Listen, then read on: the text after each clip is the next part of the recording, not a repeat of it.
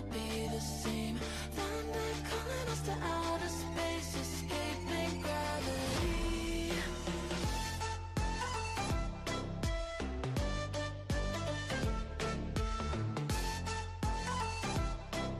Escaping gravity.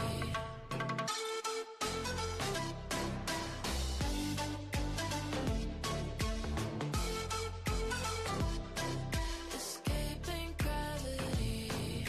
Straight to the galaxy, faster than sanity. Left behind a land forsaken. Black holes and meteors, riding on shooting stars. Fearless like our dreams. We shoot down a satellite, wings of a butterfly. Constellations recreate and fighting for liberty. Raising the energy, bursting at the seams.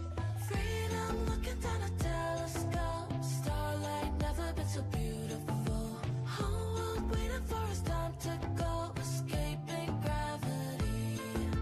We'll be rising high above the rain. Sunset never gonna be the same. Thunder calling us to outer space. Escaping gravity.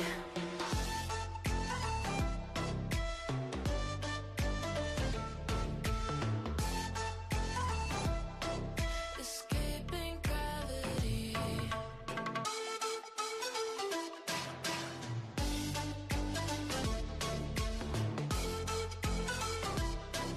Escaping gravity. Starlight dances in the silver of the night sky. Way above the clouds we will be sailing high. Sailing high. Sailing high. Ooh. You and me, we're gonna touch the stars. Find the center of the universe. New reality in front of us. Escaping gravity. We'll be rising high above the rain. Sunset never gonna be the same. Thunder calling us to outer space. Escaping gravity.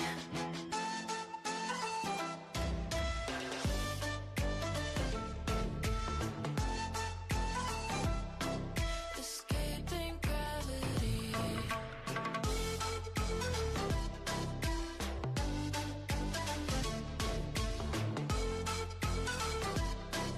Escaping gravity.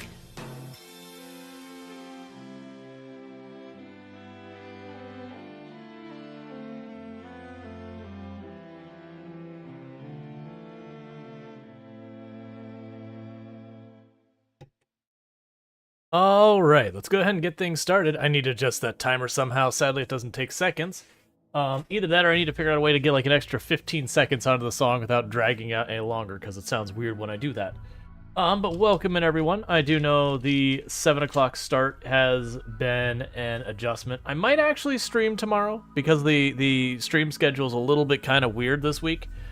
But for those who don't know, normally I start my stream at 5 p.m. EST, but this week and this week alone, it's starting at 7 p.m. EST just because Tomb's work schedule has changed, so it does allow for us to actually eat dinner together if I do this, which is what we've been doing.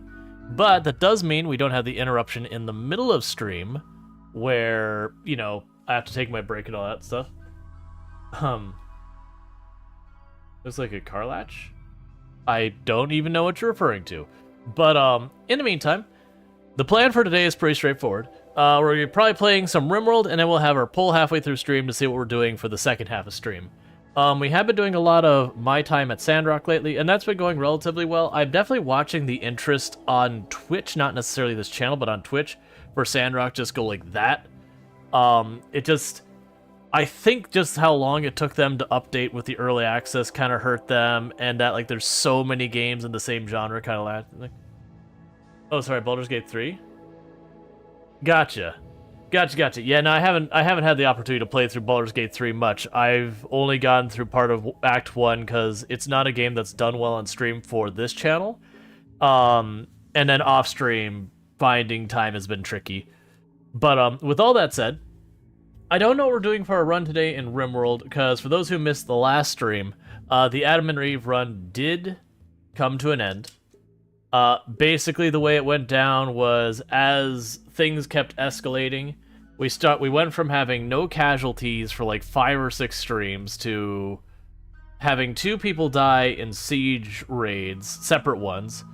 And we got a quest for the resurrection serum, but before we could actually get it, you know, you kind of were getting like just picked off like every third raid was picking off one person, and because everyone was relatives to everyone, when we lost one person, suddenly you had like the entire colony he was dealing with, you know, minus 28 mood modifiers because their sister died or whatever. And it was just very hard to try and keep that afloat with the mechs continuing to escalate, until it got to the point we had lost like 4 or 5 people. And then we got to that point, we had a particularly nasty mech termite raid that just cleaned house with the rest of it. Like, we actually survived the raid itself, like we defeated them, but the injuries sustained killed a lot of people, to the point that it's just down to like 2 or 3 people left, and which 2 of them were children who couldn't doctor. And then the last one had like, you know, they got injured and had like catatonic break, so it was like the colony was done. So we did have like one happiness, is that we had the last remaining 4-year-old, packed up some food, packed up some money. We caravanned them to the next colony over, and we're storytelling to ourselves that they joined that other colony, even though it's like not a mechanic in the game, because that character couldn't like rebuild the colony because they couldn't do any medical, they couldn't do anything, they were too young of a child. So they would have just starved to death. But yeah, so you got that. Playing Sandrock yourself? Excellent. But so I haven't decided what we're doing for this run. I do know I don't want to do like the Adamanity thing again. I had a really good time with that, but I feel having done that for like 8 streams, I'm content that we visited that challenge, we had fun with it. Because honestly, a lot of these challenges, it's not even about necessarily winning it. Like, honestly, like, RimWorld isn't necessarily about winning. It's certainly a thing to put, you know, be able to say, hey, you know, I did the Naked Brutality Ice Sheet win. Like, you know, put that notch in your belt or whatever. But, it's really just kind of about building the colony and letting the story play out and seeing what happens and all that kind of stuff. So, for announcements coming up, I'm going to try and tab over here real fast. For announcements coming up, we do have a couple things that are not immediately relevant, but will be relevant eventually. And that is, we had the next round of Dare Drops have been, I'm going to say announced, but they're just kind of posted on their website.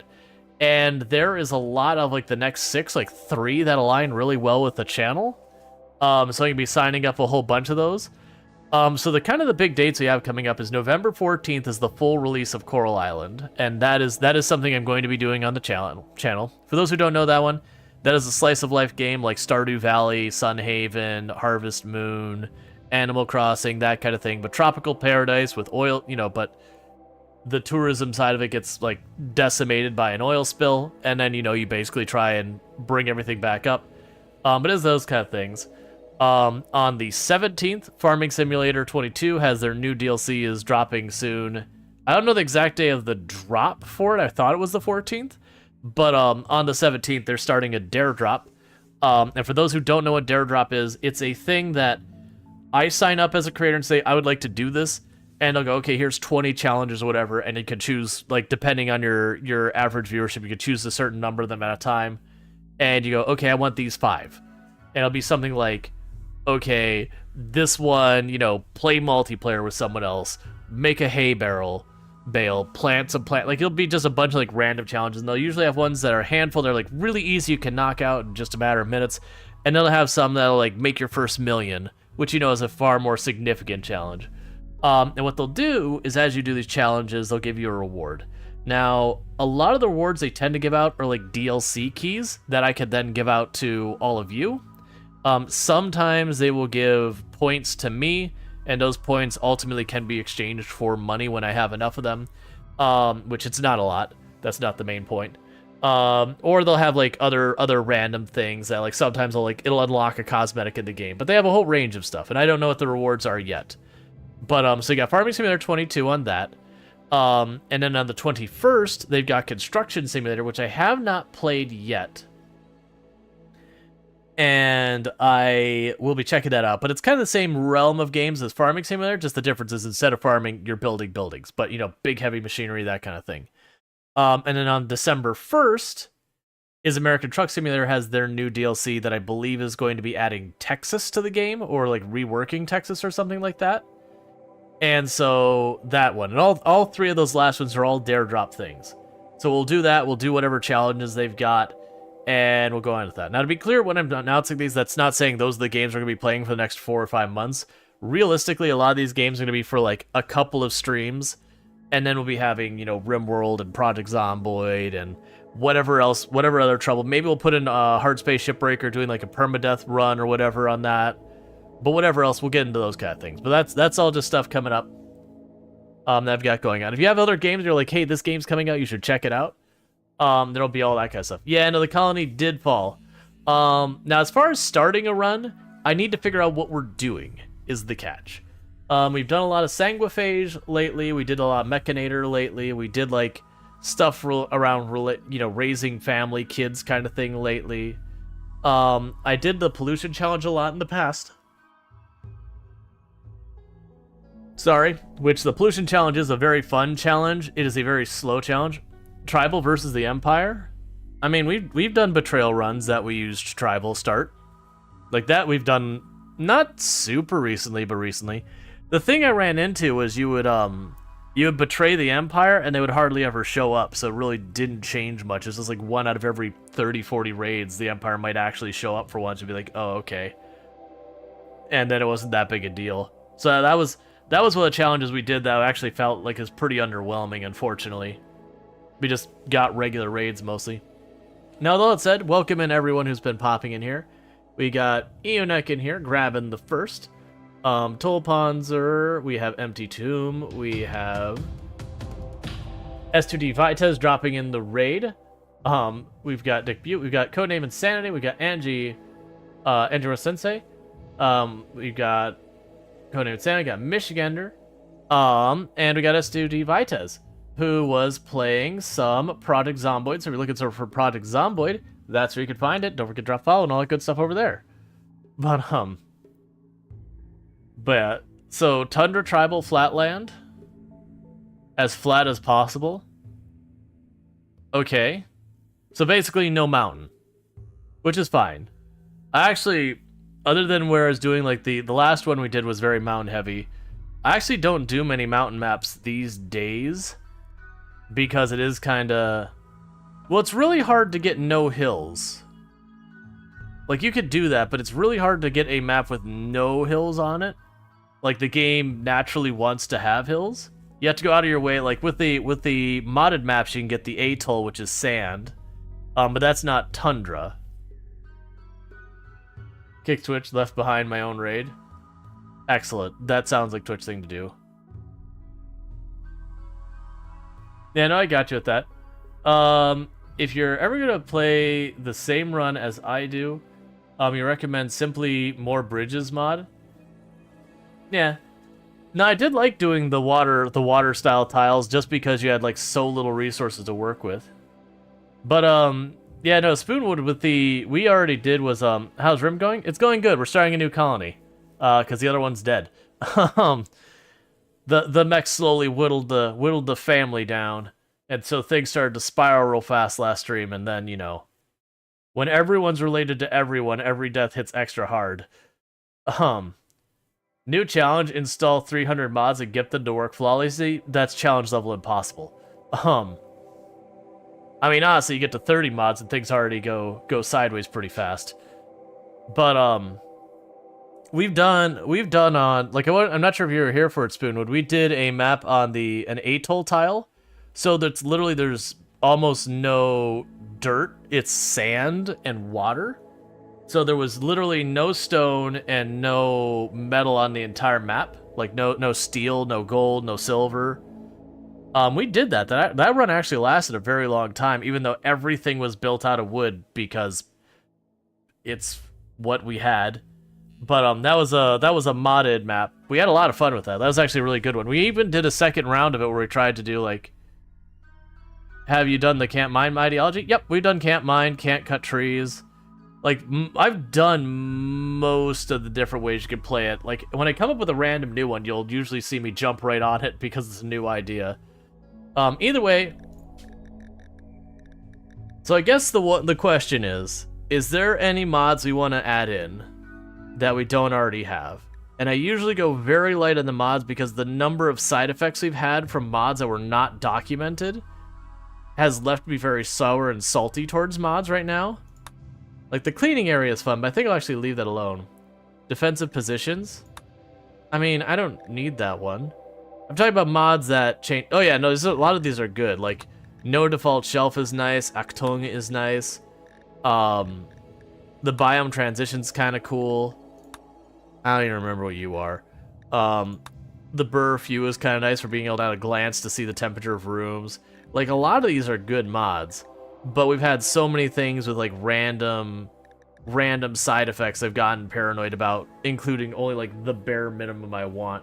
And even these have side effects, like common sense. You can get into a weird loop where your character will pick up ingredients to cook, carry them to the freezer, then go, okay, it's time to cook, so they'll go outside and grab ingredients to cook, and they'll carry them to the freezer, and they'll go, okay, I need to go get ingredients to cook, so they'll go out and grab ingredients, and they'll take them to the freezer, and they'll go, okay, I need to cook, and they'll go outside. You get the idea. And they'll never get to the cooking part. So even these have side effects that'll screw you sometimes. I mean, the big one would be if we did hospitality or not. I don't think I want to do hospitality right now. Usually when I do a hospitality, the whole point is, like, do hospitality in a map poorly suited for hospitality. So let's just go on. I like the tribal start. Tribal is my preferred start. And then where you see basic tribal, this is where I don't get to choose my research. It gives me what it gives me, and I have to live with that.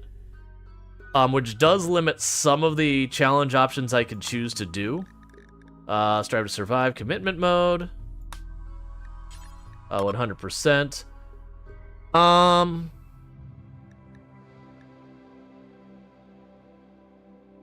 Oh. So we did the one already the other day. The last couple weeks, where we did befriend literally everyone except for the mech and the insects because we can't. We had no empire, we made everyone tribal, and that was actually a lot of fun to fight that many tribals. I think we leave that alone, though.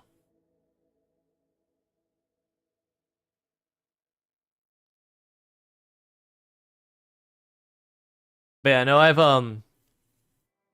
done the Raider ideologies, I've done the growing ideologies, I've done the tunneler ideologies, I've done high life ideology. Have you, no, that was, Spoon. On the last one, what we did is we deleted all of the starting ones with the exception of the mech and the insects, and we made 2 friendly tribes, and then we did, all the rest hostile tribes. I think we had, like, 1 or 2 more than you normally get.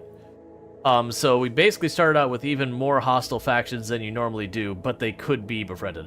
I actually really don't like the unfriendable mechanic. It's actually kind of helps you because once you befriend all the not mechs, you get lots of mechs, and mechs are the scariest of all of them. That's your current run has 129 mods. It would be a lot lesser if you just went with the required ones, but everybody got their favorite mods. Some of them being kind of personal quality of life mods, like Robots Plus Plus. Oh yeah, no, absolutely. So the catch is, with the no research, random research, doing ice sheet shenanigans isn't really viable because I can't beeline to stuff like hydroponics. You just have to wait for it. Yeah.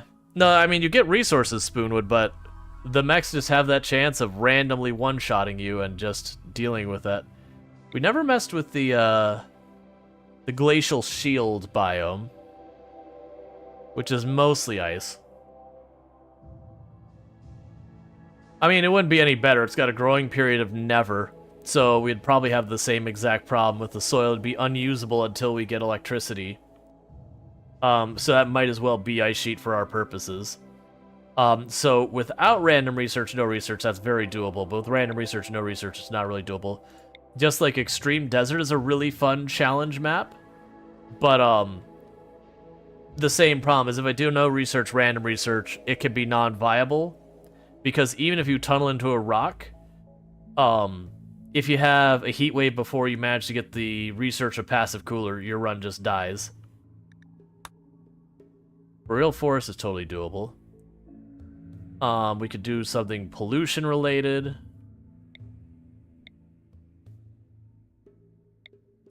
Yeah, just trying to decide what I want to do for the run is the big problem. And that's actually one of the reasons why I'm like, yeah, I'll take a break from RimWorld. And now sit there and go, I don't really know which one I want to do. And then... yeah, it's like stuff like that. There's literally no growable area on this entire map. You got one little patch by the edge there. Same here. If you do exclamation mark mods, it'll give you the list of mods. It has like preview in its name. I don't remember the exact name. We did Arab Shrubland recently. It's always the hardest part is coming up with what you're doing next. Yeah, map preview, that's the one. So we definitely go by a landform thing. So like Valley is going to be mostly stony. Yeah, it's like a little island. Swamp Hill we did recently, which is interesting, which means you get a rock thing in the middle, but it's all swamp the whole way around, so it's like really terrible the whole way. Not a whole lot of grow space. And I want to say disease rate is terrible. Yeah, it's 1.5. You have Surface Cave, which is literally you're underground the entire thing. There is no not underground. You have Scary. Oh, there's not a Scary near here. We have Scary, which is a little rock island. How about starting near a pirate base and immediately capturing their base, then expanding from there? I don't think that's... I've not tried that. I don't think that's realistic, because they're going to have guns and everything sorted out, like, right from the get-go. So I'll be trying to walk in with 2 bows, a pila, and a club and a iqua against people packing guns. And they'll probably outnumber me as well. So I don't... Of course it's possible. You have to unleash your StarCraft micro. I'm not saying it's not possible. I think it'll be one of those things that it'll be ridiculously hard. Well, that's terrible. We have the sinkhole, which is a tiny little area in there. Secluded Valley, which is the same idea. Secluded Cove, which is the same idea, but water. Which would be an interesting, highly defensible map. You have Rift, where it's just like a straight tunnel. That's like Rift is literally the maximum diggy hole base. You have Peninsula, which is like a little landform like that. We have Oasis, which is like a little spot of water. Looks cool, as well as Tunnel. Yeah, so the Rift is interesting. I've got a map I've been doing off stream of this. That actually the thing that's so terrible about is your food situation until you get to like Tunneler, because that is not a lot to work with. Very defensible, but the food is a pain. You have Lone Mountain, which is just a chunk of rock in the middle. Lake with an island. Isthmus, which is, I don't know what that is, like a ice peninsula maybe? I don't really know. Does it tell me? It does not. That's fine. We've got Ice Oasis, so it's an oasis but cold. Fair enough. Oh, that's interesting. So the idea with the Ice Oasis, I've already clicked off of it, is here somewhere. So the idea is you actually have like a single spot you can grow and everything in, but unfortunately it's too cold, so it'll never, like, we'll have to build something on top of it to make it warm enough. That would be, I'd have to turn off random research, no research, which maybe we do. You have no idea how pirate bases are thing. Are they randomly generated based on your wealth? I do believe... I think they're set based on... Like, they have a starting setup, and I think as your wealth increases, it'll add more enemies to it. We have a fjord, which... That'd be a tricky map to do much with, but that's not our dwarf base. Dry lake. So just a big chunk of sand in the middle of your map. Desert plateau. So it's all... So yeah, where it says rough limestone. This is just rock ground. This isn't mountain you dig into, it's the ground is that. Oh man, there's only like the tiniest amount of... Okay, not this spot because it's max pollution. But that's an interesting one. Desert Plateau is an interesting tile. I could see doing a Desert Plateau. Crater we just did. Crater's kind of the most one of the most defensible. Cove Island is interesting. You have just straight up Cove. Coastal Island. Starting a colony in under 2 hours? What are you, a speedrunner? Hey, Urban, how's it going? So we have the coastal with cliffs. Just coastal in general. Cliff corner. Cliff. Yeah. I'm leaning towards what like the island kind of maps. Either the plateau or like the cove with island. I think of the two I want to do. Canyon is just like Rift but bigger. Caldera is again mountain the whole way around with like a little pocket in the middle, usually with water. Badlands, it's like all stone, but you've got like some that's mountain and then just lots of ground. So the idea is you have very little growing space, which is kind of an interesting one. We messed with that before. Atoll is one of the ones we had the most fun with on a previous run. Let's see if we got an atoll over here. Alright, there's usually an atoll somewhere around where there's sand. Wow, like, did you just not atoll today? Okay. Huh. Usually you find tons of these.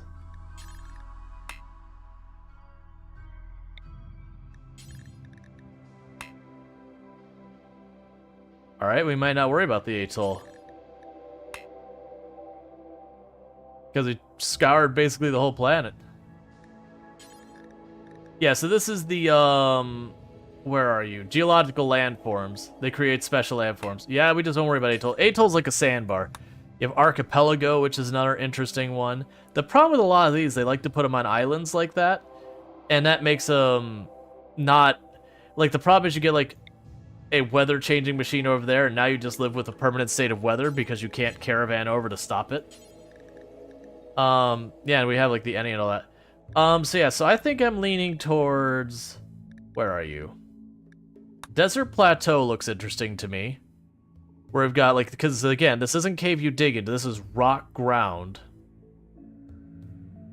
How'd the Adam and Eve run die? They, we started taking some losses as the mechs kept escalating, and it's only, like, 1 or 2, but because they're all family, there was meltdowns. And they started getting picked off, like, 1 or 2 at a time every couple of raids. Also, no trading. Oh, just like make a rule, no trading. Okay. So we're feeling Desert Plateau or where are you? Cove with Island. That's a terrible Cove with Island. A desert Cove with Island is like hard mode Cove with Island. Because Cove with Island, I get like a little island, and the idea is we'd build on the island and go from there.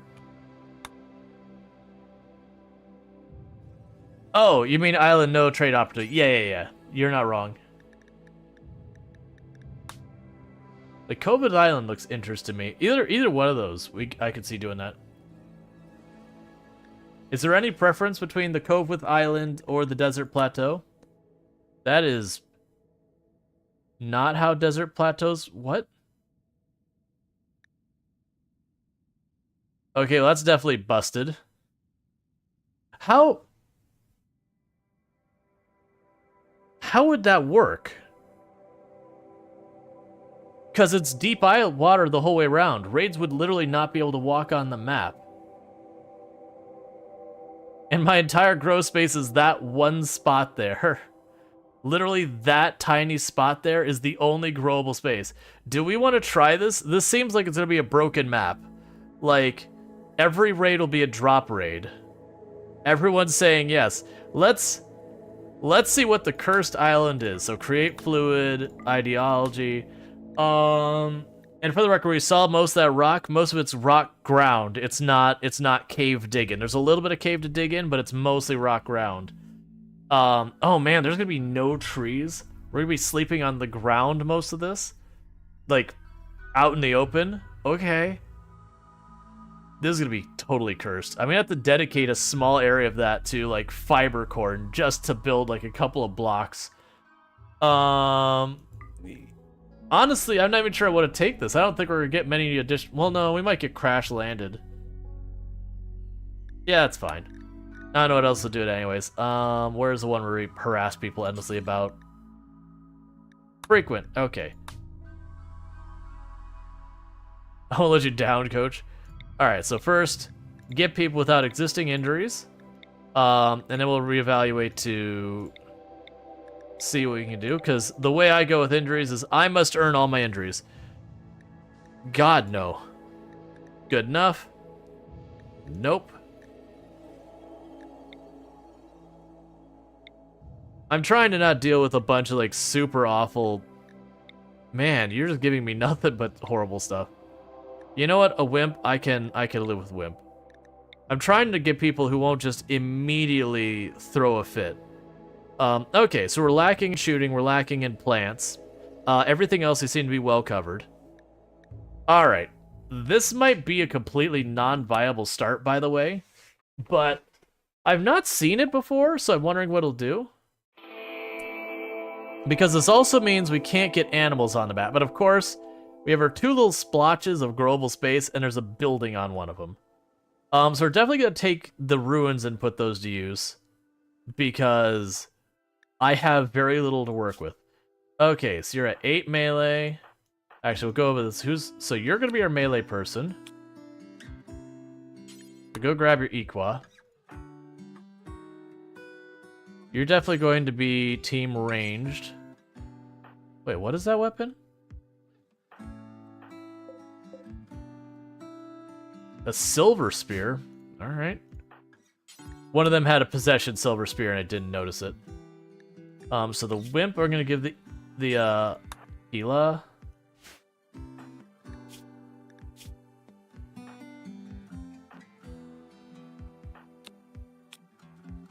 You grab a bow.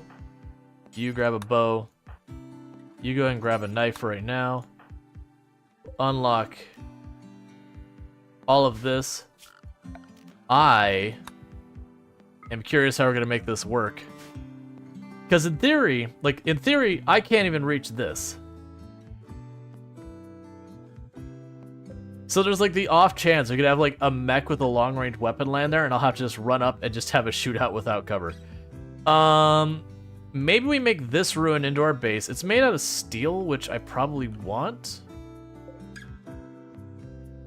Elephants? Well, right now, I can't really do much, I think. There's the ancient danger, in case anyone's wondering right there, so that's cursed. Trying to basically see which of these ruins I want to turn into a base. I think it is this one, that even though it's steel and I like that steel, we make that in our base. We're gonna have to rip that building down so we can get that grow space. Alright, so for right now, we're gonna go zone, grow zone, rice, grow zone, potatoes, grow zone, strawberries.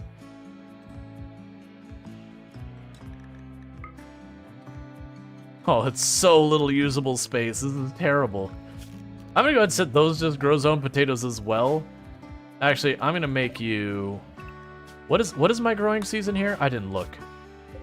It's probably year round. Oh, we might... Okay. We might have to go cave. We're gonna be fighting with overheating. The tile's a very hot tile. We're in the middle of,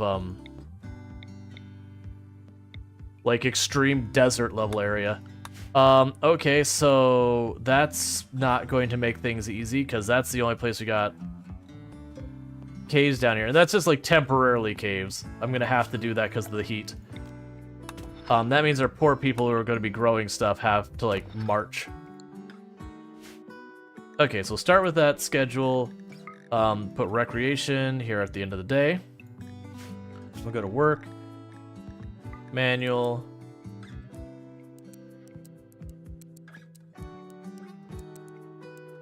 Congratulations, you're not totally incompetent as a doctor, so you're doing that.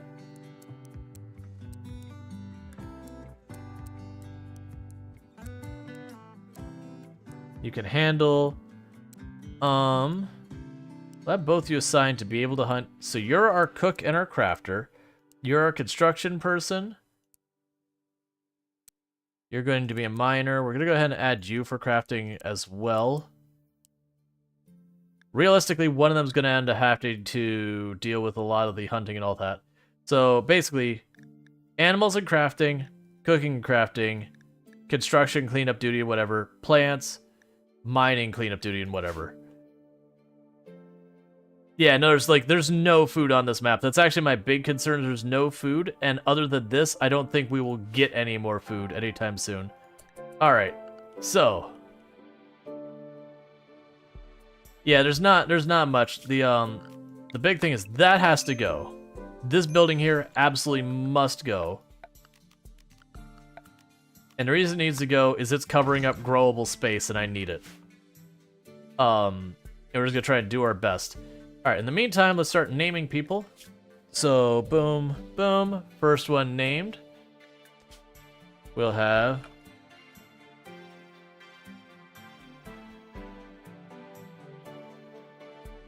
There's the first one. And here's Tolpanzer.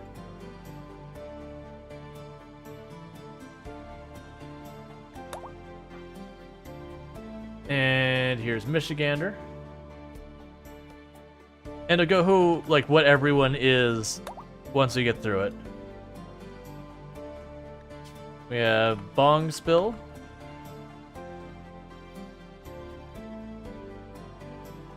This is gonna be a real rough place to survive. And the very last Lardine.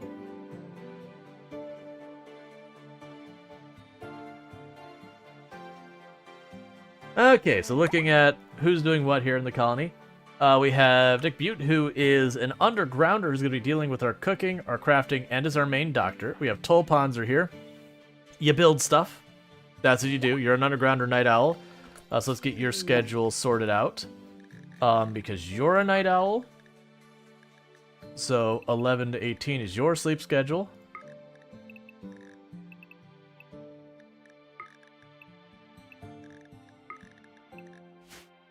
Next up we have Michigander.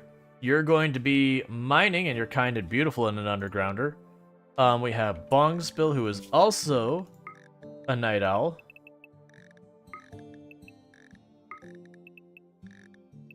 So it looks like we've got the second shift now.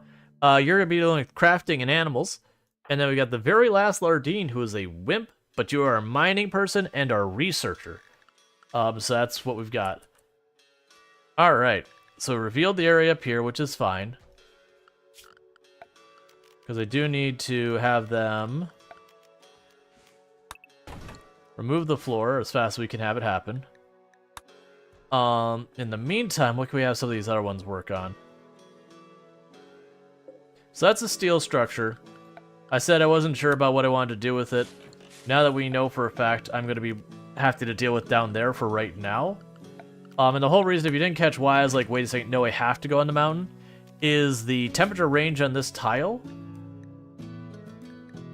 is 81 to 98, which means it's a very hot tile. So we're going to be pushing the edge of heat stroke just on the tile without heat wave, which means I absolutely will need to be under a cave mountain roof to keep from being overheated. And if a heat wave happens and I can't get the passive cooler or air conditioning first, the colony probably dies. Like, no working through it. The colony just straight up doesn't exist anymore. Because there's just no way to make it work.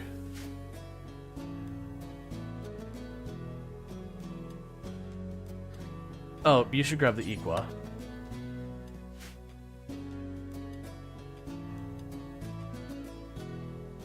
Alright. Let's try to get people indoors right away.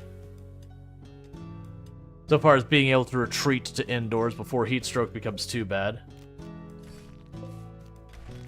I am deliberately disassembling the steel ruins. Because steel is a commodity we're not going to have very much of on this map. I mean, for that matter, stone isn't either. If we look at this map, we got one set of chunks of stone up here. We got a tiny one there, and then we've got this down here, and that's it. Like, one of the big bummers of this tile is going to be entirely just the fact that this is all the growable area I have to work with. Man, this is gonna be weird. So I'm kind of debating in the long term. That's fine. In the long term for the colony, I'm kind of debating that even though we're not actually going to be underground, still taking tunneler. Just because I can put mushrooms on this. The raids will probably all be drop pod raids, is what will happen very last Lardine, because the raids can't walk on the map. So it means I'm going to be dealing with nothing but drop pods. So, like, weirdly, in the long term of the base, once we get our air conditioning and passive coolers, it might make sense for me to make a defensible point in the middle of the tile that when a raid pops in, we just retreat to and, like, let whatever's out here be subjected to what it is and fight from this point kind of thing. That I won't be able to deal with that. What are the animals going to do on this map, now I think about it? They have no food, so they're all just going to starve to death near the same time. So let's just plan for that in advance. So we'll go production. Butcher spot. Crafting spot. Bills, add bill, butcher creature, do forever. Bills, copy. Paste.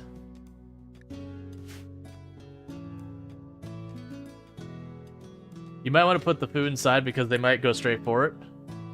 This is very true. Good call. Zone, stockpile. Urgent haul all the pemmican. Don't you go for it, monkey.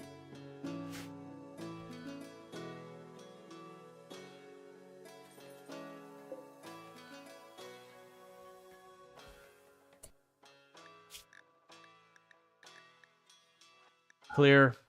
Food. Orders. We will go zone. Dumping stockpile. One thing we're also going to do is all of these animals are terrible. So the moment we get hungry, they're going to start getting eaten.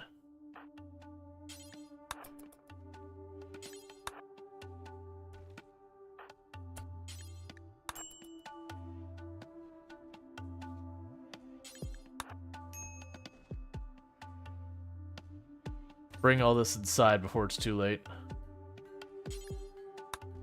That's fine. 2 units isn't going to matter. The important point is we've got about all we can fit. Alright, so we got an indoor space that should stay... When I say cool, it's not even staying cool. It's still 80 degrees in here.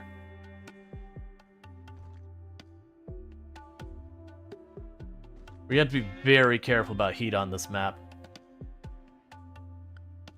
We're definitely going to need to prioritize research bench right away.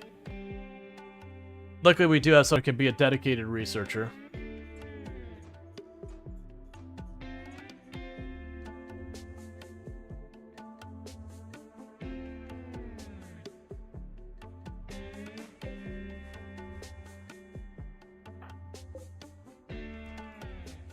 Okay. You can copy vanillas. I don't believe you can copy them in vanilla. I believe that's the allow tool, I think, makes that possible. I know it's a mod, I just don't know which one off the top of my head. We'll definitely want to bring the medicine in here.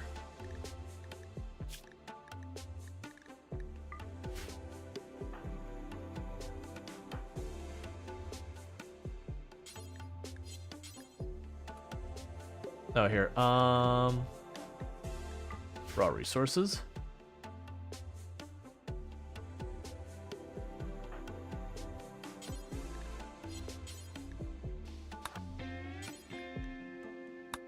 So, you know, haul the steel out of there. That's fine. Cats in this game are cursed and can never survive. It's not actually possible.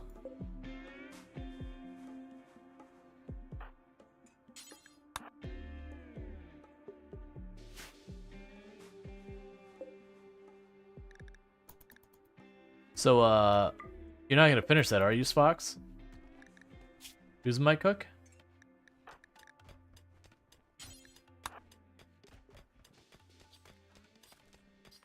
Alright. Oh, but one by one, that's a vanilla now? I mean, that's better than nothing, but yeah, I think without being able to copy it in bulk, it would be pretty frustrating to deal with, because you'd still have to go, like, open, you know, copy, paste, like, copy, open, close, open, copy, open, paste, open, copy, open, paste. Like, that whole thing. And I feel like you get very tired of that very quickly. So let's go ahead and get rid of both the other animals, because they're going to eat my pemmican, and I would rather their food. Man, how am I even going to cook the food? Because there's nowhere to grow wood.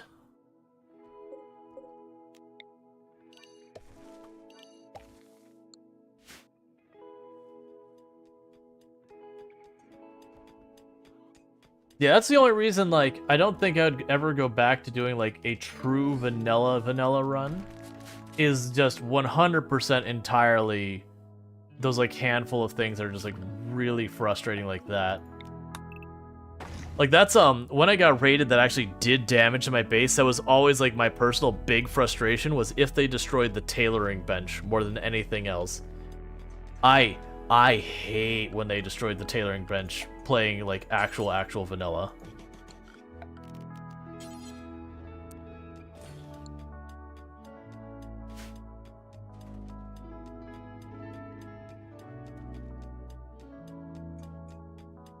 Alright, so we have the one room down here.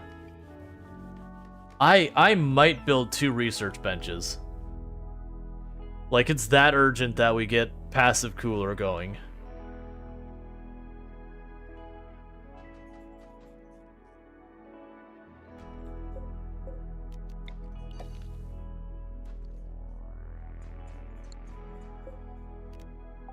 Alright, let's change you to cotton. Because we're not going to be able to grow heel root for a while. I'm not going to need a lot of cotton, but I'm going to need some cotton trickling in.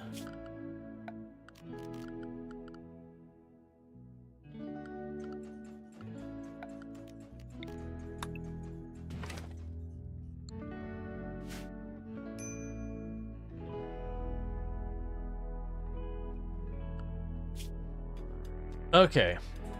But of the night owls, who would be the one who would have step in to be our second person for researching? Because actually, maybe 2 research benches isn't necessary so much as making sure I have people on 2 different ship.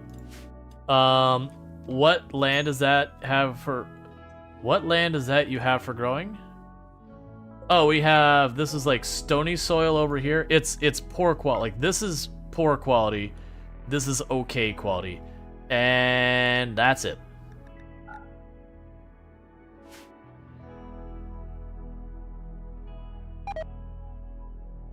Can you grow mushrooms somehow? If we get tunneler. Because to be able to grow mushrooms, I have to be able to put down the mushroom dirt here and then enclose it. That's the reason I was like, oh, for this run, even if I don't live in caves, I might have to go, realistically, to get any more colonists. I might actually have no choice but to go tunneler just so I can grow stuff on the tile. Let's just assume we're going to have to do that. So I'm going to go ahead and put down this. So we have a drum thing, and that is our only festival. So yeah, no, right now the big thing is trying to get ahead. Who is our researcher and why aren't you researching? Oh, because you're also the person who mines. Well, everyone will give them permission to work on research. I don't care who does it. If anyone's available, you research. But that does mean I won't push the mine. I mean, not that there's much mining to push. I've got like a spot here, a spot there, and that spot. And I could just chip away these, but I have no reason to do so until I have stone cutting.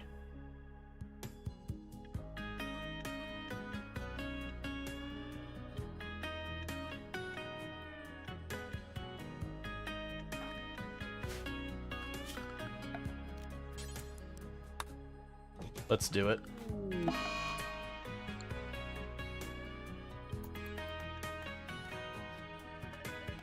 Why are you throwing a tantrum? You're in intense pain. Oh, food poisoning. Yeah, that'll do it. Well, you just destroyed my, like one of my stacks of components. The research table. You destroyed an entire stack of food. All in one break. Just one. And all because I got bad luck with some food poisoning. You're like, I won't let you down, coach. Hang on, I'm letting you down, coach. Please don't destroy that bench. Prioritize fixing that. Stop, stop, stop, stop. Oh my god, Butte, stop it. You literally destroyed all the furniture like multiple times over.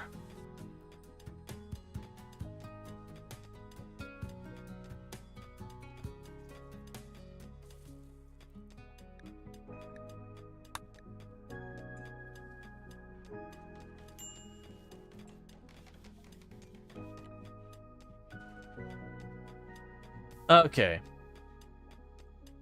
And with that tile, we've at least got our initial room made. For the moment, even though it's not going to happen anytime soon. We get some bedrolls in here.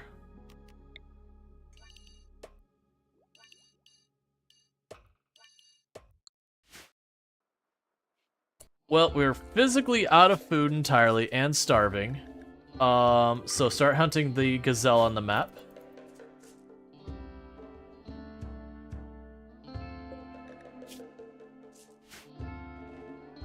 Oh, these animals are gonna eat literally all of my food. I won't be able to stop them either. The elephants? We're not equipped to fight a pack of elephants yet. Now, actually, we might get lucky, because that food might not grow in time before they go down from starving. Okay, well, I'm just going to kill you anyways, but sure, I guess we could do it now.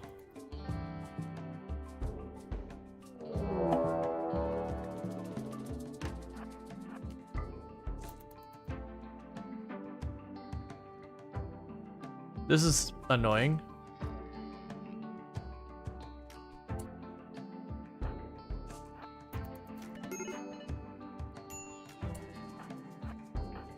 Please don't bypass my melee.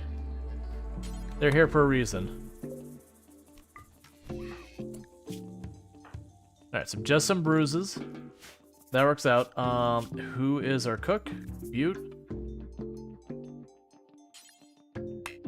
Yeah, so you butcher the animals. Get us some food temporarily.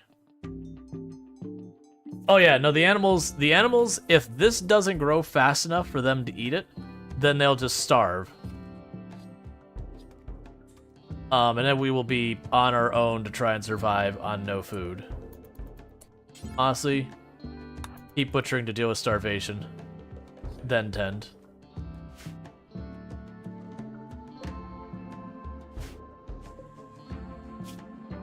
Because you can see they're already on the edge of starvation as is. I think they can't eat it till it's at like 60%, so they might actually get that rice.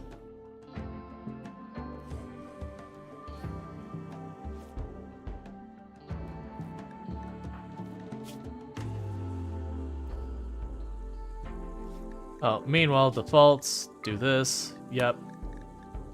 And then we can go to assign, regular medicine for all of that.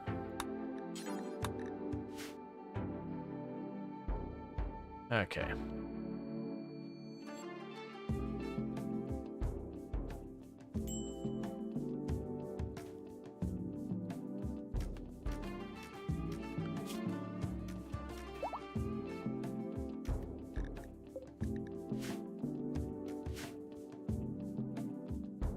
We're just gonna chase them all around the island.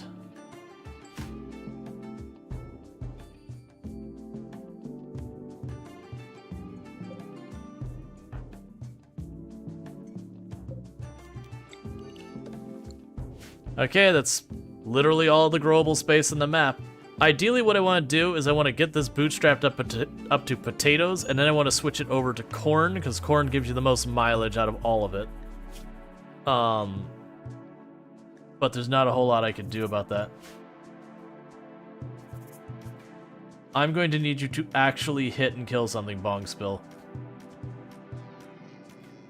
But you hit it. That's the first step. But people are actively starving, waiting for you to actually get somewhere with that. Alright, so they have malnutrition. So they are starting to starve.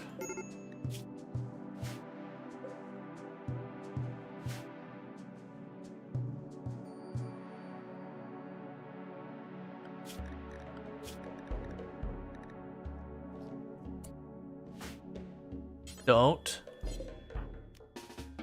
feed them the corpse. I need to get all the mileage we can get out of this food.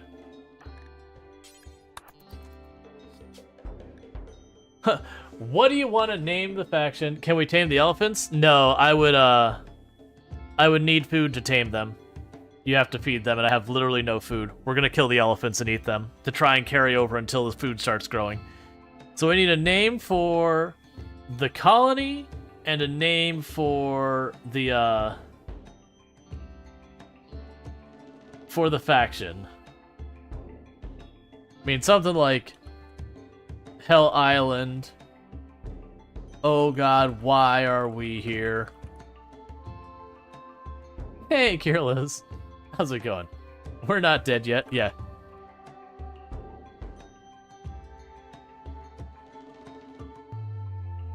Soon to die. Let's just go with the Cursed Island. Trial by Stone. Cursed Island is what we were joking about beforehand, so it's just Cursed Island. And just... we regret this decision.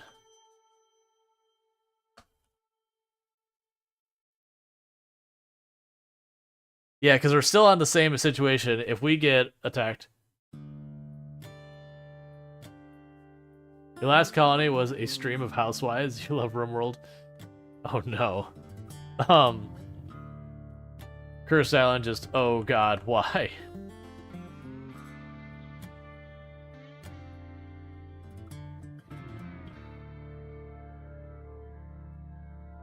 Yeah, Regret and Stone. I can go with that. So the faction name is Regret and Stone and Cursed Island. Just to get this thing moving.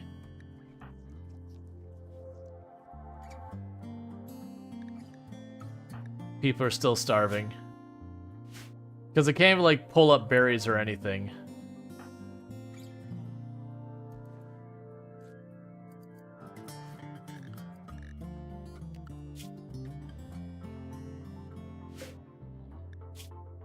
They're moving up to minor malnutrition.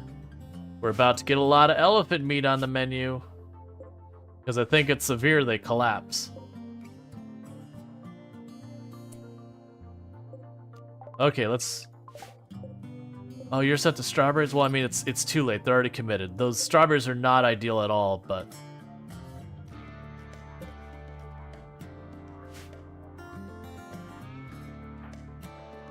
They're researching as hard as they possibly can.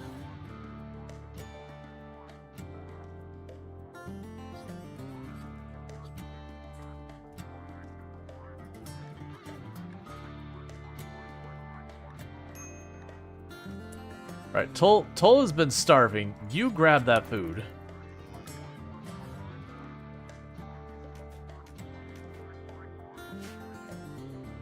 What are your research priorities? Whatever RNG gives us. Ideally, I need the passive cooler as soon as possible because this is a very hot tile. So if we have an early game heat wave, we probably just die. Like, there's probably just no way to tackle it. I put ourselves in a cave with nothing creating heat, and that's the best I could do without it. Alright, you need to butcher that before someone tries to eat it raw. In fact, let's actually go into our assignments right now before we get too far. Edit. No corpses. If it isn't butchered, it's not on the menu. Oh, good. Food poisoning. That helps. That's going to be something we experience a lot, as I'm not cooking anything at all. And we probably won't get to cook anything for a while. Because, do you know what's a very finite supply in this map? Wood. Where am I going to get my wood?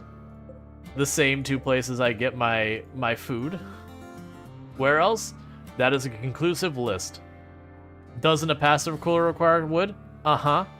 That's the reason why we're not using wood for anything. We're just going to embrace the sickness.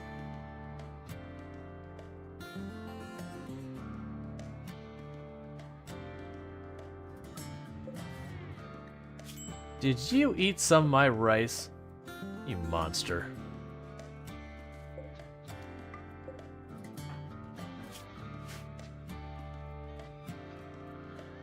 Like, literally, I'm not going to build the passive cooler unless we get a heat wave.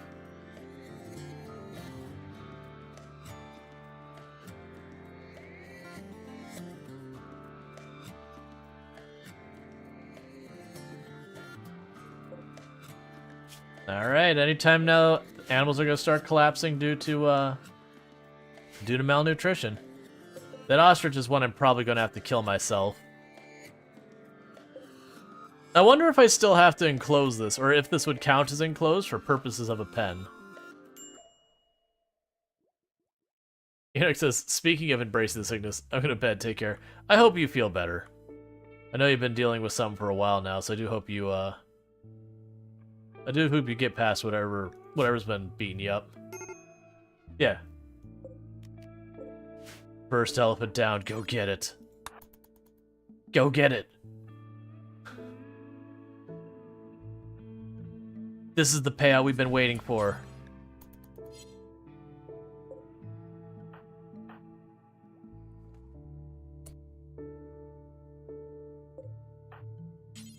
All we had to do is out-endure the elephants on their starvation situation. Catatonic, very last Lardine. Well, that's unfortunate.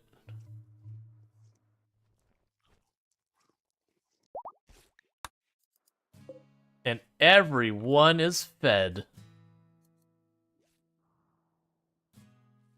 For one meal.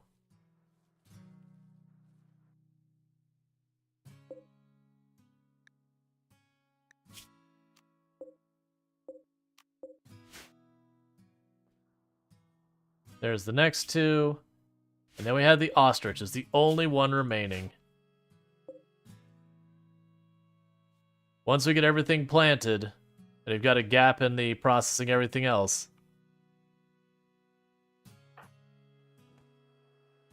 then that's the next thing.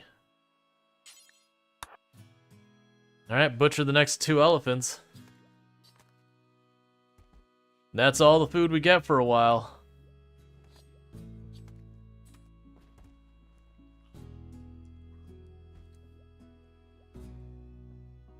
Is Very Last Lardine our grower?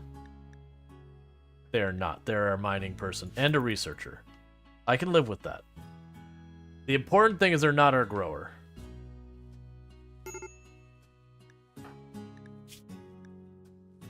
Oh, recreation deprived? Yeah, so... Recreation... What stone do I have? Granite, I've got a decent amount. So we're going to make a granite hoop ring.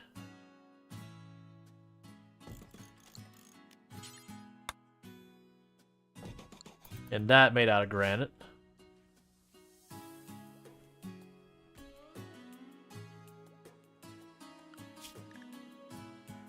And construction is Tolpanzer. That's fine.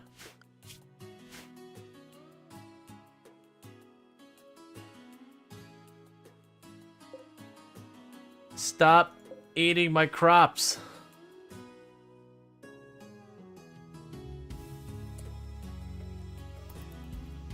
the moment we get... Yeah, so meat supply is already starting to go away.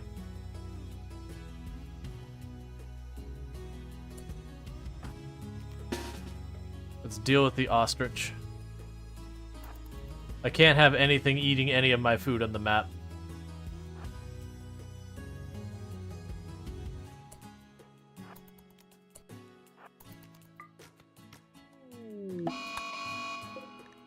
Was a solid movement hit? It was an okay movement hit. Enough that we should be able to kite them.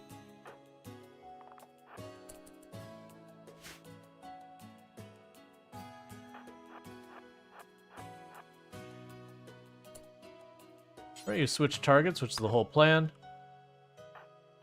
You just get out of the way for right now.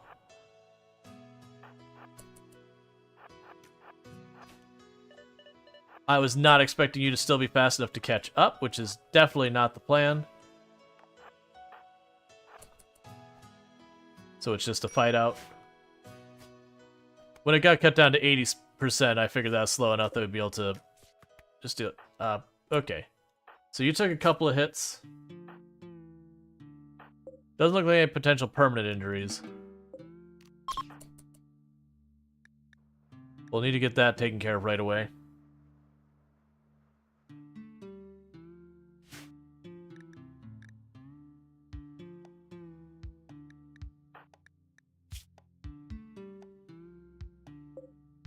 Okay.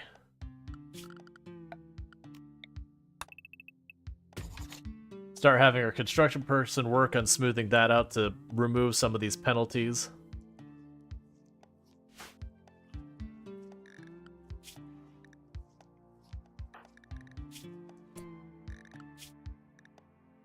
Of course, those are two that got injured. That's how that always works. Whoever the doctors are, they're the ones who get injured first.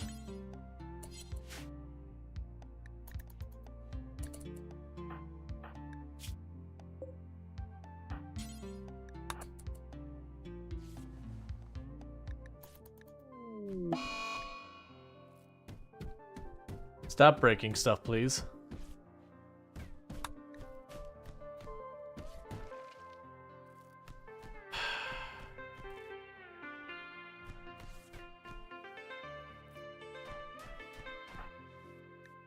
You want to break the knife outside. Don't break the food piles. Yeah, break the...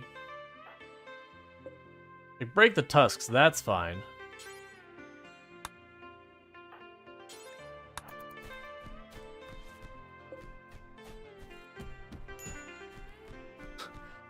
They start rebuilding the door and immediately Bongspill breaks it again. It's like, doors are for chumps.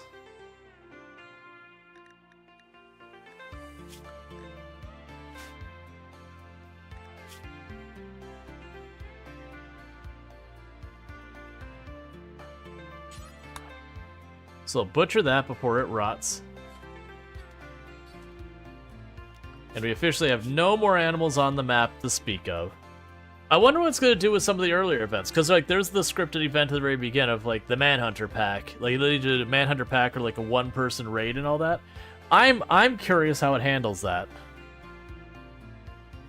Like that's the only reason we accepted this, so I'm like, this is such a bizarre map. I just want to see what the game does to facilitate it. It should drop pod radius on almost everything, is what most likely the outcome will be. In the meantime, because we have people who have nothing better to do, go ahead and just disassemble all these ruins out here. Leave that alone. Because we get some brick... Wait, what? Oh, no, don't smooth that. That's not the right command.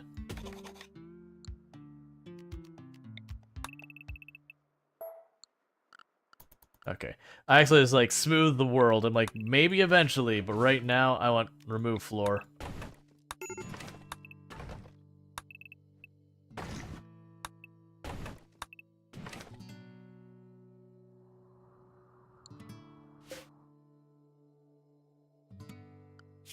We could also go here and choose the meditation spots.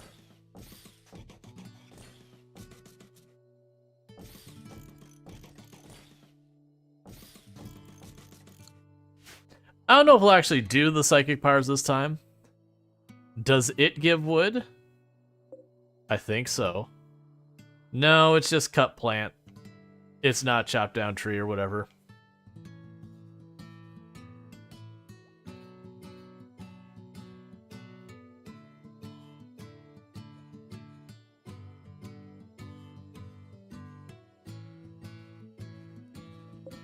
Got a tiny little bit of gold. Animatry gives screams? Yes, it does.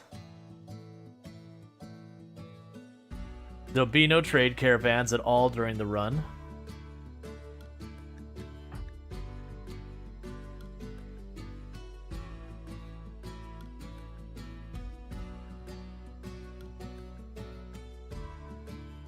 This is going to be a weird colony.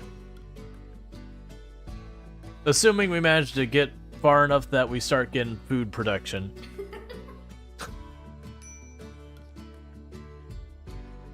That, I honestly think the only way we get our food stable is managing to rank up our ideology, which I don't see how we do that in the current situation. The, let's check. The social party, is that based on a date?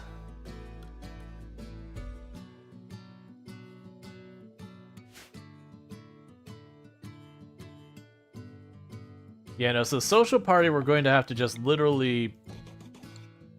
Can I make it have anything but wood? No.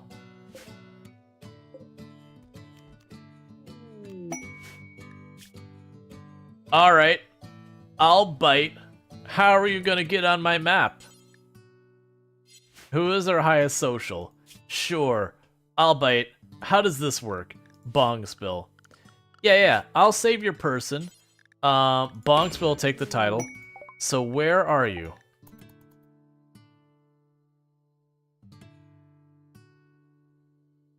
Good luck to you, I guess.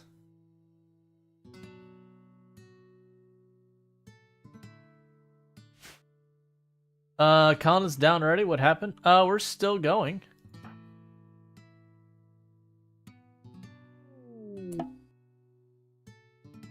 I'm seeing a very significant problem.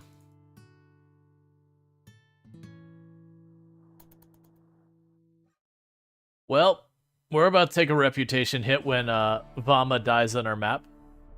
I wonder if you're close enough to the edge, can I get you to leave? Oh, you're a guest, so you won't. So Empire,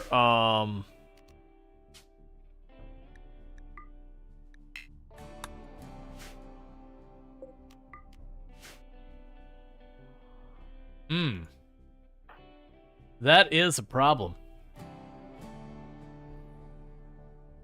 So we're gonna get random raids that appear on these little tiles over here and then immediately die because technically there's like 2 tiles on the edge of the map, only that one spot as well that they could spawn. Because I'm pretty sure you can't even... Murderous Rage against who? Against Bong Spill. Alright, Bong. Start running. Oh, please don't tell me movement speed. So Bong Spill should be the faster of the 2 of you. But has a really bad wound on their ear. Okay, I understand how this goes down.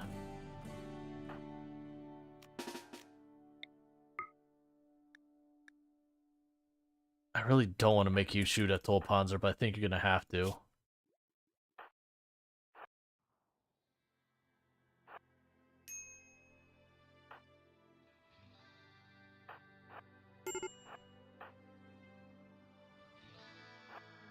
Because unfortunately, because you did get that hit on while Bongspill was trying to get away right at the beginning, I can't just run away the whole time. Bongspill will eventually collapse. I don't want to get Butte involved because Butte. Well, actually, here's what we can do. Butte, that spear, drop it. Now you can get involved.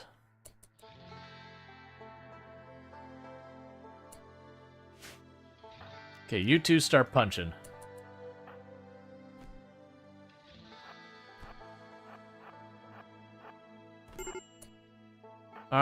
There we go. Because my concern is if you had the spear on and you went to do that, you would just straight up kill Tull.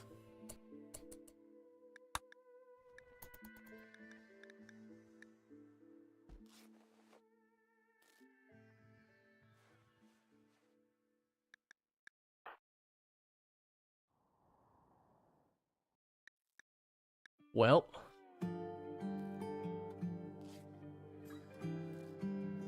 And we're out of food entirely.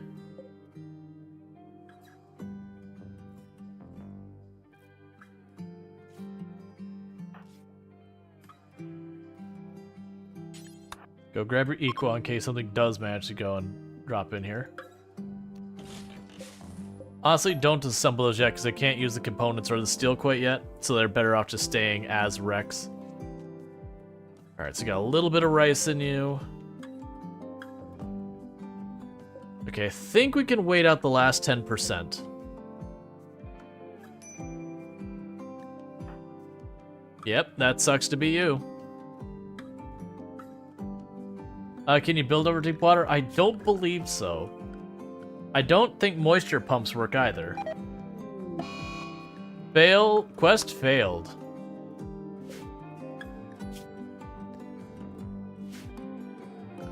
And it's not even done. Because, yeah, if we go structure bridge...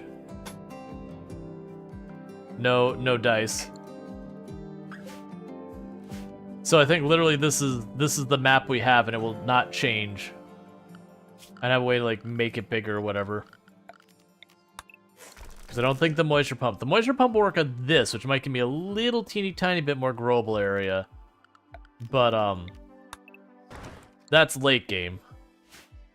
Right now, we gotta manage to get far enough that this carries us through.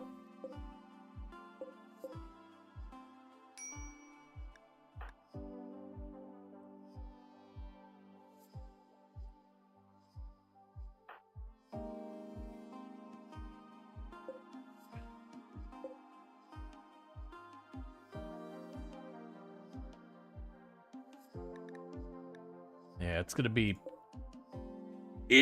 be rough. It's gonna be real rough. Like, once I manage to stabilize the food a little bit, then things will start to greatly improve.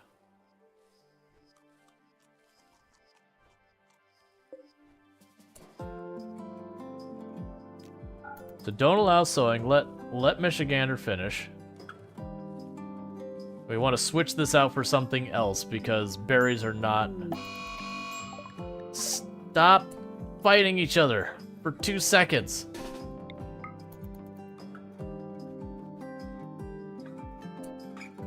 Drop your weapon before you kill them.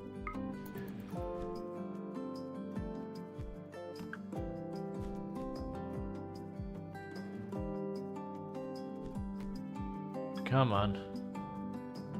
I'm literally trying to solve your food problem, but you're too busy beating each other up.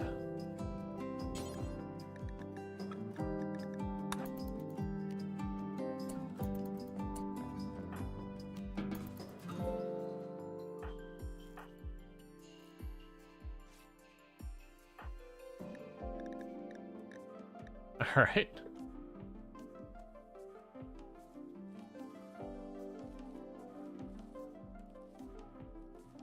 So what we're going to try and do here is I'm going to try and get this switching over to corn, because like I said, corn, I believe, gives you the most nutrients for your time and all that. So I'm hoping...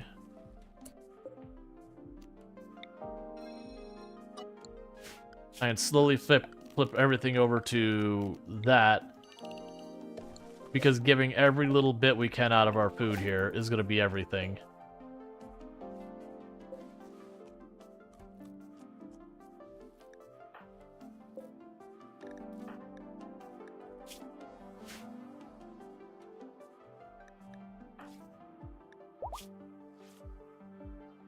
And you lost a finger to social fighting?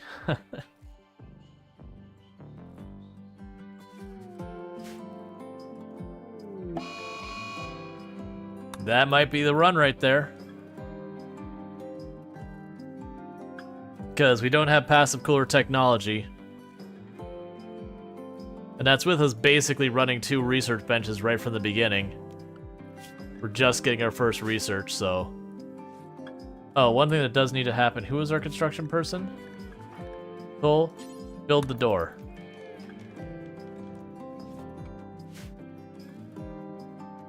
That'll at least help a little bit, not much.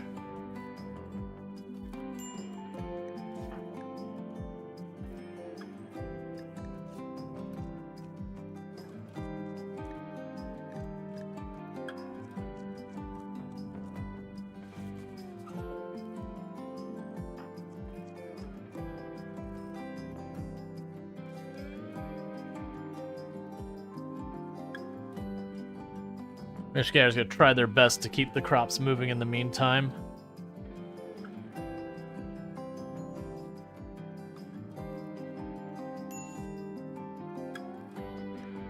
There's the heat stroke starting. We might get lucky. It might be like a one-day heat wave that doesn't, you know, stick around long enough to really do much. Crisis of belief. Not a whole lot I can do about that. Complex clothing is not terrible, except I don't know where I'm going to get the materials to do any of it, but cool. I mean, if we do survive the early game, I want it. Alright, literally everyone, even indoors, is developing heat stroke. Oh yeah. Indoors it's 126 Fahrenheit, outdoors it's 135 Fahrenheit. Or 57C versus 53C. Uh-huh. That's entirely if it's short enough that it doesn't finish the job. Like, and again, there's nothing I can do. We can't passive cooler because we don't have the research because no research. And we're already dug into what's technically a cave. So there's nothing I can do to make it cooler right now. All I could do is keep people researching and try and ride it out.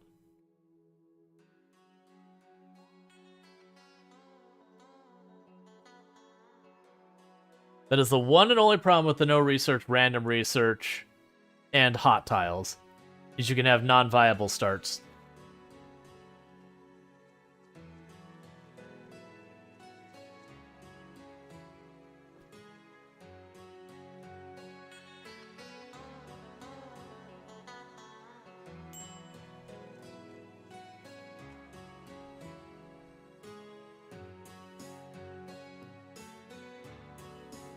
I need you to stop having a break, please.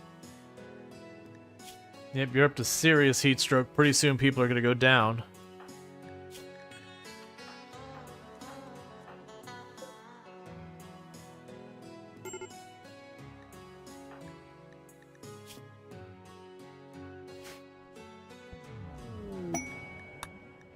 Psychic Soothe, thank you. And I know if I add a torch here, we'll be able to see a little bit better.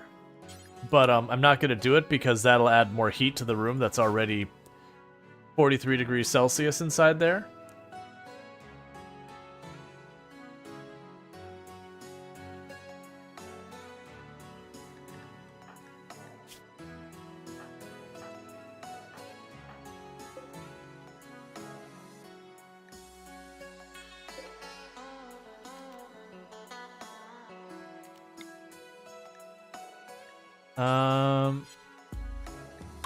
Yep, go ahead and do the ceremony. Might as well, you could try and console someone. And maybe get them to be less terrible to deal with.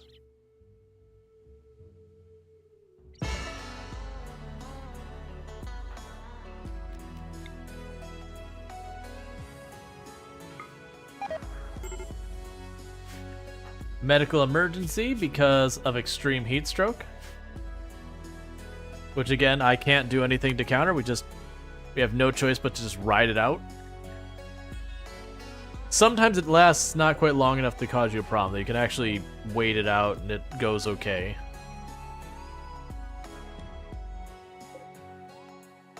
The other thing is that actually slows down plant growth. Having a heat wave. So that doesn't help us either.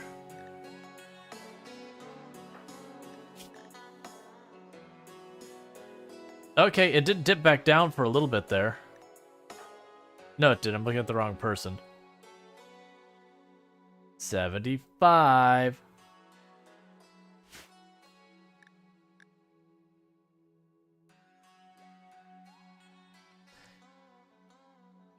Nothing I can do but just wait. It's the game of do they live or do they die. $85%. I don't think Heatstroke they actually have to hit 100% either. It depends on a lot of factors. Like 100% will kill you, but like if you're weakened in other ways, it can kill you earlier than 85.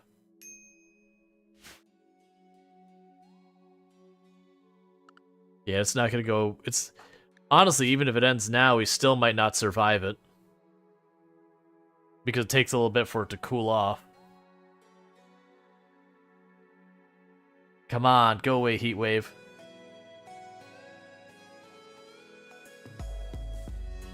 Because that's our only grower. They die. Like, this colony's so far past dead.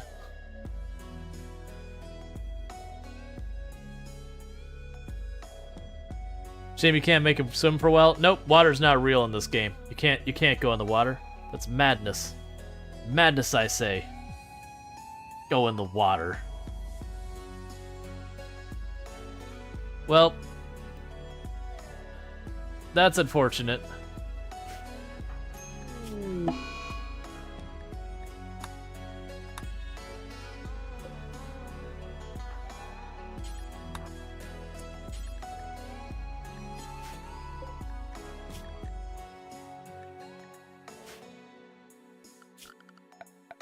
Now that's gonna matter. They're all. Oh, that's deep water as well. Oh man.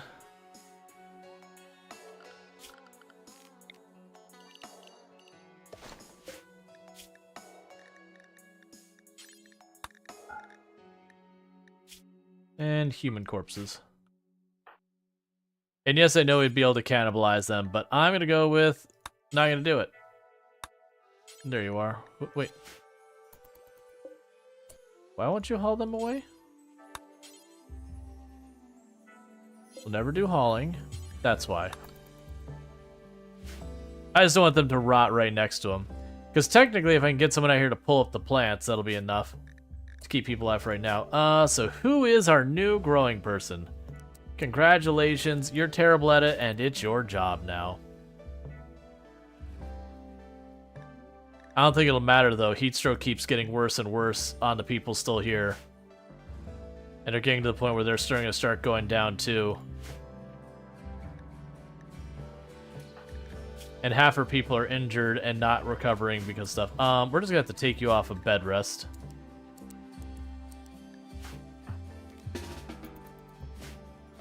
And have you work. Because otherwise starvation's gonna finish things off. Oh, nope, never mind. Oh, there goes the next one. And the next one. Very last Lardine. It's up to you to try to grow a plant. Oh, there goes the next one to Heatstroke.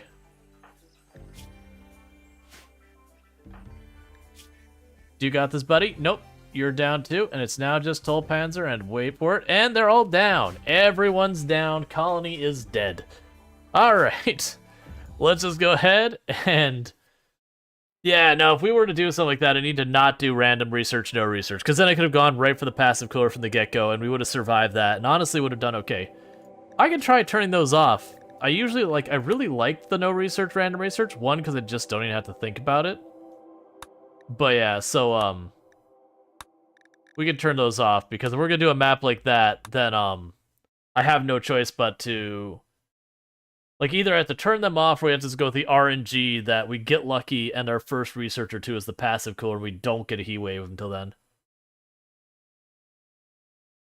Which is a shame. I was curious to see how that map was going to go. I probably should have written down the name of the world gen and the thing. You don't need to go back and look for it. But that's kind of an interesting thing, that if people didn't catch what happened with that colony, Yeah, so basic tribe doesn't work right now, actually. So we can do Lost Tribe. I'll leave it just the way it is. Normally I tell it to not have Man in Black, but that's the only change I usually do. Strive to Survive, Commitment Mode, next. I usually choose to do the whole map. And most of the reason why I usually make it the whole map kind of thing. Yeah, I think that map could have been fun. I think it would have been interesting, because it would have been a different challenge in that, honestly, in the mid to late game, it would have been just mech drop pod raids and, like, other drop raids. Like, that's all we would have seen for, like, the entire late game. So it'd be kind of a weird thing of just forced to deal with drop raids. They're usually smaller in number, but, you know, you can't reliably put kill boxes up to deal with them, because you don't know where they're going to drop in unless you can... Honestly, with that tile, if you went late enough in the game and you had mining drill, maybe eventually you could kind of fill in the map so you could very predictably put them someplace. That said, I did like the idea of the desert plateau.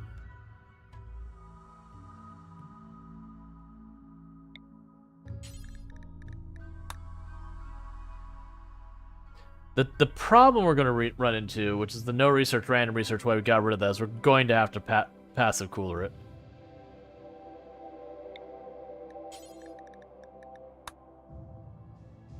Part of me wants to see if we can't make another one of that happen. I don't think we will.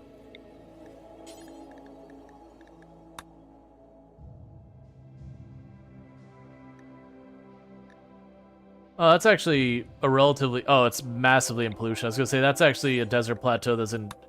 It was a cold desert, as it were.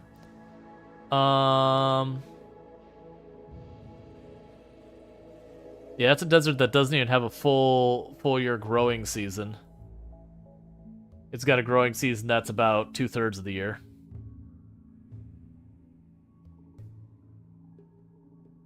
Desert still gets hot, technically. Kind of want one that's a little bit more centered.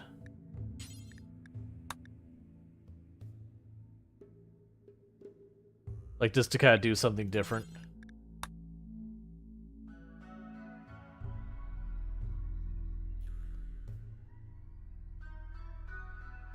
Do you even have growable dirt there? Oh, you got 2 little teeny tiny pockets of soil down there. I like the idea of that, where it's just like so little usable space. I kind of want one that's like kind of in the middle though, because those are the ones I found the most interesting so far. So this is considered extreme desert.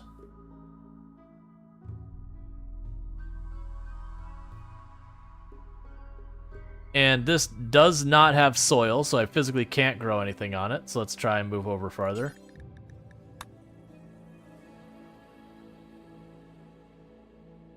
Yeah, so we got one pocket of soil there and one there, but this is extreme desert.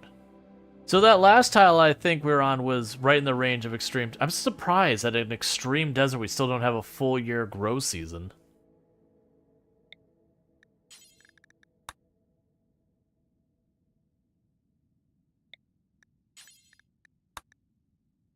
Come on, give me one that's nice and centered.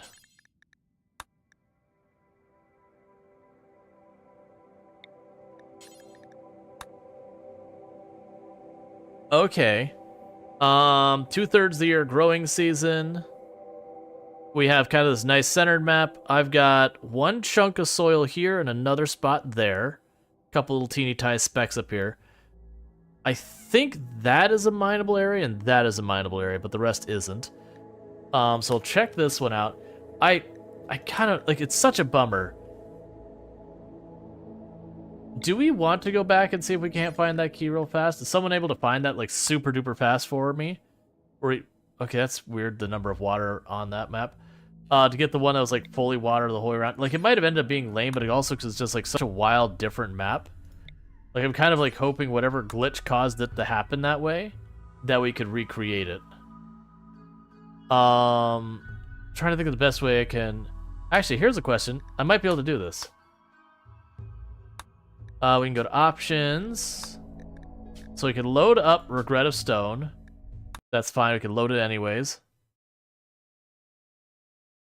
I believe from here, I could pause the map, we can go to the world map, and I believe we can actually get the name of the world generation key from this, and then just write down the coordinates. Game? Game?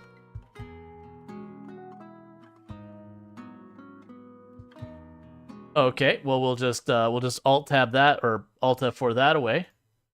Reload that. I guess I do need to have the random research and no research mods loaded. But I believe we can get the world seed from that and the coordinates, and then just like grab that same tile exactly. It'll take me just a minute to do that. I just have to go and get in here once it's done loading. Any day now. Good old RimWorld with mods installed. You load so slowly. Alright, so mods. So let's put the random research back. And the no research. Auto sort, save apply, reloads the game.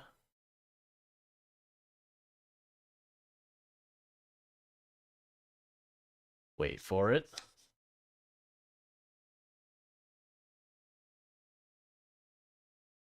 Hear the computer start winding up as the CPU is getting hit super duper hard because modded game do that. Oh, come on. Wait for it. Any second now. There we go. Now load game. Regret and Stone. Mods Mitch map.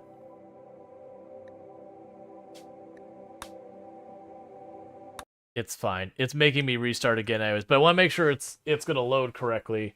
Because like I said, I should be able to go to the world map, because the colony isn't technically dead yet. We had all our pawns were downed and couldn't recover, because heat wave and starvation. But we pop in here real fast, get that world gen code, or the seed, and then the coordinates, we can just go right back to the tile and do it again. But this time, actually have a passive cooler, so if we do hit that, we can survive it. Okay. That's scary command. People do like it. Alright.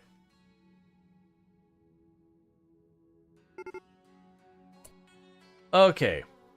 So, our location on the planet. So our seed is Saw with a lowercase s. And our coordinates are 7.06 degrees north by 126.95 degrees east.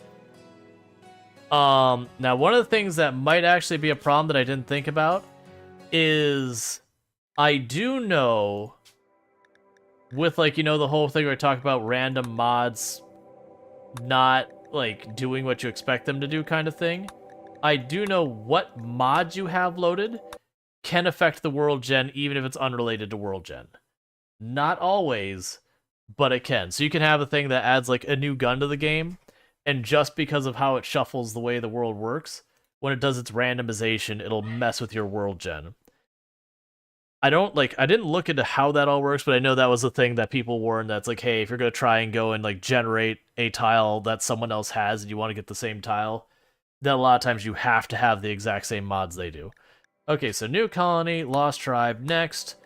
Cassandra, Strive to Survive, Commitment Mode, next. Saw, 100%. Generate. And we're looking for 7.06 north by 126.95 east. So just barely north of the equator, and very much easternly.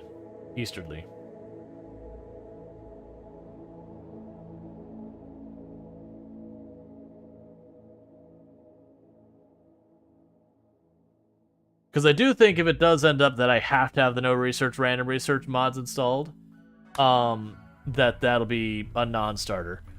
Okay, so let's see. So you are at... So around this height, way over here. Farther over here. Farther over here. Alright, so let's try searching from this area. It's polluted this time. It's not the exact right tile. Let's try and get the right tile. It's actually west of here. No, actually we might get lucky.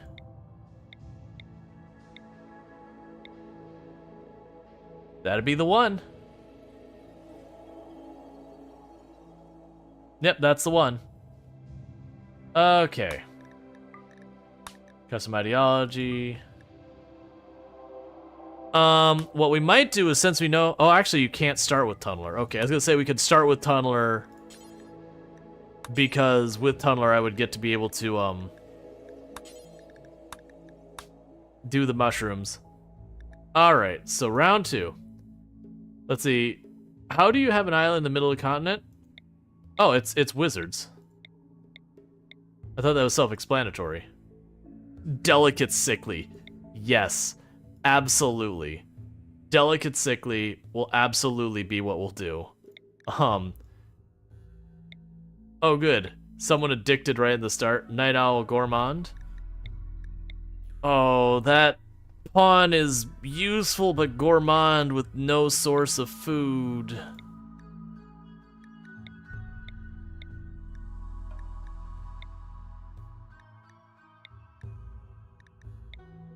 I'm trying to get people who aren't going to absolutely murder each other in the first week.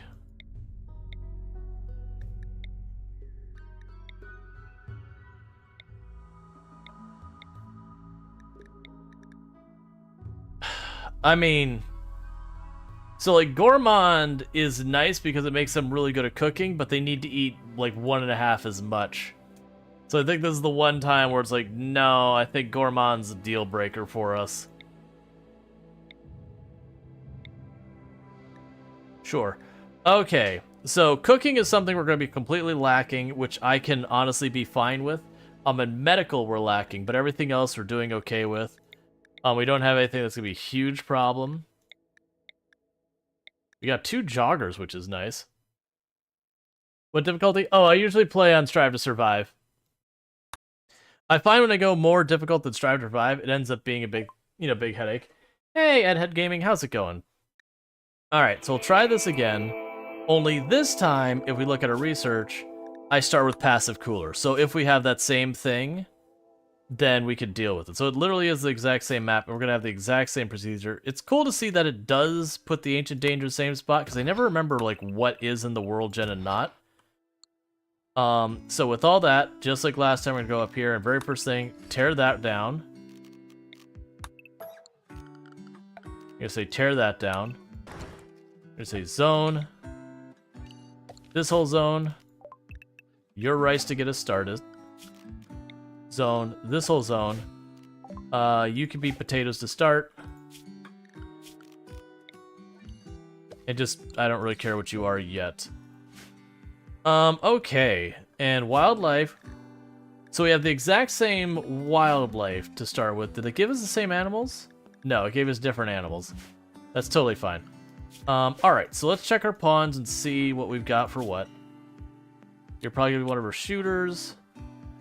You're a candidate for melee. You're probably going to be a shooter. You're definitely going to be a shooter. Okay. So, you get the Equa. You get the knife. Take the Pila. Take that bow. Take the other bow. Go here, orders allow. Yep. We don't... Did we have any night owls? I don't remember. Any night owls we got to deal with schedules for real fast? Nope. No night owls, that's fine. That makes my scheduling easy, because then we can go to... Schedule. And go right there and have recreation at the end of the day. And we will be naming them all in a moment, so if you want to have a pawn named after you, get those in.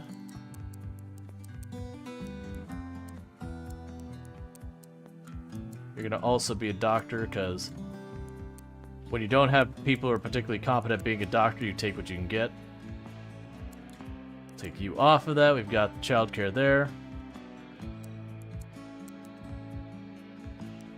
You won't do it. So we've got a mining person, a construction person, a growing person. Let's actually go and do this again. So you handle animals. You are our incompetent cook.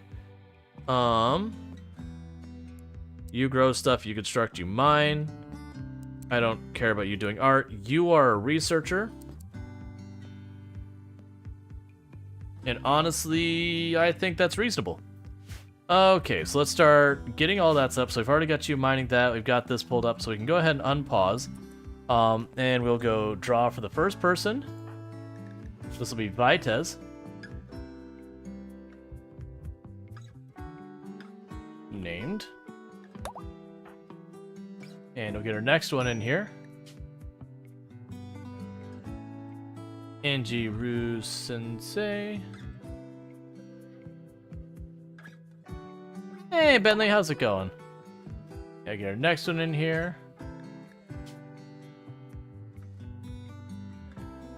So, Urban Hermites. I can words, I promise. I might be lying. We have codename Insanity. We'll see if that fits. Codename Sandy. It fits. Named. And Michigander. Named. Okay, so we've got all our colonists to start off with. So we can go ahead and get that going. Get our door in here. And just like last time, we're not going to build the passive cooler until we hit the point that we have a heat wave. Wait, they gave me 2 pilas? Okay. We had the area revealed, and all that means I'm going to go in here and say orders. Remove floor.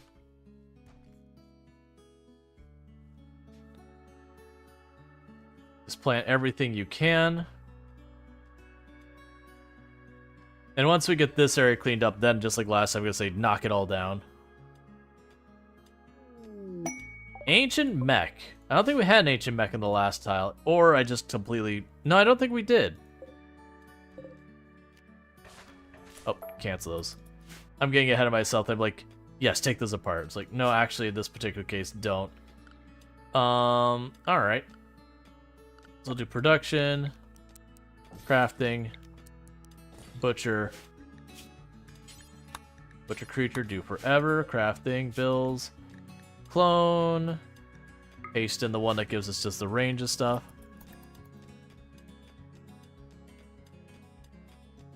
Alright. Let's go recreation. Okay, so as soon as we got enough room inside here, storage clear, foods and medicine.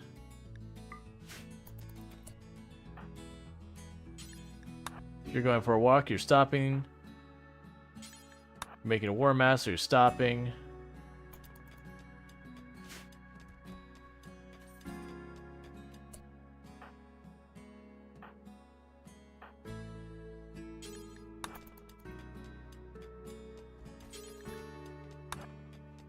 Hey user, how's it going?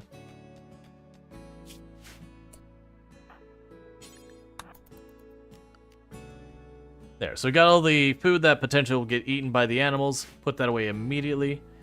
And then meanwhile for our animals, too bad you don't get to live. I'd say I don't make the rules here, but let's be real, I actually do.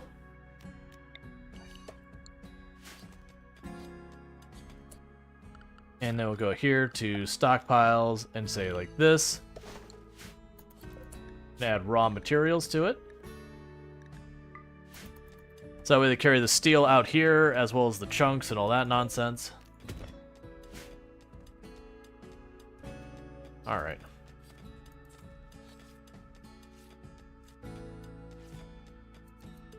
It is just getting rid of... Yeah, so Ancient Danger, that's fine. They're just getting rid of our animals before they can eat any of our food.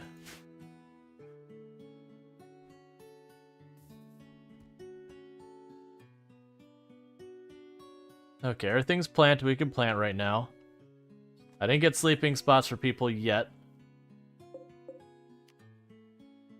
But that's okay. I think the last tile we actually, our mining person was a little bit better at mining.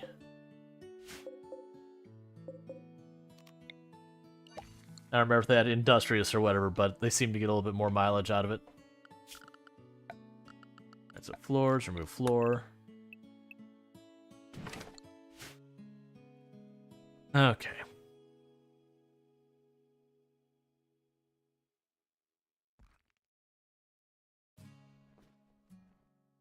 Yeah, this will be a curious one.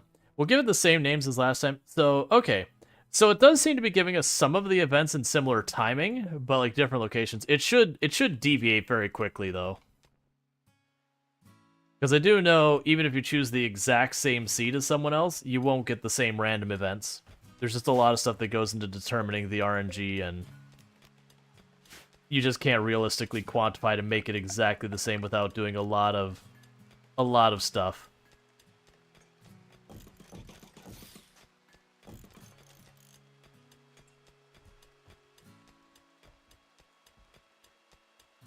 Yeah, even if you reload, the events are different. Yeah. There's just a lot that goes into the randomization.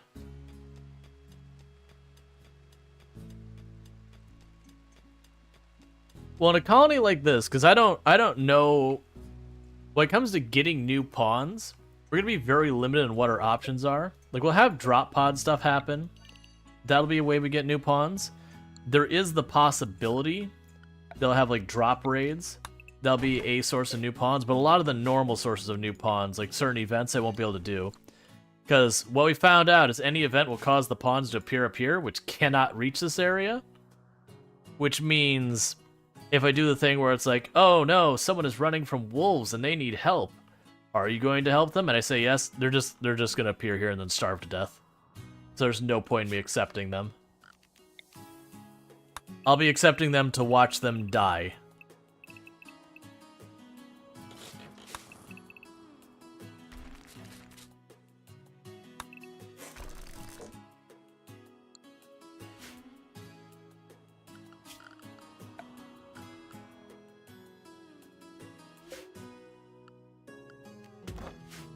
And really soon we'll get the research benches up.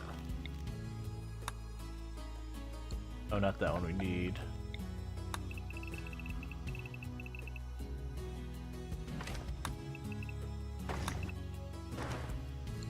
Okay. Yeah, as soon as we get the research benches up, we can get the next thing going. I'm over-investing on the food a little bit more aggressively this time, right from the get-go, versus the last time. Sorry. The last time I made this to be cotton, that way I get some cotton in. We'll wait till we get our first harvest from that, and then I'll switch it over to cotton.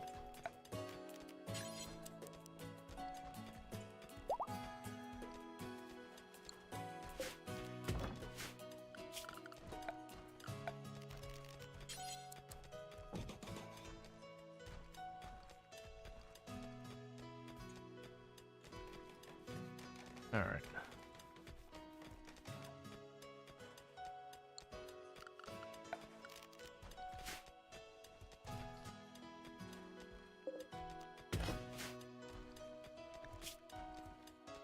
So we have granite.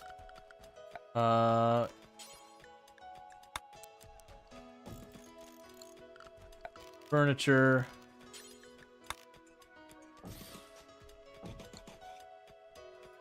We'll definitely need to have some. Let's see. You're not sure about this. I'm not sure if this is an option until you get hydroponics. Oh yeah, no, there's so much we're gonna be incredibly limited on. You wouldn't even know how to start a colony like this. Everything seems important. Yeah. So the idea behind it is I want to save wood more than anything right now, because that's going to be the limited thing. Otherwise, it's you start some rice, because that grows the fastest, even though nutritionally it's kind of crap. But it's the one that grows the fastest, so you can get started quickest. Then honestly, the other ones are a little bit more flexible on whether you grow like potatoes or strawberries, or sorry, berries or whatever. But you grow those as your second, so you're basically just trying to get your rice to carry over long enough to get these to grow. And then you're gonna either, a lot of times I'll keep the rice around, but it no longer is relevant. And then usually I'll try and do the switch over to corn. Corn takes forever to grow, but is nutritionally the best. And there's pros and cons, like the potatoes for like crappy soil grow way better, that kind of stuff. There's all sorts of give and take.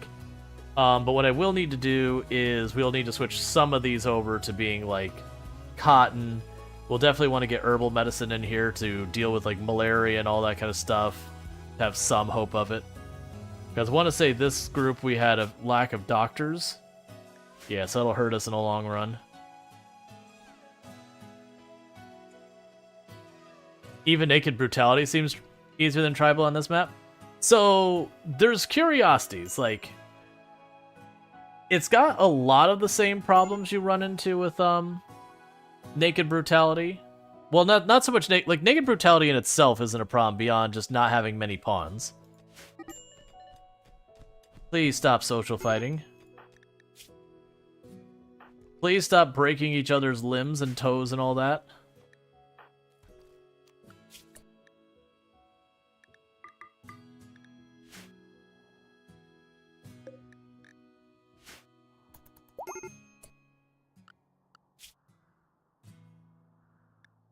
Yeah, it's fine.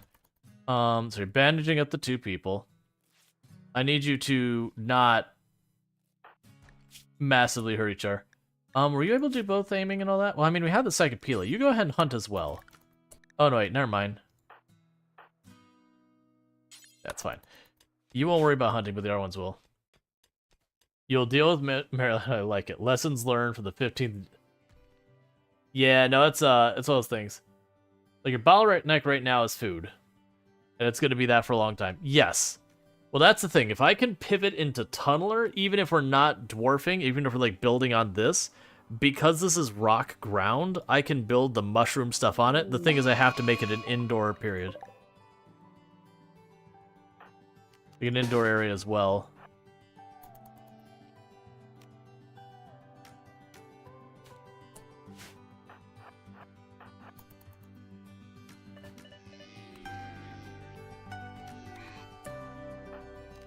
Excellent. Before anyone gets any bright ideas, let's go edit here. No corpses. So our cook was really bad at it.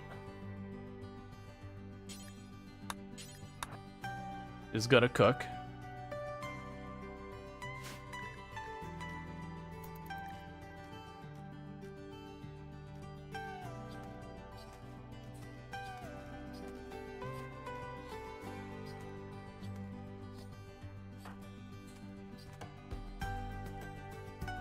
So it does mean I'm going to get less food from each of these animals this time. Calming music to lose your colony to. Excellent, I don't even have to hunt the other two. The fox attacked the other two and got viciously injured. So we get both those animals for no effort.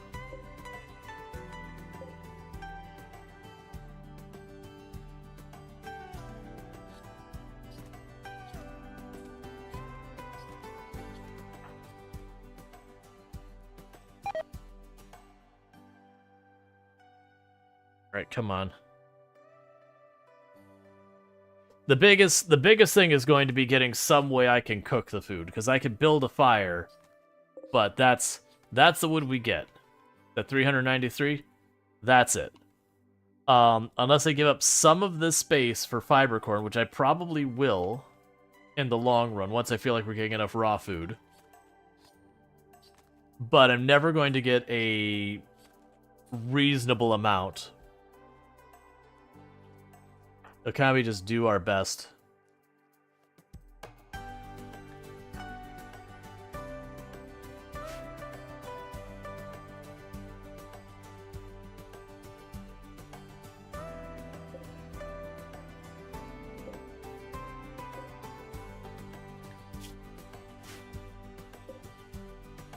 Alright, they've all got a bit of starvation going on.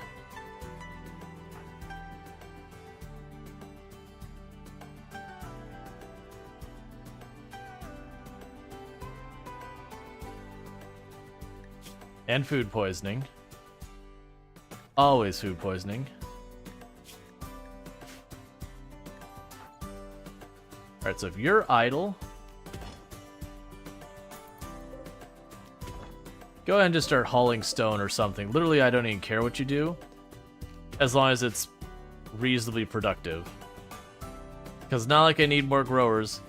Alright, so the same as last time, we're gonna do Cursed Island to we'll just leave this Cursed Island 2. And what did we name our faction last time?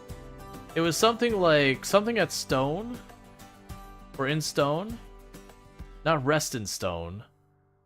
Not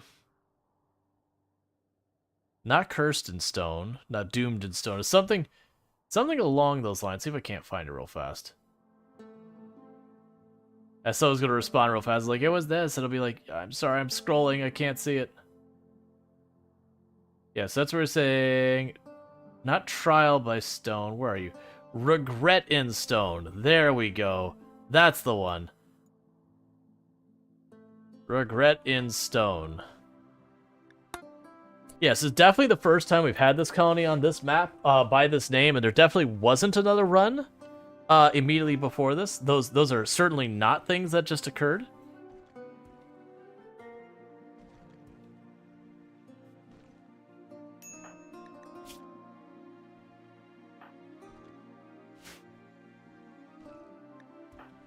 Yeah, extreme break risk because starvation.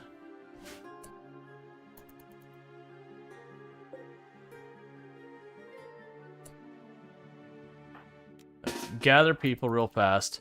Kill the ostrich.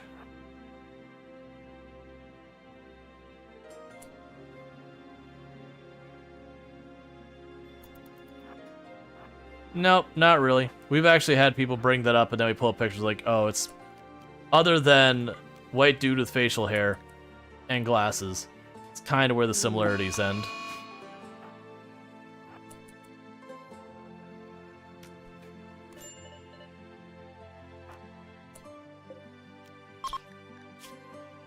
Okay, that's fine. You got whacked once. Torso cut, lovely.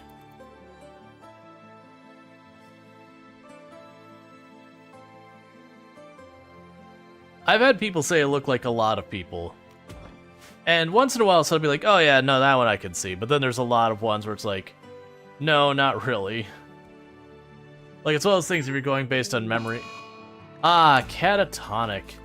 That's definitely going to help our cause. Amusingly enough, literally the exact same thing we had happen the last time.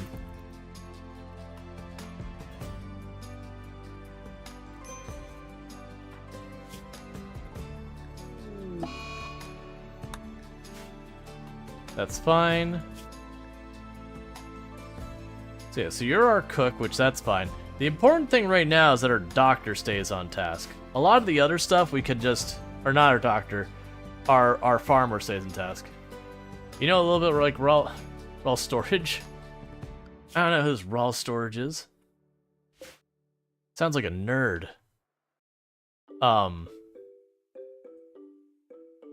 Actually, it's Rual Storge. That you're live is very cool. The problem is I don't understand too much of what you speak. Gotcha. That's cool. We actually do have people who speak a bunch of languages that English isn't their first. Which is totally fine. Disease infection. Welp, that's not going to go promising for you. Well, and especially since you're not able to treat right now. Because unfortunately, malnutrition heavily penalizes your recovery rate for stuff. Where is our person who pulls up crops? Codename Insanity? Please tell me some of this is like right at the edge. It's not really, but we're going to have to make it work because the issue is if I do wait, that infection will absolutely 100% without question kill people.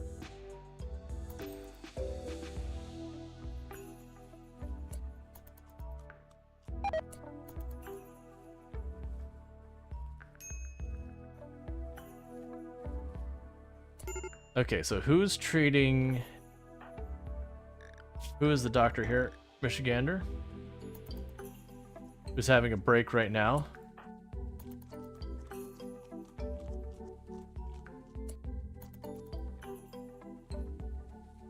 I really need you to harvest more. Okay, so they're feeding rice. Angie, I don't think you're gonna make it, friend. Starvation and infection together is usually a death sentence. Because like I said, your rate you recover from stuff is extremely heavily penalized. It's a torso, so I can't just amputate something and call it a day.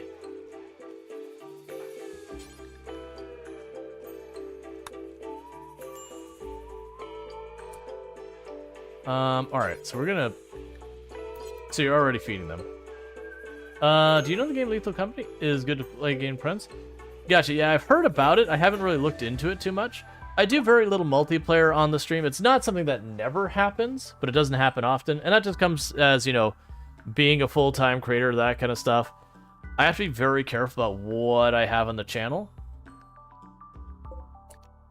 Because it is just one of those things that if someone pops in like voice chat and they say a whole racist things, yeah, you know, maybe the channel gets suspended for a couple of minutes and then, you know, it gets freed up. In that meantime, I'm penalized for it. And then plus you have people who weren't related to the entire situation that they see that and you're gonna have to take over cooking from it. Like, it still ends up being damaging because someone tunes in, it's the first time they've seen your channel, they see all sorts of awful stuff, and you get where that goes. So it's one of those things that I generally mostly stick to doing content with people I trust, kind of thing.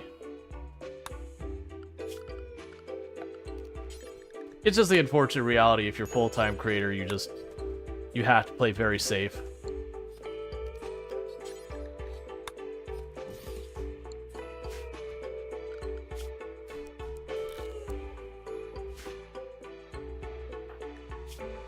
Everyone's dealing with food poisoning and all that. Don't break my wood. The limited resource. Oh, good. He didn't actually successfully break anything. He just kind of punched a couple things and got over it. I need you to treat that.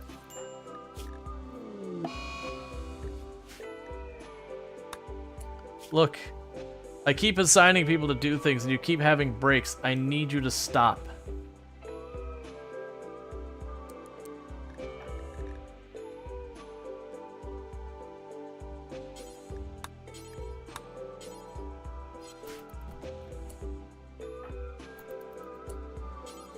There we go.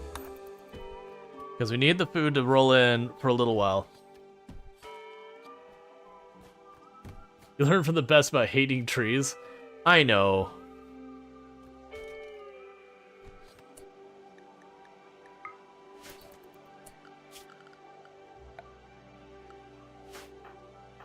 Did you actually break the door? Oh my god, please. Honestly, weirdly, the just the tantrum is proving to be one of like the worst ones for this one because I have no building materials. So when they break something, it's like, no. You can soften up those trees if you want, just don't break them,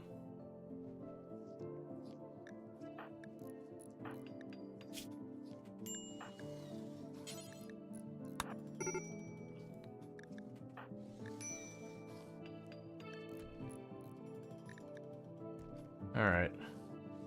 You might actually survive this infection just a little. Which is honestly a little surprising. I figured when you had the infection and we were low on food, I'm like, oh yeah, you're dead. Like, this is done. Because low food and disease is usually just a death sentence. Take a sip. What's the worst that could happen?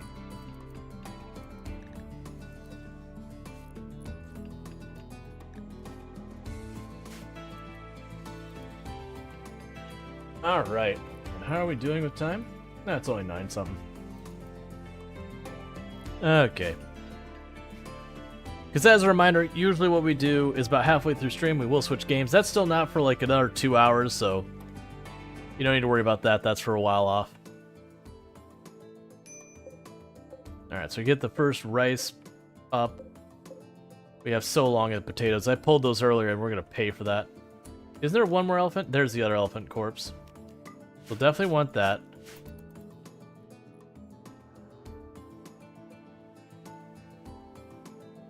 That's literally everything on the map. Also, so you're still down. You're going to be down for a little while longer. So you have a construction person subbing in for cooking because that's what we got going for us.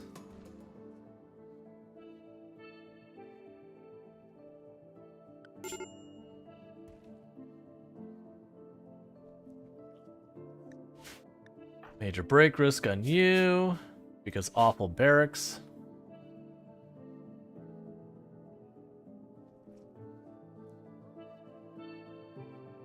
Getting ready to run out of food again.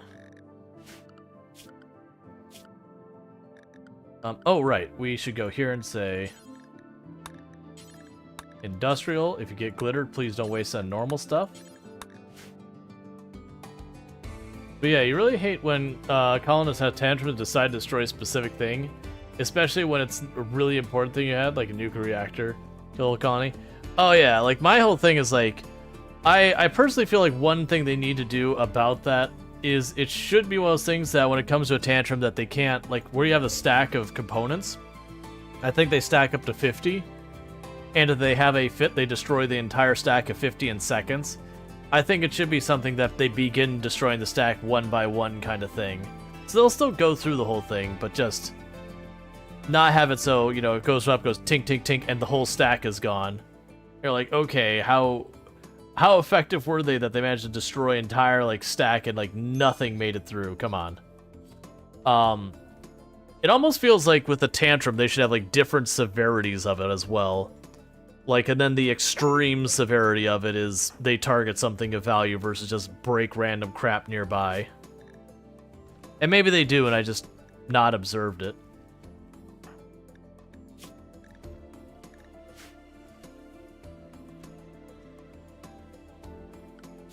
Alright, so we'll go furniture.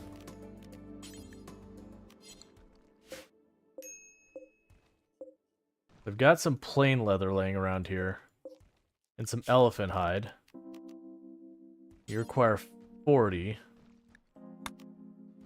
So you can make one of those. Should be able to make 2 of these? No. Actually, yes. They still have enough for one more.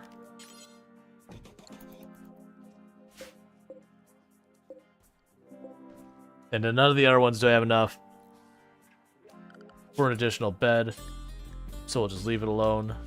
But that does mean you're gone, you're gone, you're gone, you're gone. So we got one bed left that needs to be built, but I don't have materials to make it.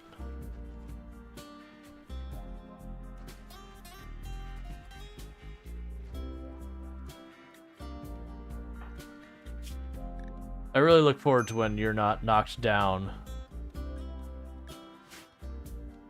so you can get back to researching.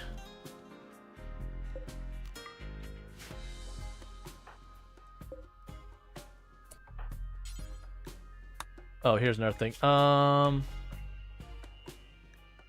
Weapons and apparel, we'll go ahead and say can go in here.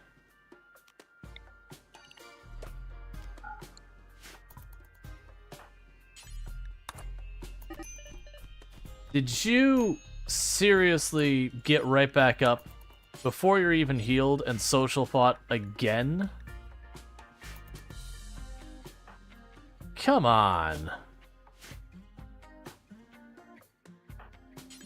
I'm trying to get you up so you can actually do literally anything around this colony. Now you're just like, no, I want to throw a tantrum. I'm upset. I'm all boo-booed covered, so I'm all hurty. So since I'm all hurty, I'm gonna go get in a fight.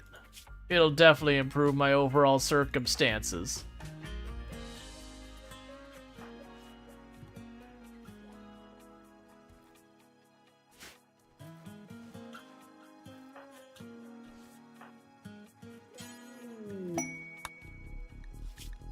Nope. Already learned a lesson on that one.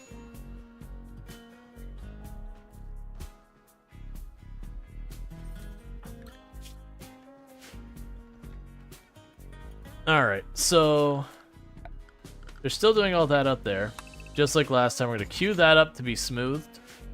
Because if I do smooth that, it'll improve the quality of like the barracks, dining room, everything kind of thing. So we can make a table out of slate.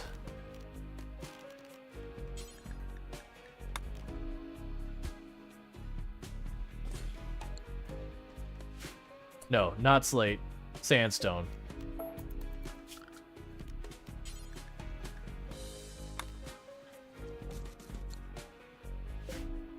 That way we can have them eating with table. Let's see, when pawns decide to get into social fight right after they partially recovered from the something's a highlight for me. Like he never learns from his mistakes. Yeah. Hey, Kinky. How's it going? I do apologize for all of you over on YouTube with how long the stream delay is. It's just the way YouTube is. But we have next to no delay over on Twitch. It is what it is. Not much I can do about it. The pros and cons of each platform and all that.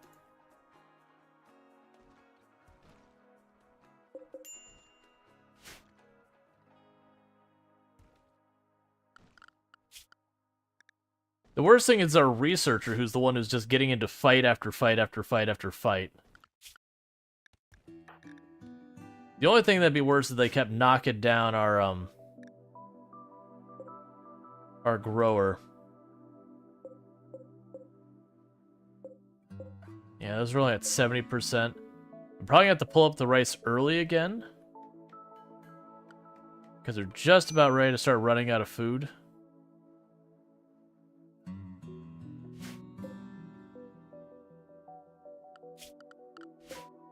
That's gonna require 95. So I should have 75 left over. So I should be able to make 3 of these. And then we can make 1 out of granite.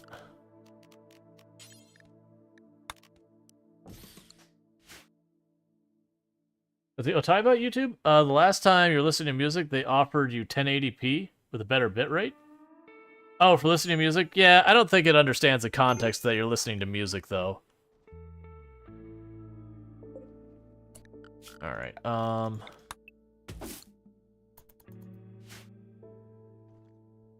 just set them to harvest that to try and float us, because we gotta float until we get the potatoes going. So that's all we're trying to do with this, just get a little trace amounts of food. Just until his potatoes are ready. If we can get that far, then things will be in much better shape. We're getting there. Got a couple of these that are, yeah, 78%, 70%, 70%. Premium feature, though, I think they want premium more attractive users so they don't have to use ad blockers. Yeah, they've also been pushing on the platform to be like, you know, if you use an ad blocker, we're going to straight up block you. Like, we're just going to let you not watch videos anymore. They've been threatening that kind of thing for a little while now. Like, it's been a very recent change. I haven't heard of anyone actually having that enforcement put against them. I'm not going to be able to wait. With them getting the food poisoning. We're just gonna take our chances with that field, and that'll be a whole thing. Because as they get food poisoning, the rate they burn through foods is way, way, way higher. Because every time they get sick, they basically get hungry all over again. Crisis of belief. Excellent. Absolutely. Well, as far as you know, YouTube has never been profitable. I honestly don't know. I do know it's recent news that, it came out that Epic Games launcher is not profitable, that they've just been losing money the entire time. That they had, on a court case, they had basically said they had expected by doing their, what's the word I'm looking for? Sorry, I'm getting distracted trying to get certain things sorted out. they had expected by doing the exclusives that they would manage to capture half of the entire game market, which clearly did not happen. It has been a whole thing. This all depends on the quality of the channel, the type of content they provide. Yeah. But I don't honestly know when it comes to the profitability spectrum where people people end up and all that. Because it's also one of those things that when stuff go and they say they are and are not profitable, it's like, are you profitable or not on paper? Or are you profitable or not in reality? Because there's a lot of times for like reasons of taxes and all that, that people will try and depict themselves as losing money and then turn around to their investors and try to depict themselves as making money. And both can be true in the way it's documented, while also not really being what it is. You just have to be very careful because there's definitely lines you cross that is misrepresenting stuff, and you can get a lot of trouble for that. But it's stuff like, you can have like your company and a sub-company underneath you, and you have one who reports the losses, that kind of thing, to make the other company look better. All depending on what your objectives are in the moment. But it's creative accounting. That even though you are reporting everything accurately, you're doing so in a way that is framed to appear good, bad, or otherwise. You know, again, to achieve whatever your objectives are at that time. And that said, a lot of that stuff, when they get pressed in a courtroom, it doesn't go their way.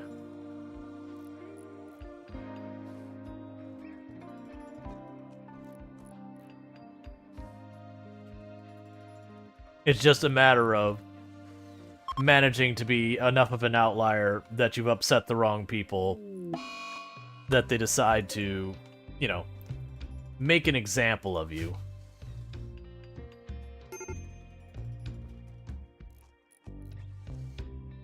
Congratulations, we have a singular chair and a table. Moving up on the world, we're practically living in luxury at this point. Who will be... So, you'll be our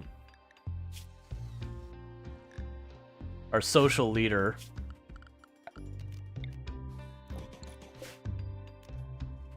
So we have a Fair of Justice, which is on a specific day. We have a encouraging speech. It's not super helpful. So give Angie the rank. That way they could do stuff like the heal word and reassure and whatever needs doing in that regard.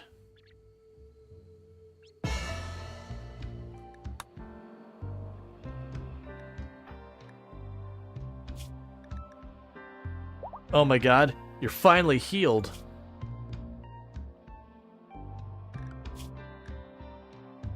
You can finally actually do the thing you're supposed to do, which is cooking, and then maybe research.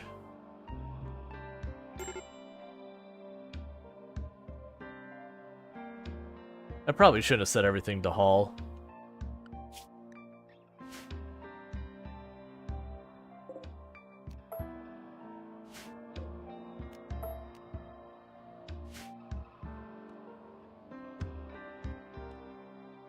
Because I need them researching. That is actually one of the negatives. All these things in the room are -2 to the prettiness of the floor, if I'm not mistaken. It's good that we actually have some potatoes to go for a while.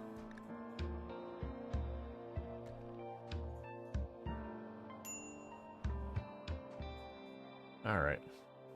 Why are you cleaning, Angie? You should be researching. Oh, right, we don't have random research. I'm sitting here going, man, why are they not doing any of this? Right. Without random research, they just won't. Okay, so we got choices. I honestly think we go straight into electricity. Because if I get electricity set up, and then we go get any type of sustainable power, where it's geothermal or something like that. With that, I can actually set up a stove that doesn't burn wood. And once we've set that up, we can actually get some things done. I also think stone cutting is one we do pretty early on as well, even though we have a very limited supply of stone on the map. The moment when you're so used to mod that you forget you're not using it. Oh, I love it. Yeah, that's the thing. I'm like, man, why are we just not researching? It's like I've had all these people here who could do it, and then it's not till Angie got back up, who's entirely dedicated to research, and they still weren't doing. I'm like, okay, what the heck is going on? Oh yeah, we had tables here. I could have used those. It's too late. I already built the thing, so that's fine.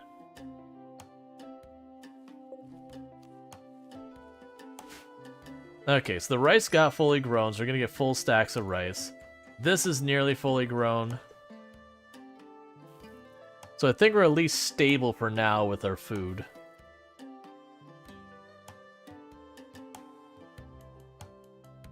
Like, we can't take on more people. There's at least some kind of progress happening here.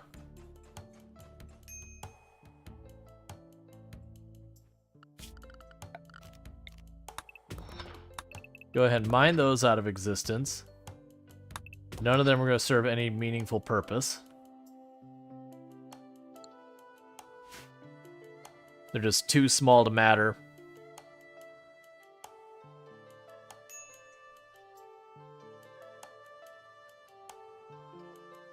I do think ultimately we start building our base up here, I think. It's kind of a shame that I'm pretty sure the moisture pumps don't work on ocean at all, because, you know, it makes sense. You can't just dry up the ocean. But, like, the fact that that's deep ocean, that's deep ocean. I got a little bit of land here we can recover. Not that spot, but this little strip here I can recover into probably growable terrain. Same here, there, and there. That's deep ocean. Yeah, so ultimately, I can recover, if we get all the way to moisture pump, I can recover this strip of land here, those two tiles, and that for growable space.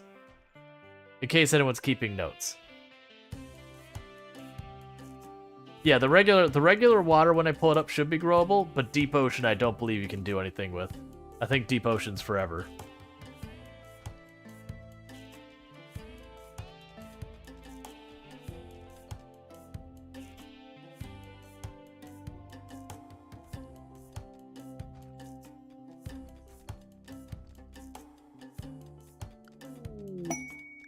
New lovers. Urban Hermetus and codename Insanity are now in a relationship. Urban and Hermetus tried romancing codename Insanity by exaggerating about his own leg hair. Codename Insanity was attracted and is now Urban Hermetus' lover. Just really likes that leg hair. Went, I am a manly man, or the other way when I am clean shaven as heck. The total lack of leg hair. Don't know. Doesn't specify. But they now want to spend time together, so I mean, sure, you can go sleep between the research benches. Oh wait, right, we didn't adjust the ideology yet, so until they're married, they can't share a space. Because that's just the way the default is.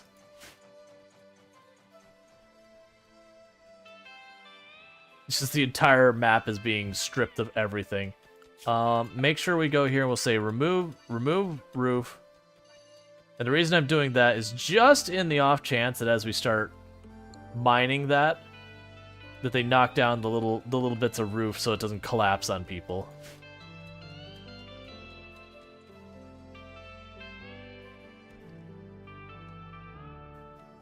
It's also interesting that they're prioritizing deconstructing over smoothing. I mean, I guess it makes sense.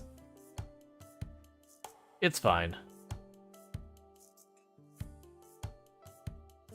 It honestly might be one of those things that we just don't even worry about smoothing that with the intention again. I do think when we start building up here in this area, because that puts 3 geothermals nearby and they don't need to run back and forth. Let's see, are your pawns smart enough to not grow things when there's not enough time until winter? No. That said, this tile is a permanent summer tile. But yeah, no, your pawns will grow things until the temperature falls below a certain rate.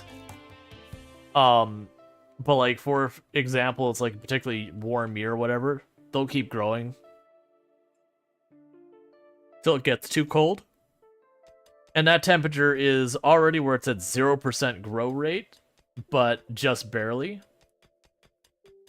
So it is one of those things that sometimes, if you want to micro them, when it gets that time of year, you can disable sowing if you know they're not going to be able to get those crops through in time. Yeah, so we've got that already ready. You get these potatoes up. We still have 207. So we're just making the map completely flat, other than this chunk down here, because again, ancient danger. Mostly it's because I don't have a whole lot for my pawns to work on other than that, so why the heck not? Our grower is growing as fast as stuff happens.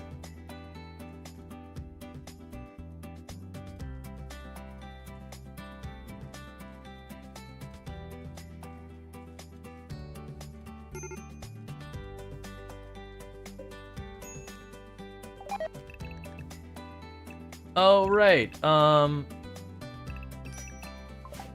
So that tile is going to be a tree. So we have a tree growing on a map, singular, one.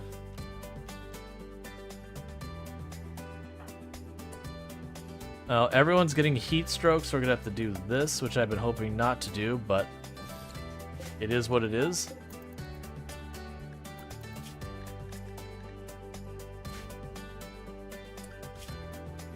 Alright, you're a construction person. Okay, and you're already building it.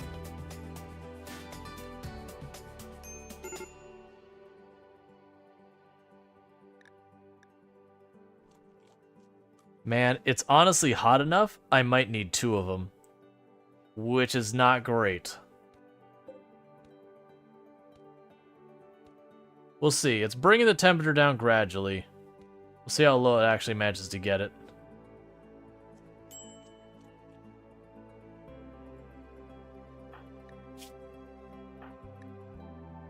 Okay, it is getting it cool enough that it is dropping off the heat stroke. That's the important thing. As long as the heat stroke drops off, that's fine. It's gonna be a near permanent feature, which means wood is gonna be even more of a pain. So let's go here. Zone. Shrink the zone by 1 tile.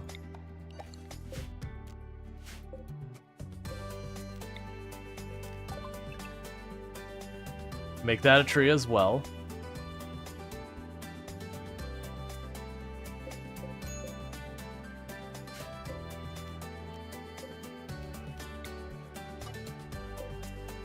And have a bunch of these, like, 1 tile tree zones. Because normally the trees can only be spaced so close together. I'm hoping I'll be able to, like, weasel some trees together that way. So even if it's not a lot of trees, at least a trickle of wood. But better than fiber corn, because fiber corn is extremely laborious for almost no wood.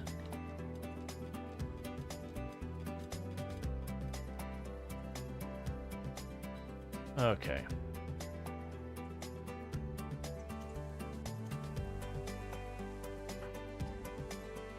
Yeah, so if you're smoothing things... Oh, I thought you'd be doing the floor now. At least those those floors go super duper fast. It'll almost be as fast as you can get around the map.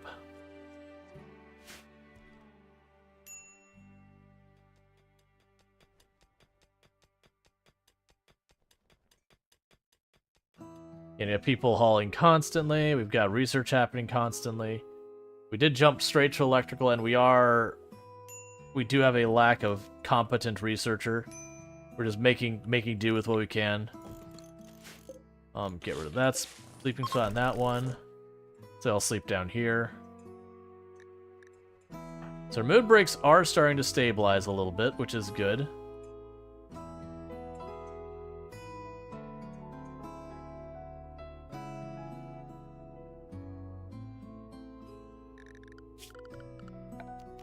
I'll add the meditation spots again.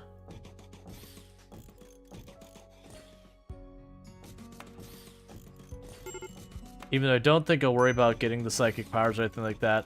I kind of just figure if they're going to meditate anyways, do it at the tree. It's also going to be interesting because normally one of the ways I wealth manage is when trade caravans come in, I'll just dump anything I don't want on them, even if I have to gift it to them for standings.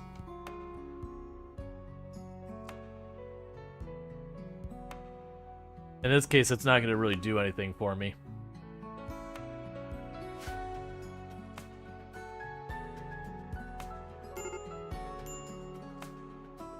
Okay, so we've got that room down there.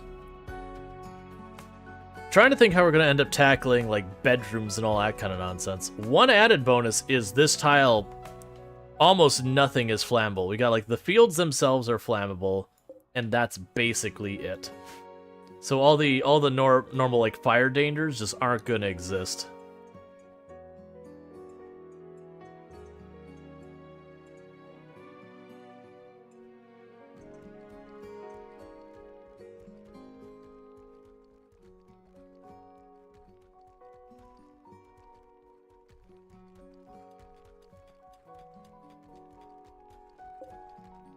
I think with these grow again, we'll switch that over to cotton.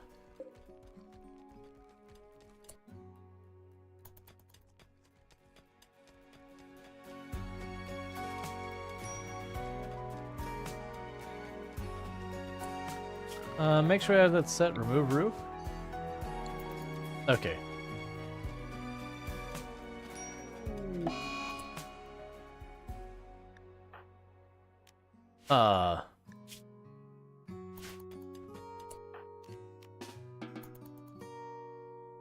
Surprised I hit the one. Okay. Well, I almost killed people with the roof. I forgot that even though I put a box where it said remove the roof for this whole area, because I couldn't see the middle part, it didn't count. Luckily, it wasn't too serious of injury. It was a bad head hit, which is definitely not ideal. Almost killed them. With what recoveries happened, they were at 3 out of 25. I've lost so many people to, like, roof collapse kind of thing. That's one of those things I kind of wish was in common sense. Is like, hey, if you're about to take something apart that's going to drop a roof on you, maybe don't. Either remove the roof or just consider it ineligible or something. Because I feel like in real life, you'd look up, see the roof above you, and go, maybe I shouldn't, you know, remove the single one and only load-bearing piece of wall.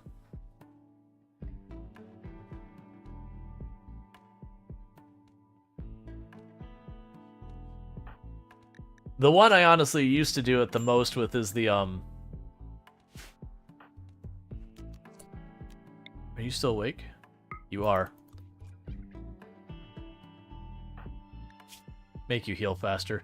The one I used to do with the most is you'd build, like, your, when they ask you to build, like, a temple or whatever, a monument, and then you finish the quest, you're like, okay, well, I want those materials back, or I want it out of the way, or whatever. And you go to disassemble it, and you forget that you didn't tell it no roof. And then, you know, they get to that last tile, and they collapse the entire building on them, and they, you know, if they don't die, they get badly injured. I killed quite a few pawns in that before I started getting really good about actually making sure the moment I get a monument, put it down, be like, no roof zone. The whole thing.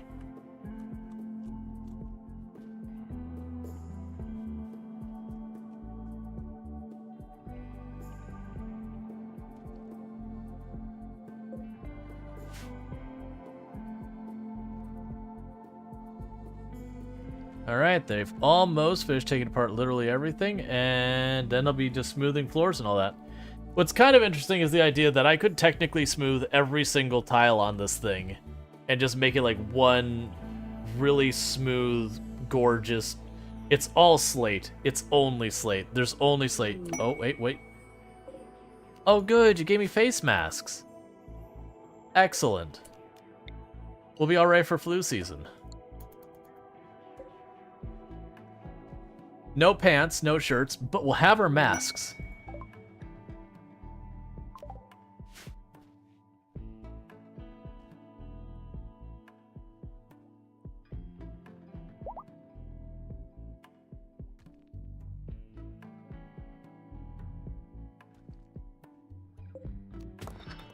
There's a single tile slate I missed over there.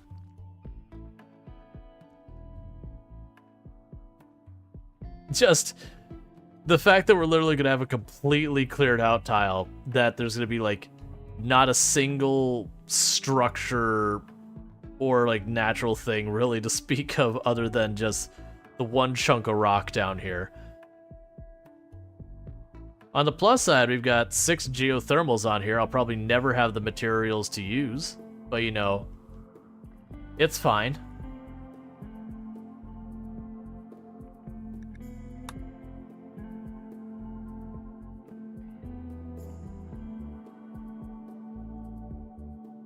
Everyone putting on their masks. Excellent.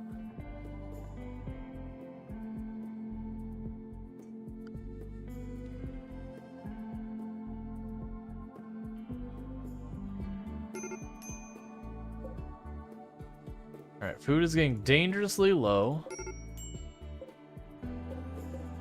We're about to get the next batch of rice up, and then after that, those potatoes should be ready. Shelter for an ally. I have absolutely no way I'm feeding you, let alone for a season and a half. And a bionic arm and recon armor and all that kind of stuff would be really nice. But genuinely, I don't know how I'm going to tackle feeding you.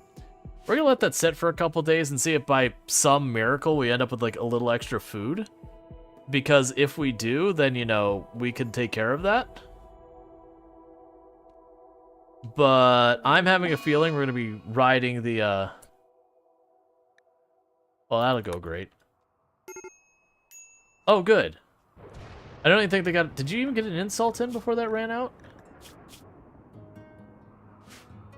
I didn't think you got an insult in. You got one insult in. Okay. Transport pod crash.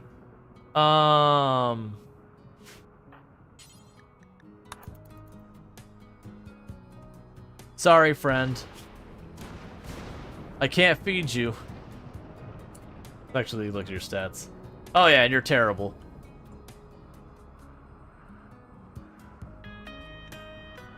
I mean, I don't want... So the problem is we're deliberately not making our colonists cool with cannibalism. So if I were to turn to eating them, the colony would start melting down very quickly. More so than it already is. Like, if you build the cannibalism, sure, you can make it work. But only if you build the cannibalism.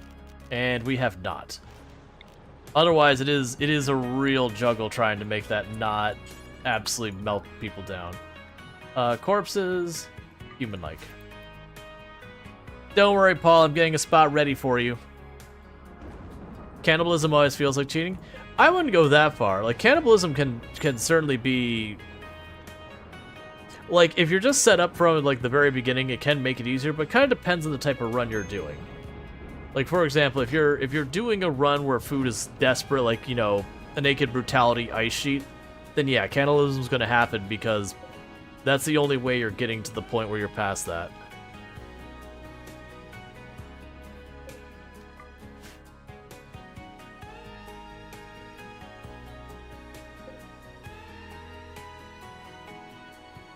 I got 2 people plugging away on research at full speed.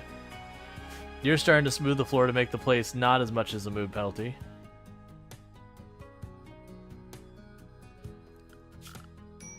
Yeah, don't worry about cleaning that spot. It's fine.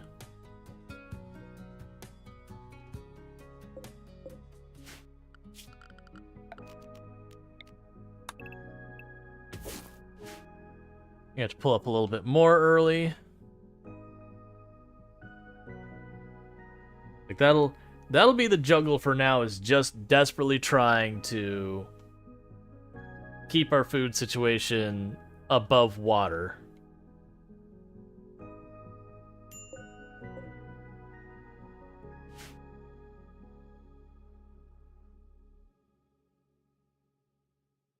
All right.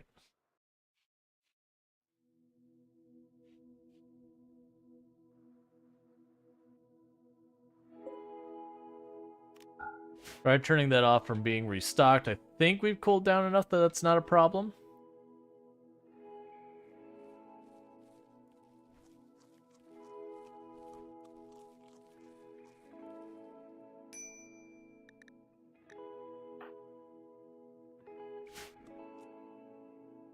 Yeah, so as you can see, the rice does not get much mileage.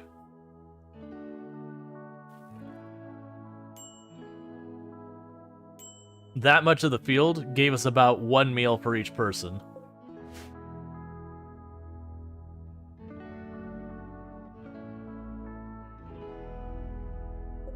But hopefully we can get these potatoes going. Again, they're at about 70%. Worst case, I could pull those up now, but the more I pull stuff up early, the less I'm getting for my my time.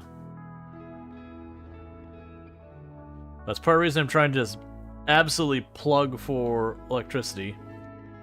So what is our ritual? Our ritual is a speech.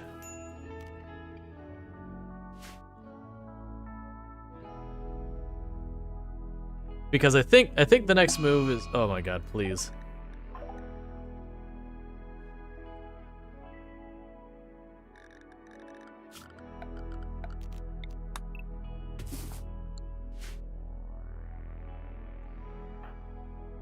That's helping everyone's mood. Yeah, no, that's the thing. Like when you get desperate, like that could certainly be a thing. Like right now, realistically, butchering them and eating them would help my food in the short term, but the consequence of it being, if I did that, like, it'd absolutely kill the moods. Please stop fighting constantly. None of that is helping.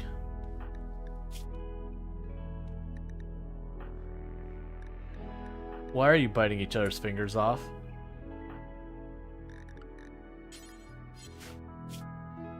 Could we not do that, please?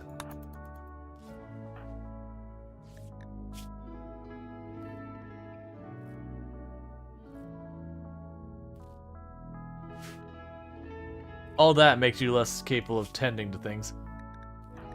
Luckily, they're leaving the doctor alone. Or not the doctor. The doctor is also being left alone, but... Man, we are gonna have to pull this up early. Pull up that much early. One thing I don't like is, like, how harvesting organs really makes people angry, even if they needs it. No, I think that's fair. Even if you need a lung, if you are butchering another person, that would upset you. Like, even if it's someone who you don't like, you're still doing something that the average person is not going to be comfortable with. There's a whole thing about how doctors end up spending a long time going through training just to deal with, like, doing basic surgery on people. Even if they are, like, they're interested in helping the person wants the help, that going in and actually, you know, cutting into a human being is not the thing that, like, you just jump in and feel perfectly fine with. You don't like is that there's no way of replacing noses in vanilla? There's an implanted nose.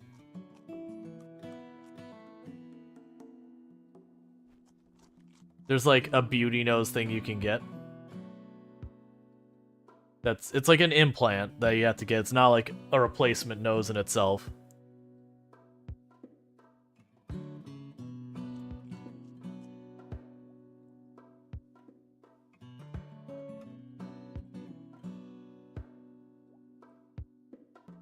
You can also use body sculpting to regenerate a nose, if I remember correctly.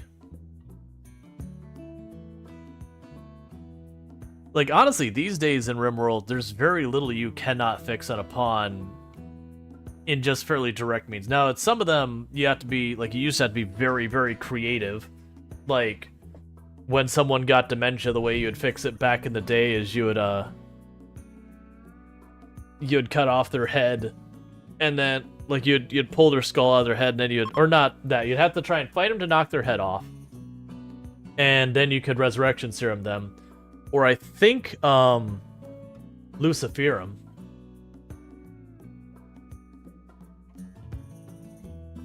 Let's see. And how scars automatically ruins a person's beauty even if they save the colony. I still think that's fair. You can look at someone and be like, that man's a hero. Like, I think they're a wonderful person. And you still go and go, man, that dude got hit real hard with the fugly stick. Like, eek. They can be both. They can be an unattractive person physically, but still an attractive person because they're a good person. You want me to build a monument that is 3 by 4 in size And you're willing to give me a stack of Glitter World? Okay. It's gonna cost me 98 material. Honestly, even though I want the Glitter World, I'm more concerned the long term. We're not gonna be able to take that person. I'm more concerned about the long term of not having any more material for a while. That I think I'm gonna say no for the time being.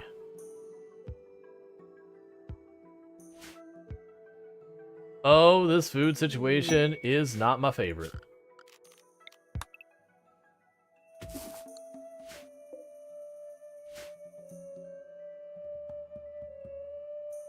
Like that's the same thing. Like you can look and be like, oh, it wouldn't bother me. It's like, right, but that's because you know the person. Like you can have friends that you're like, oh yeah, you know, Carl's a wonderful person. Carl is not a looker, but Carl is a wonderful person. It is what it is. People do have vanity. Now, I do think it's dumb that your people just randomly get into social fights because someone doesn't look good or whatever. Like, the amount of social fights that people get into the game often feels very frustrating, and how frequent it is. Like, it's one thing when you have two people, it's like, one of them is a teetotaler and the other one's chemical fascination. It's like, okay, there's an abrasion here. One's like, drugs are bad, and the other one's like, hey, you know what? Let me live my life. Did you just mess up a bunch of my rice with ambrosia? Did you actually weaponize ambrosia against me? Because it sure feels like you did.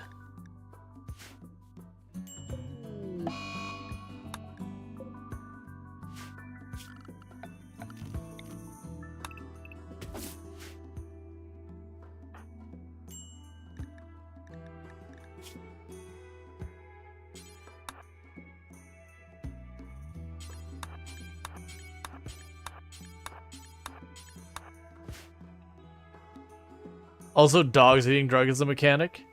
I think there's only a couple ones they'll actually eat. Like that's, I think it's beer mostly, is the one that, because technically it's food that... Especially Lucy, I didn't know they'd eat the Lucy.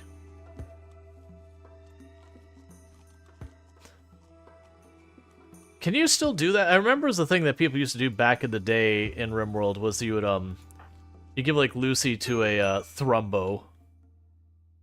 For a truly terrifying experience.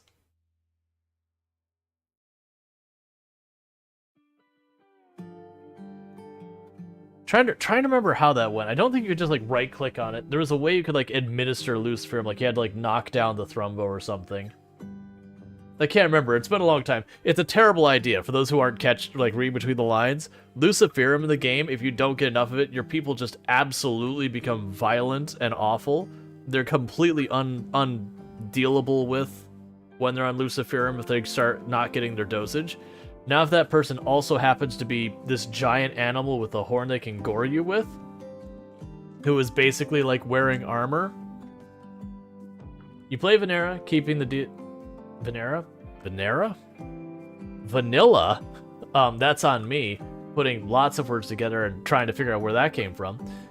Keeping DLCs for later. Yeah, and like, if you start feeling comfortable with the game, it's not bad to get into DLCs. I do personally agree with, like, getting into one at the same time. Oh yeah, and also, pawns on Luciferum, if they don't get their dosage, they will die.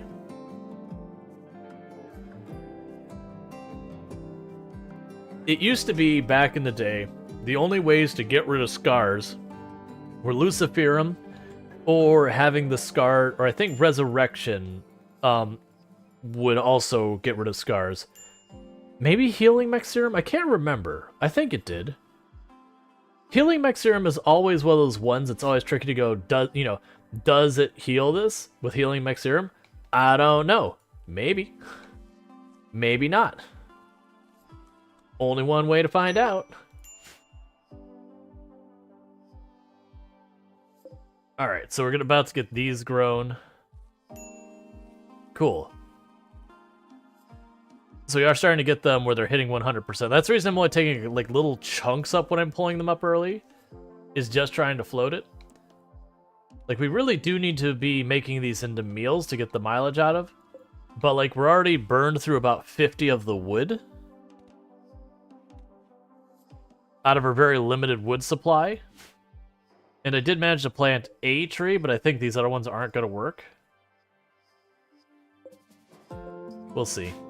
Because it queued up for that one to be a tree, and it queued up for this one to be a tree. I don't think they'll plant that close. But, I just need some wood. Like I said, I think the answer of here is going to be getting into Tunneler as fast as we can, so I can just start boxing off areas and making them to giant mushroom fields. And then start turning these into, like, our heel root, cotton, those kind of things.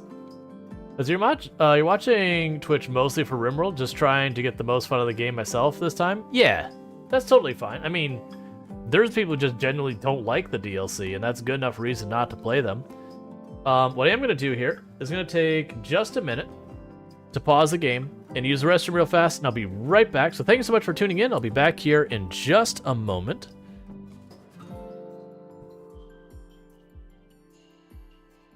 Or whatever. No wonder I couldn't pronounce. It's a made-up name. So it's Ashley or whatever. And in fact, it's actually Ashley. That, for the record, I have not seen this. Like, I've seen the intro screen and that people did it, but I have not. This was actually just a very funny coincidence. You know for a fact it's actually Ashley, but she had to add the extra letters to make herself feel better than everyone. And this is an impronounceable mess, so you know, Ashley it is. Ooh, fog! That's exactly what I wanted with my tropical storm helicopter. Fog! Excellent! This feels great! This is exactly what I want as we're going into nighttime and it's going to get super dark and I won't be able to see. This helicopter sucks. I'm glad we're not in a very high pop area because this is the kind of thing that would get you killed 100%. Okay.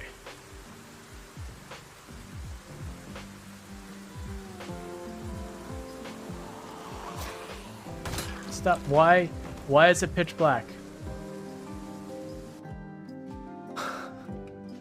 What am I supposed to do? The whole thing just went pitch black instantly. I can see nothing.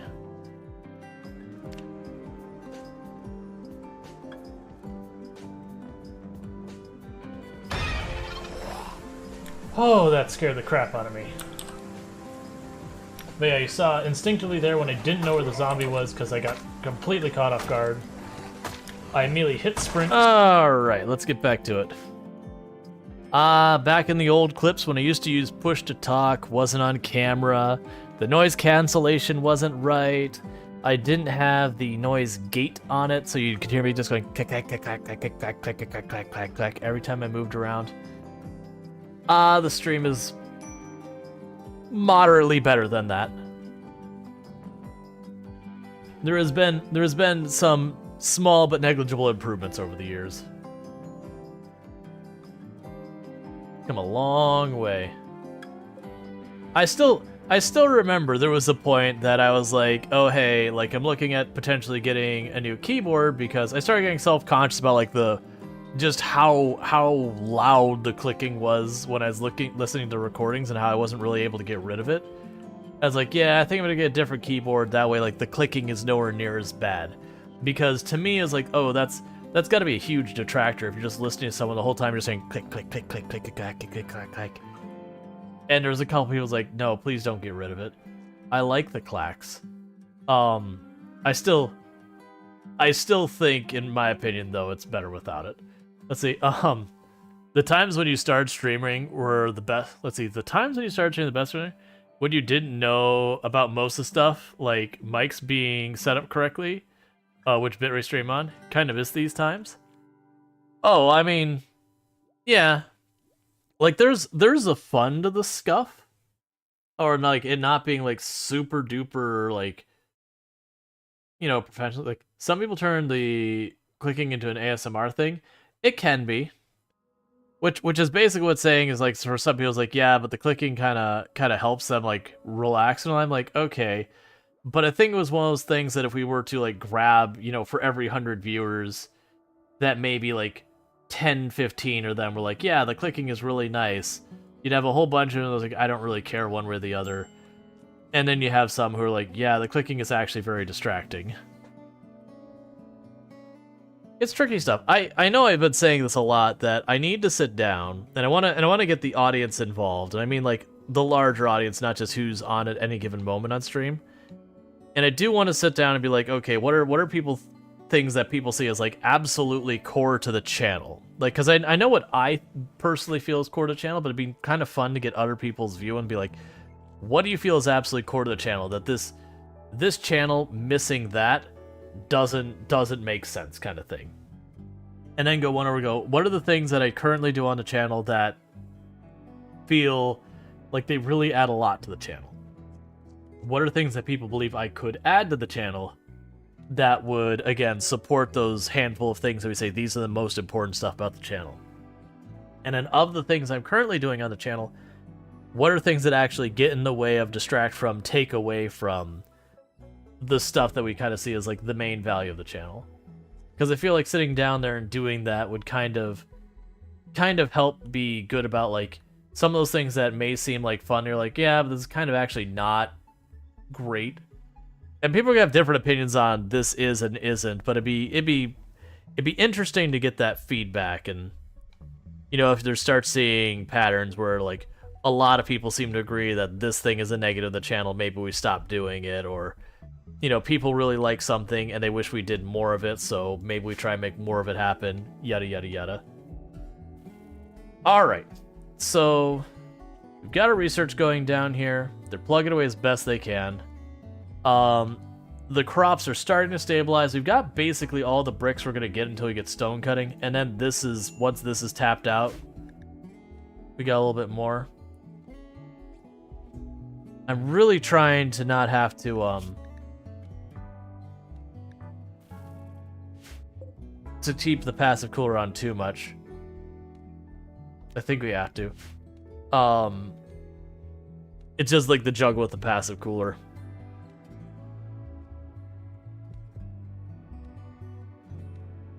Alright. So what's this run's theme? We're on this hellish island that has almost nowhere I can grow anything. Is basically the main theme on it. It is, we are on a poorly suited for sustaining life place. All of this is just stone ground that I can't plant on. And we're just trying to make it work. So I can't afford to use like a fire or a stove that uses wood because I can't get trees here. So I've got like this palm tree I'm growing as like my only real source of wood. I'm trying to get like another palm tree or two going, but food has been dicey.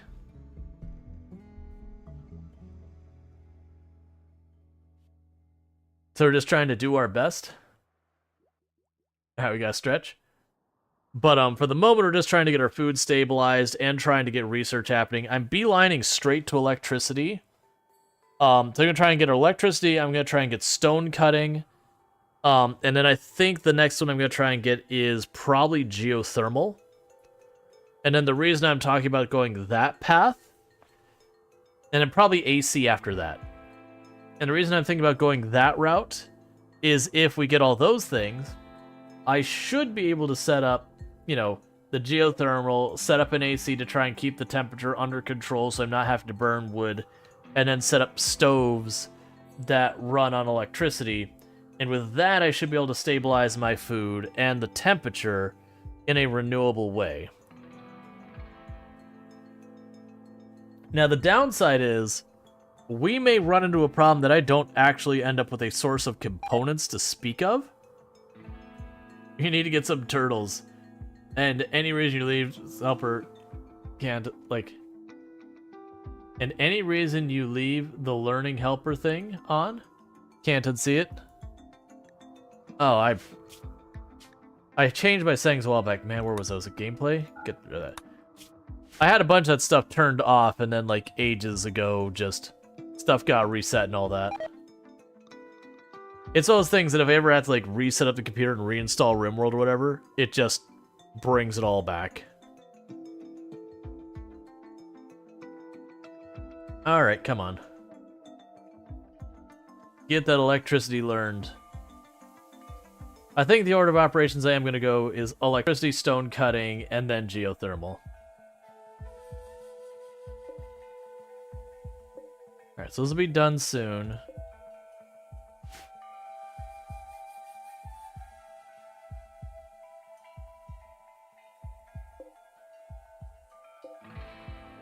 But it's also interesting because there's no animals on the map. There was some. We did eat them all, including the ones that we brought with us. We're not getting our mileage out of our food since we can't cook it.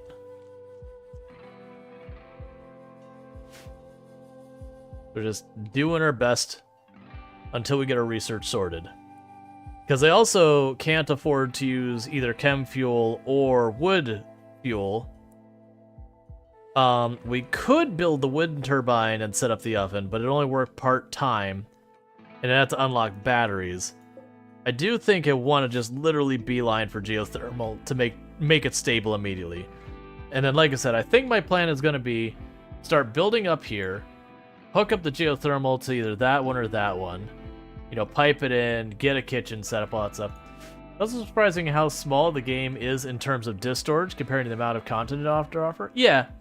Well, when you're looking at games in their disk storage, it's almost entirely graphics. Like, very genuinely, 99.9% of it is graphics, whether it's 3D models. Okay, well that needs to be on. Let's see, I might actually need to build a second one. We'll see how it goes. The downside is Heatwave also slows down the growth of stuff.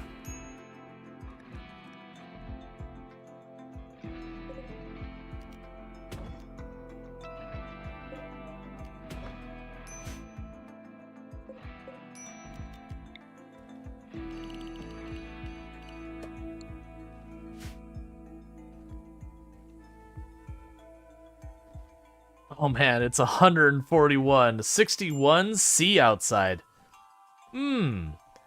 Nice and chilly out there. Definitely nothing to worry about. We may have to do this and go zone. This is now area 1. Get into area 1 for a minute.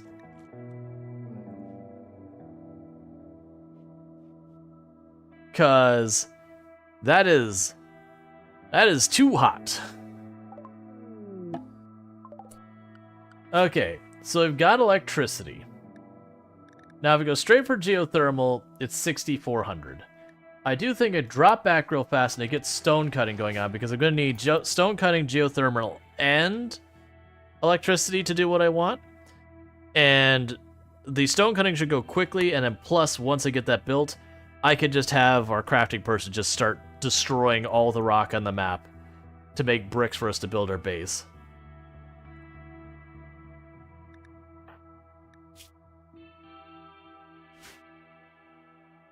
Okay, we'll unrestrict people again.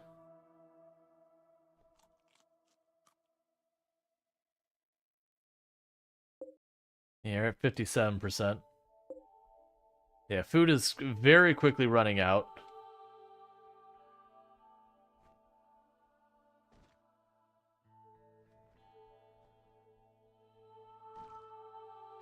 Just having them haul a bunch more stuff because might as well be productive.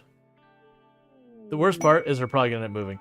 The Deserter. So promise these quests, I can't do them. Because what'll happen is the Deserter will walk over to this edge of the map and they'll appear up here. And then they'll die up there because I cannot reach there and they cannot reach me.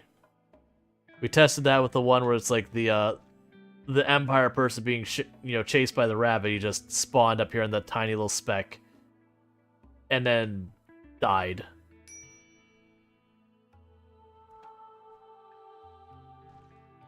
Which does make me curious if we can trigger a raid that will appear on those tiles and just stand there and die because they can neither leave the tile nor can they attack me.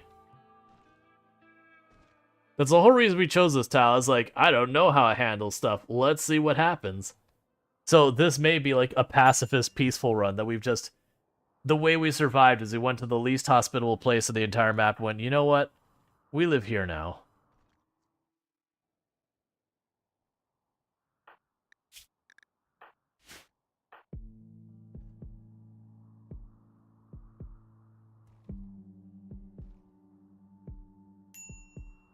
Just everyone's grabbing all the stone, bringing it back.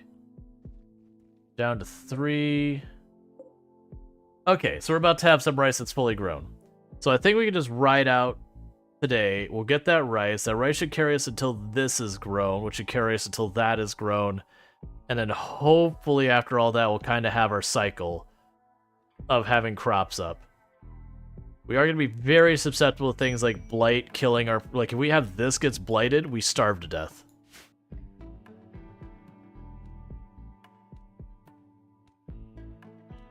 But yeah, that's actually one of the other things is one of the problems if you get, like, for example, Unreal Engine. You get games made in Unreal Engine that they tend to be fairly large and bloated because of all the stuff that gets bundled in with Unreal Engine that if you take the time, you can actually slice and dice it to get rid of a bunch of that extra overhead. But, I mean, most people don't. So your game ends up being really, really big file space-wise, and a lot of it is literally just waste.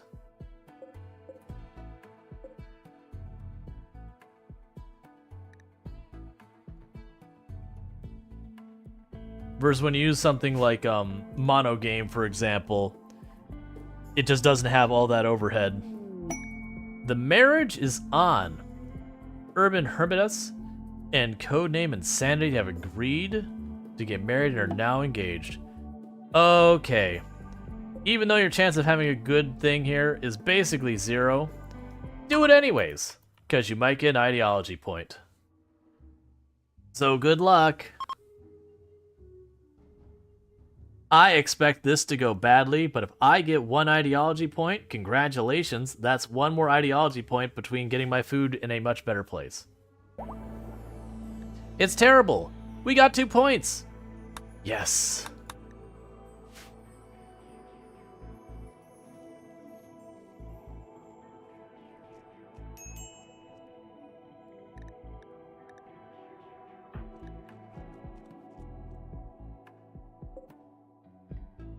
The tree is taking forever to grow, as trees do.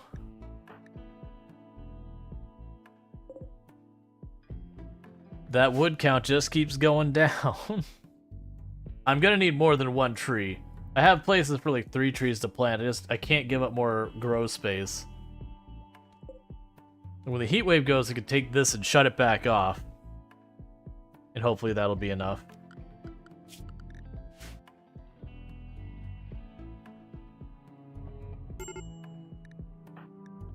And I know I can have them run out and start smoothing things and all that. Okay, heat wave is over. Turn this thing off. In the meantime, I don't really need more steel or components yet. I can't use them. Hey, don't get traders? Correct. It's gonna be a really tough run. I'm gonna have to depend on fallen ship pieces and mech clusters and that for my components.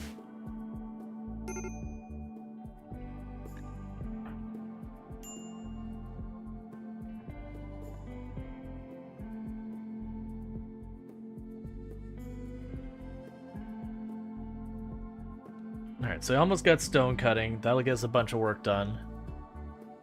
Then we can start building up here. Okay, so there's stone cutting, so production.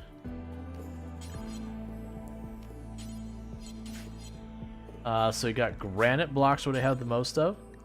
I can't make it out of granite. Honestly, steel is going to be easier to deal with than trees.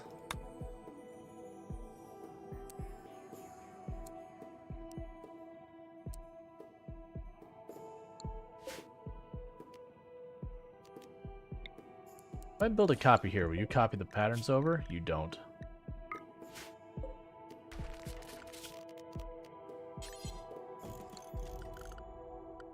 And we can go to furniture. Slate. And geothermal. Because then we go for air conditioning after this. And that should be what I need to get things set up. Because our crafter is going to be told to cut all the blocks they can, and they're just going to work on this. We'll start mining everything out around here. Same with all this, we're going to just mine like through a lot of that, just basically going for the stone, honestly.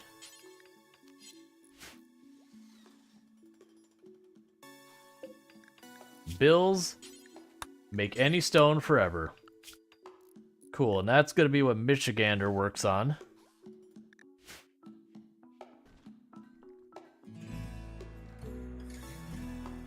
Alright, so if we're looking at this, it seems to be mostly limestone here. We got a pretty good amount of granite, or sorry, slate as well. So it's probably going to be mostly slate and limestone. So the first thing I want to do is start setting up some stuff for structures.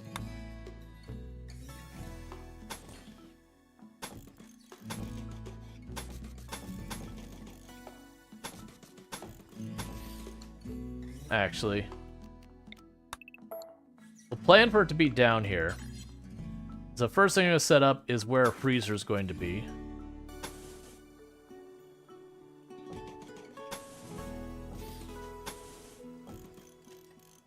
Which I probably won't need anytime soon.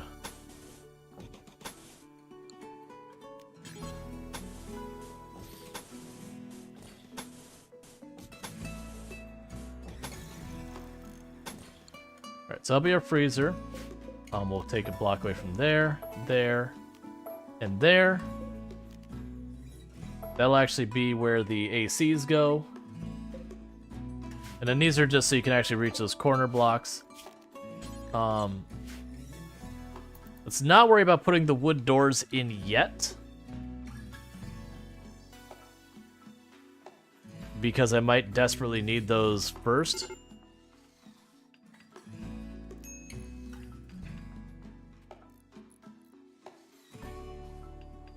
The reason I'm prioritizing the freezer first is because food is going to be the biggest pain point. So the last thing I want to do is lose any food at all to rotting.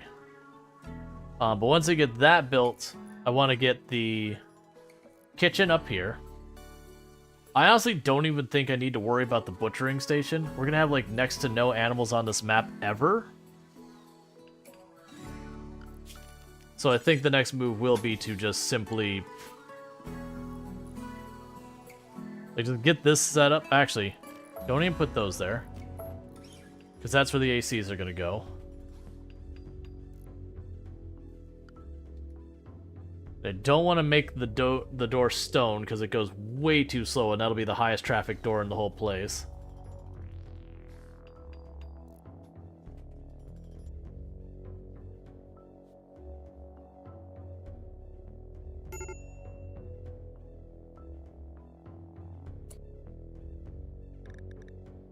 Alright, people starting to starve. Those are at 93%, those are at 70%. Those, okay, those will pop up any second now at 100%, so we'll get those and those. The food situation is, like, really a struggle.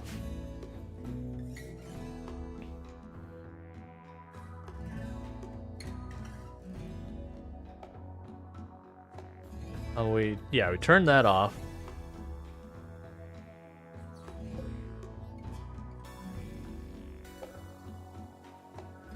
Like I said, I am kind of hoping when they pull up those potatoes, those spots that we have, like the 3 trees, will work out. But we'll see with that.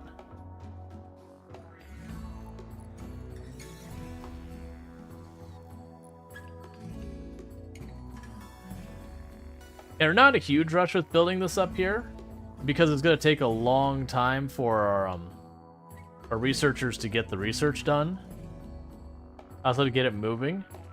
But it will be worth my time to, like, smooth out this floor as we go, because, I mean, that's just going to take us forever.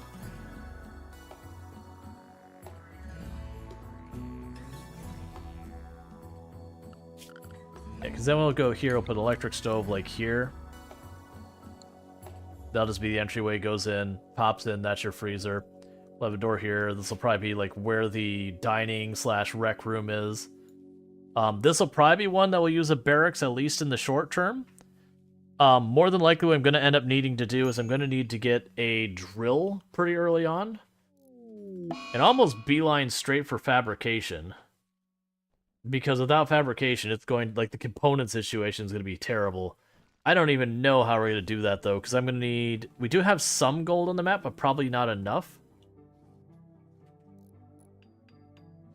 Honestly, you know what we probably can do? Yeah, we don't get it yet. I want to say... With research... When we go to microelectronics, yeah, we'll probably have to go to microelectronics for the orbital trade beacon pretty early. So it might be we get the generator, we get air conditioners, we do complex furniture and complex clothing. From there, we pop back over here. I don't think any of these other ones are urgent for right now. Because, well, a lot of the ones I'd want, like hydroponics, I don't have a means of getting components to keep that going. So it'd be go to microelectronics, get the trade beacon set up. Because at least that means occasionally I can trade with ships passing by.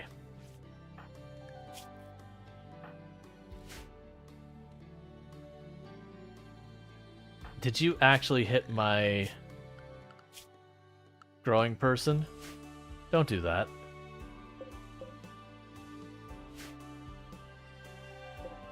At least they got stuff replanted.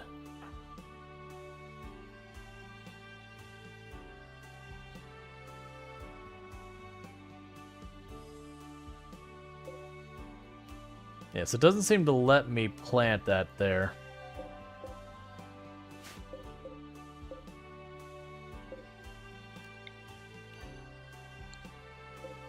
I wonder if I could, like, extract the tree and shove it there and make it work anyways.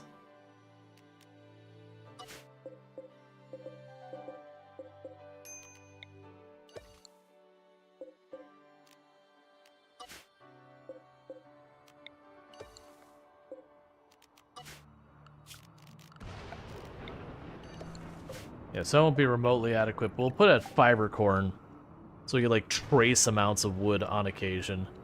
I really don't like using fiber corn if I don't have to, but that tree is taking forever to grow and it's not enough wood. At least fiber corn gives me a little teeny tiny bit of wood regularly. Okay, so that'll be...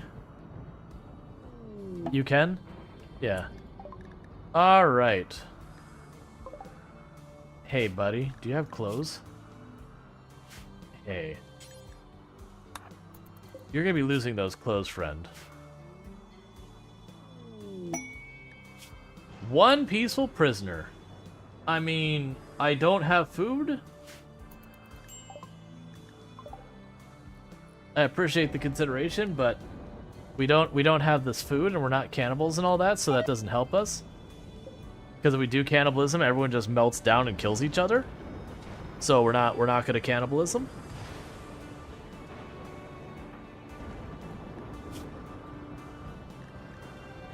Of course, you get food poisoning.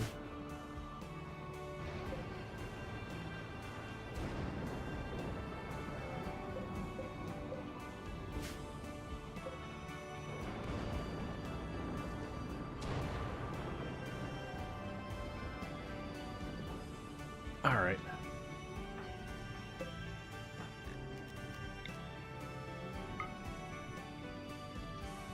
I want you to heal faster.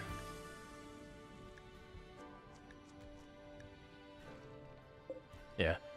That'll be fine, because right around the time that some of these will get ready to be harvested again, you'll probably be good to get back up. Okay, so you're at 90%, 95%. Alright.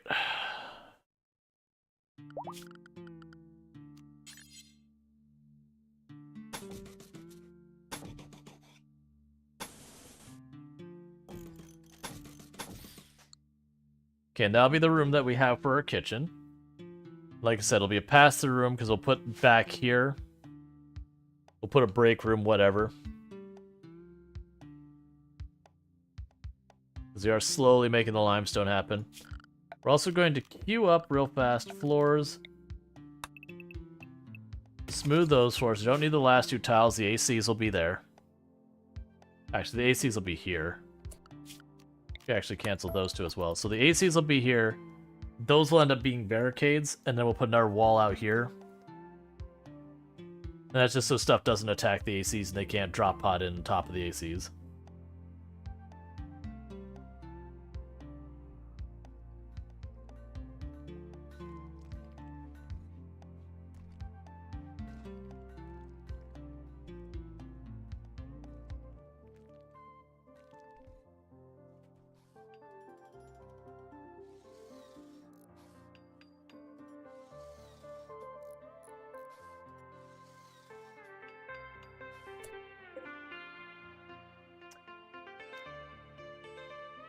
Change my mind, that's how it goes.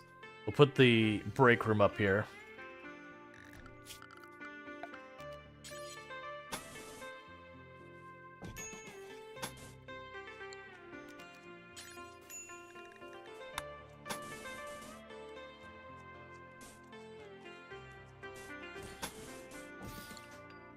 Okay, that'll be the break room.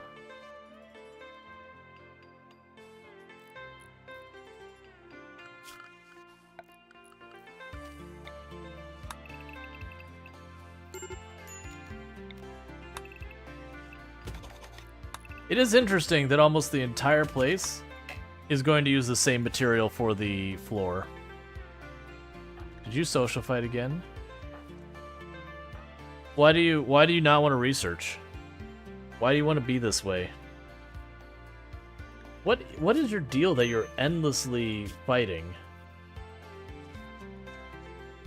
So you insulted each other, you harmed each other, and you've had angering fights. So basically you just have like super awful moods of each other.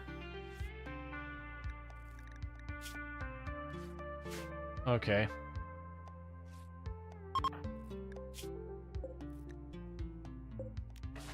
More components.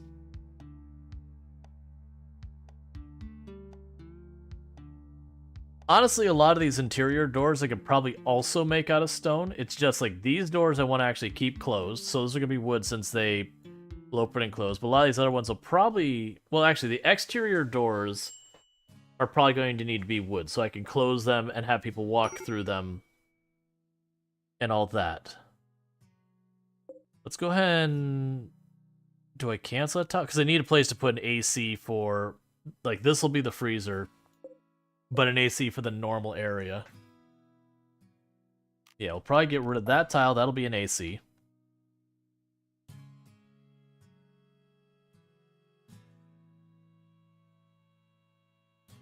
I mean, honestly, the AC should probably be up front, but it's fine. We'll just put an AC back here. It'll deal with this room. Then we can start looking at what this is back here. So, Tantrum. Don't touch the components. You can bang on all the walls you want. The bed I can live with. Don't you do it, please.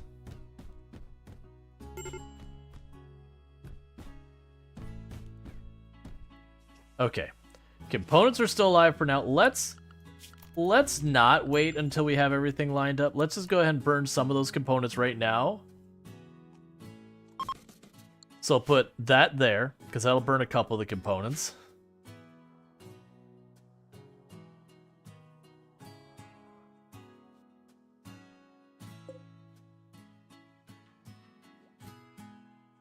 Now, good news is that they do destroy the components. I do have at least 3 more nodes of components that... You're still alive, man?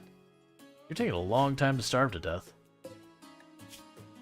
Bills, add food, simple meals... Do until you have 10. That's what that'll be set for. And we'll give you a granite chair.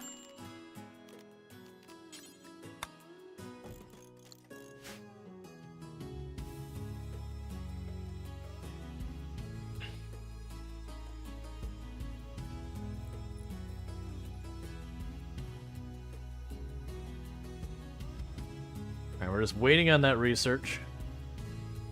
That is the downside of beelining straight for geothermal with people who aren't really good at it, and we're tribal, so we take a penalty for a research time. It's just going to take a while to get geothermal where it needs to be.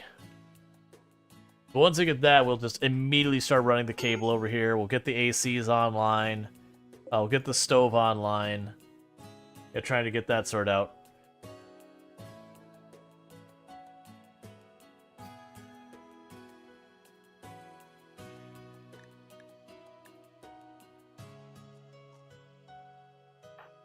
Okay, good, you're back up.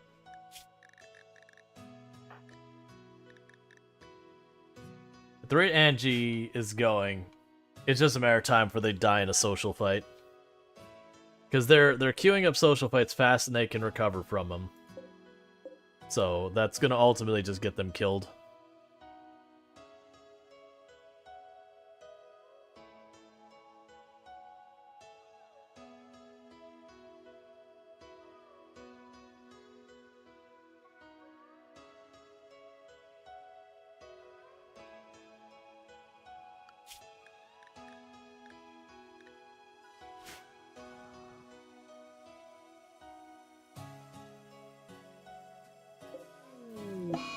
That's fine. Berserk due to pain.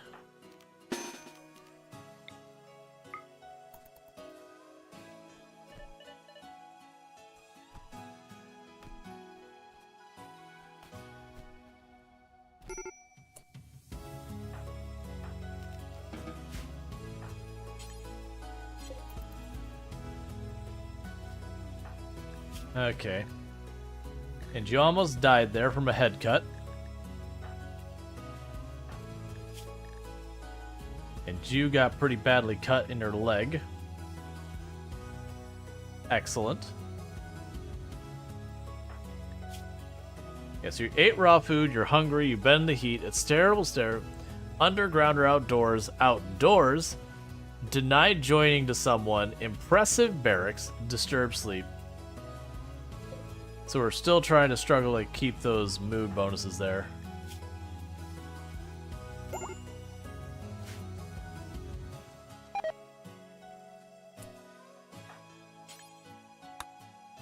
And who is our other doctor?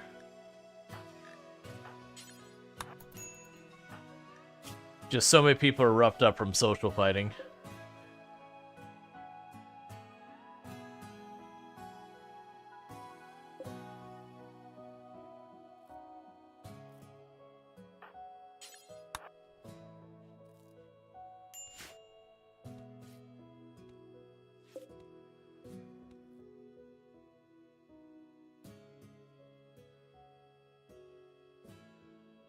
So, one of the other things we can do is ultimately we'll end up having mushroom zones, I think. What'll probably happen with that is they'll have, like, this area to grow stuff down here and this one here, and we'll just put, like, you know, a mushroom zone there and a mushroom zone there, like, wherever we could fit them to have them feed into the freezer. The freezer's not big, but I don't think I have the materials to really make big anything yet, not till we get deep mining drills or whatever. At which point, when we get the deep mining drill, I actually just figure we just chunk it down to the ground and let it drill. Because even if it just pulls up stone, that'll still be building material. You know, then if we can get the thing to, like, go look for metal or whatever, we can start worrying about that. Because that's the whole gimmick with the mining drill on it. I believe it will create net new materials on your map, so, like, if you were to mine out all of the steel underneath here, and just kept it detecting, it would just make a new steel spot for you to mine. You just got to move the drill over and then plunk it down and drill it till it's gone and keep the scanning going till more materials appear.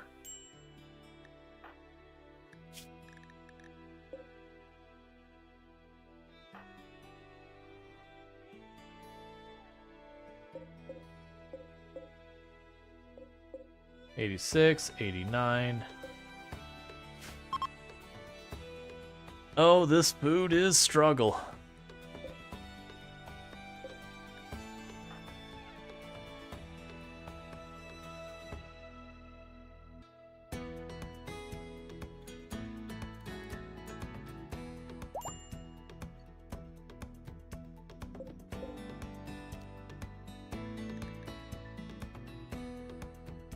Yes, it's got 5% till that one's maxed out.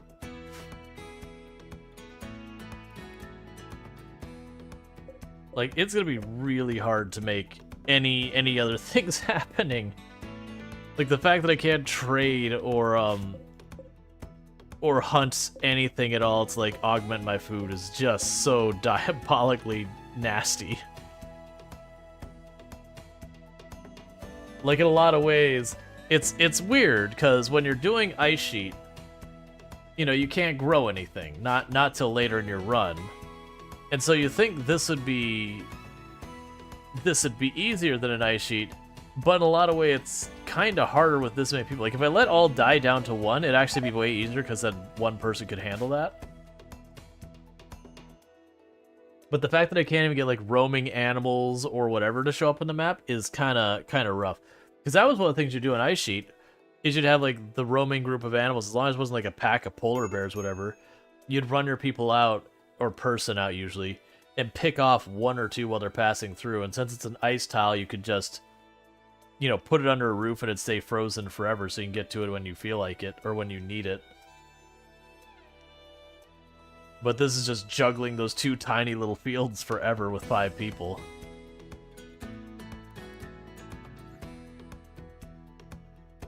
Alright, so for the next couple rooms, let's plan this out.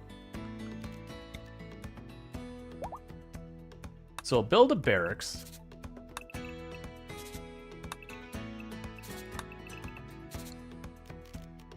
That we can swap into other rooms later. This is our, barracks probably doesn't need to be that big.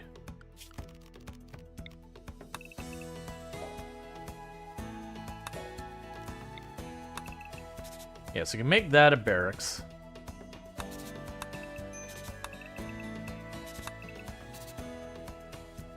Yeah, so we're not that limited on these materials. It's a lot of the other stuff, like food nut, that we're super limited on. Like, we will be limited on stone, but this is, like, literally what we're going to use the stone for. And I don't have to do anything with flooring with stone in this whole place. So 1, 2, 3, 4... Yeah, so I have, like, a barracks and then a room for, like, our ideology stuff or whatever. I want to expand to have bedrooms back here if we can make it happen.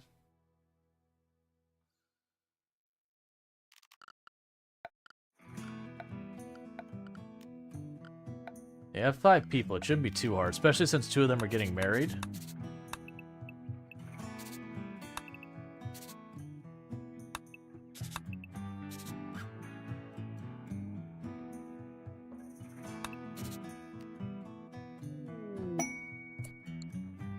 Fearful beasts. You will send me goods if I can fight off a bunch of beasts. Hey, you know what? I'll take a free stack of gold. I'm not going to be able to get the food from the beasts, but I'll take your free stack of gold.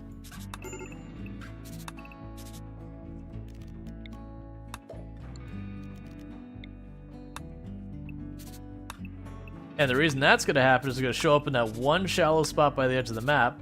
They're going to stand there, be unable to find food or anything, and then they're going to collapse from starving to death. And then I'll be done with that mission.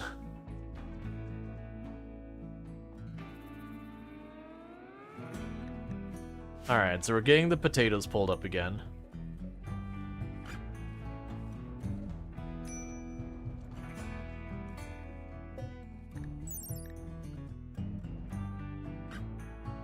Okay.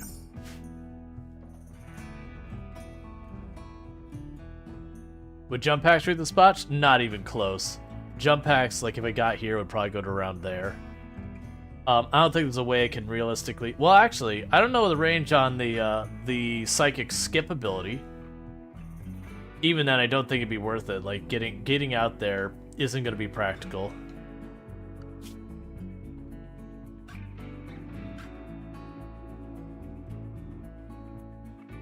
Huh. It said they're supposed to arrive 2 hours after I accept the mission. I wonder what happens if they just never arrive. So that's what we're curious about. My assumption of what will happen is we'll just get drop pod raided every single raid.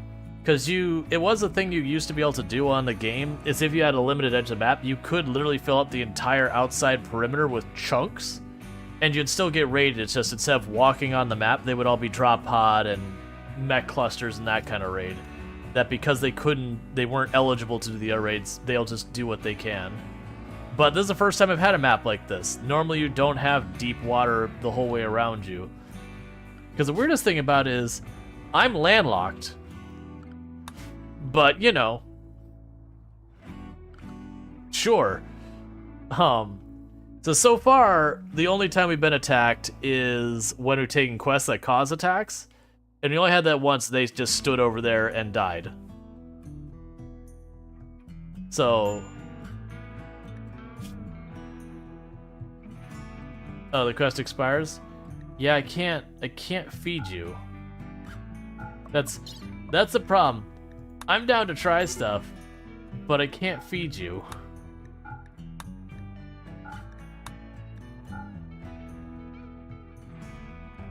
I'm really curious what this does. If this will just count up forever? Because we've already definitely passed the 2 hours it was supposed to be. Needless to say, it's been longer than that. You're in a... Hey, Angie, let me let you on a little secret. You want to know why you're in intense pain? Because you're constantly getting into fights. And getting beaten up.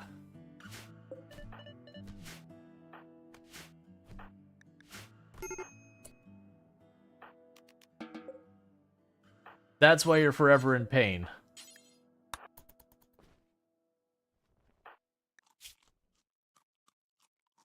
I don't know how you aren't dead yet.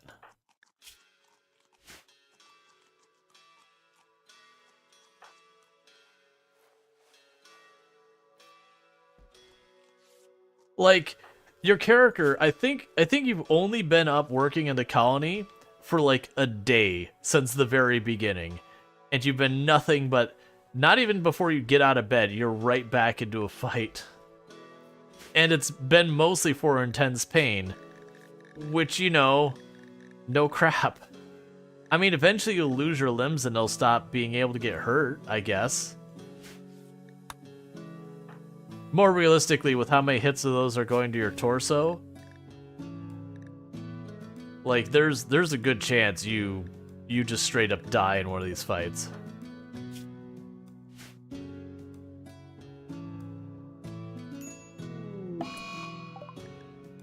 Oh yeah, that's probably going to kill people.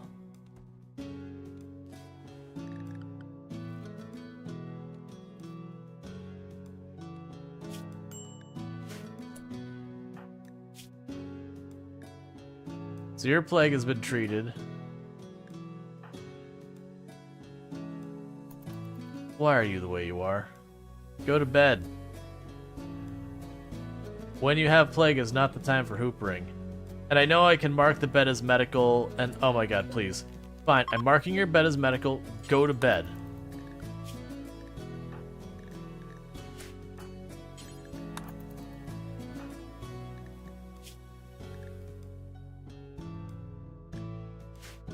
Dying because you're too stubborn to go to bed is not the way to go.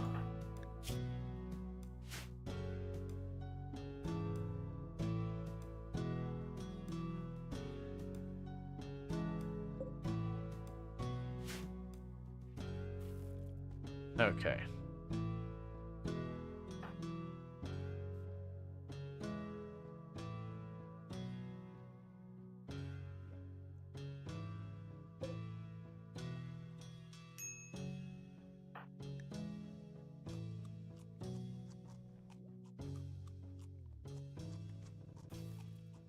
You're feeding everyone, just trying to keep everyone going. Luckily, the plague did not hit our farming person. Oh, Angie, you are not doing well, friend. I should feel worse about that, but honestly, as much as your character's been social fighting, I don't feel as bad about it.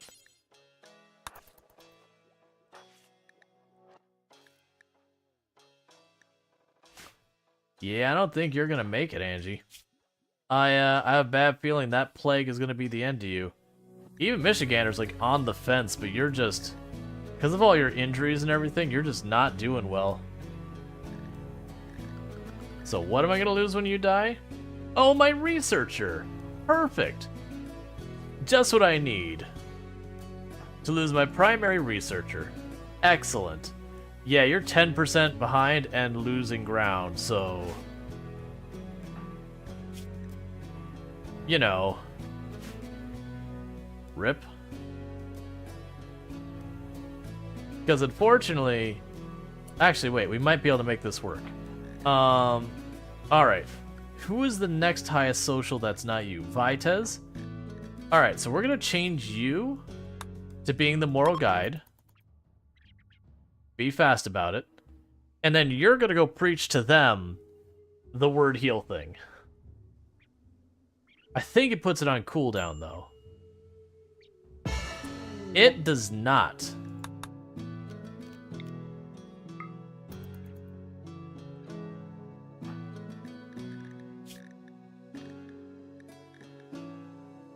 Why did that not work?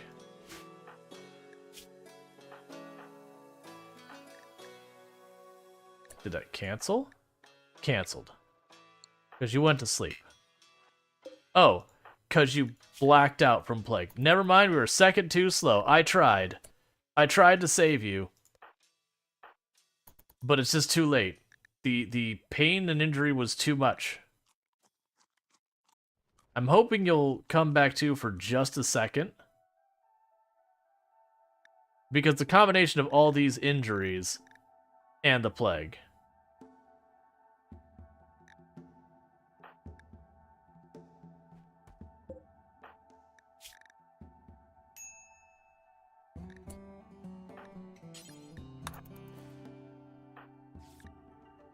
I think it's too little too late at this point anyways. Oh yeah, the 7.5% 10, there's no saving you.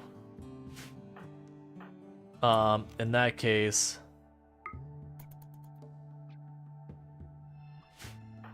No, there's just nothing I could do at this point. Literally, we're trying. We have no medicine.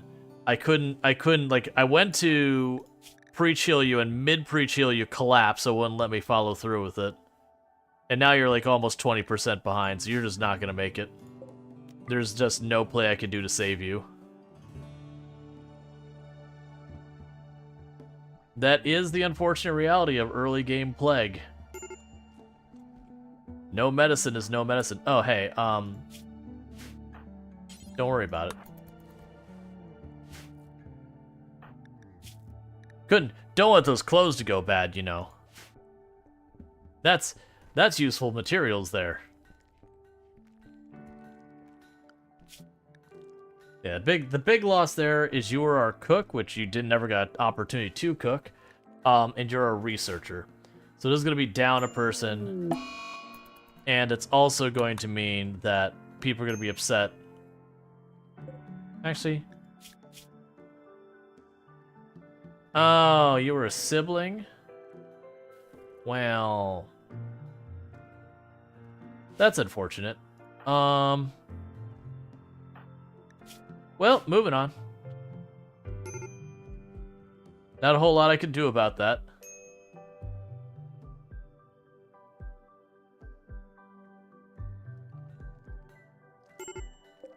You did set that to all blocks. Okay, so you're just cutting stone. It just happens to be you're getting more slate than anything. Or granite. Not slate, granite. You can still go in here in the meantime, go smooth that out.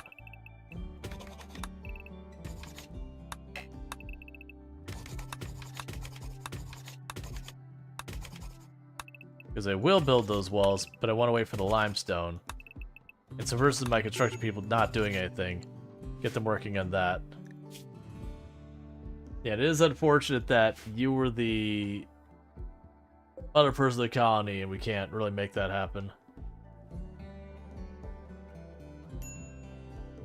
So we're gonna have to deal with even more breaks.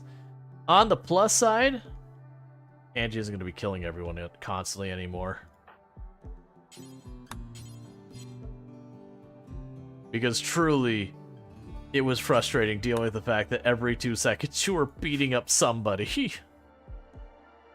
I fully expect you to die in one of those social fights, as how many you were doing. It's like, man, there's no way he keeps living. I don't think we're going to have, like, any new pawns for a very, very, very long time in this run. Even if I have the opportunity of having new pawns, we're not going to accept them because we're just barely holding on with the food situation. What might happen is, like, once we can get this set up with the research, we should be relatively okay. It just kind of really, really hurt the run to lose who was effectively our main researcher. We're gonna make Vitez our new researcher after that, because I only have a little bit to mine, and that will be a thing. I want to keep Michigander set up for crafting. I'm gonna have to always have you on planting. Construction's another one that'll probably fall off to research. Actually, let's keep that at 4. No, let's not. Put that back to 2. That should be okay.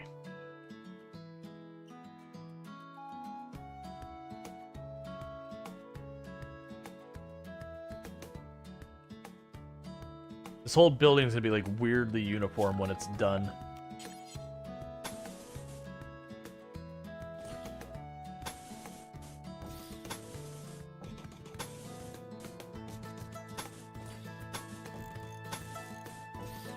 It's just, there'll be one type of floor the entire way through, because everything here is the same base.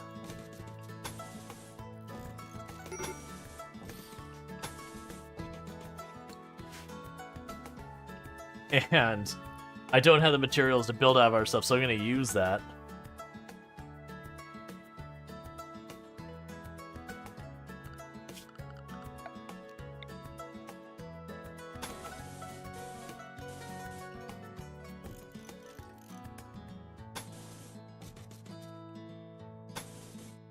Okay, I'll have the power running through there.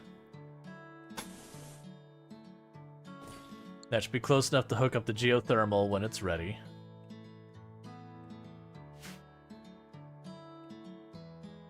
You're just gonna have to wait for that geothermal research to get done.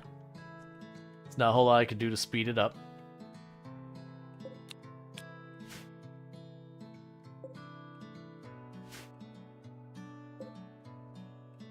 Yeah, so that'll decay pretty fast. Just being out in the water.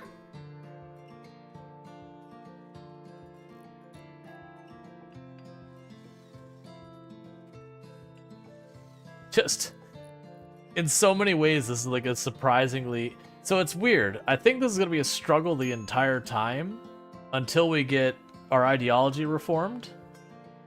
And honestly, even then, probably going to have problems.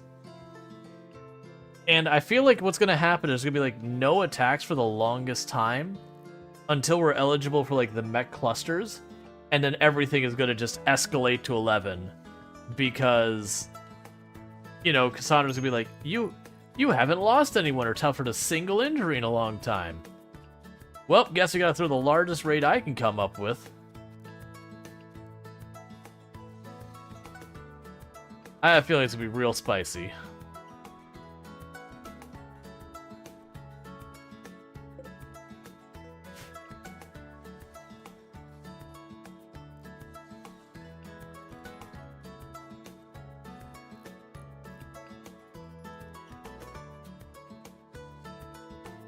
I'm gonna regret this, but we're gonna go structure.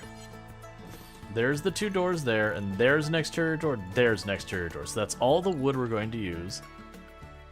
Or a siege out of nowhere.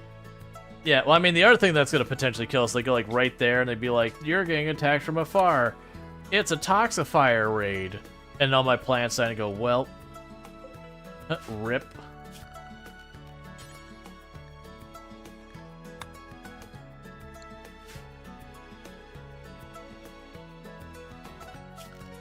Honestly, we'll make him slate. Well, no, we'll make him limestone as well.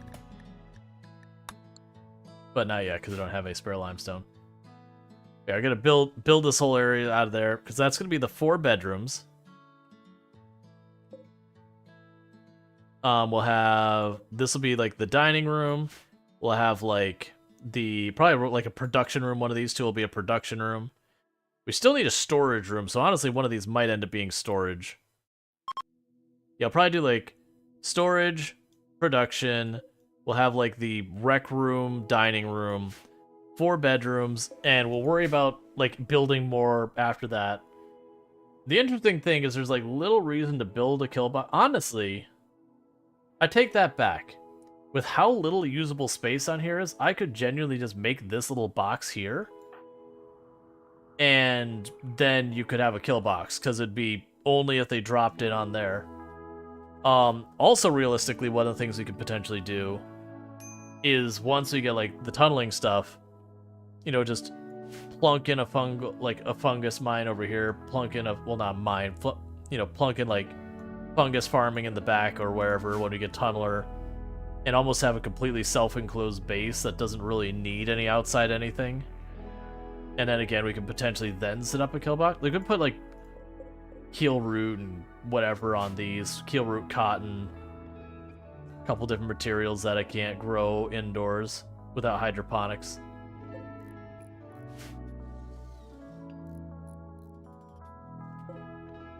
Yeah, that body won't last very long. But I could see that working relatively well. It would be kind of a bummer if we literally weren't going to get attacks on this tile at all. Like, I think it is going to be a thing that the early game where you'd only normally have 1-2 people walk on the map, we might just not get any attacks. But the moment we get to the point where they start being eligible for drop pod and mech cluster and all that, everything will suddenly escalate. Because we do have the Yatkins here. The wolf people there, we got the wasters. Now you've got like a hostile tribe. All plenty in range to get angry at us. That said, this is going to be another run that takes a while for anything to happen, I think.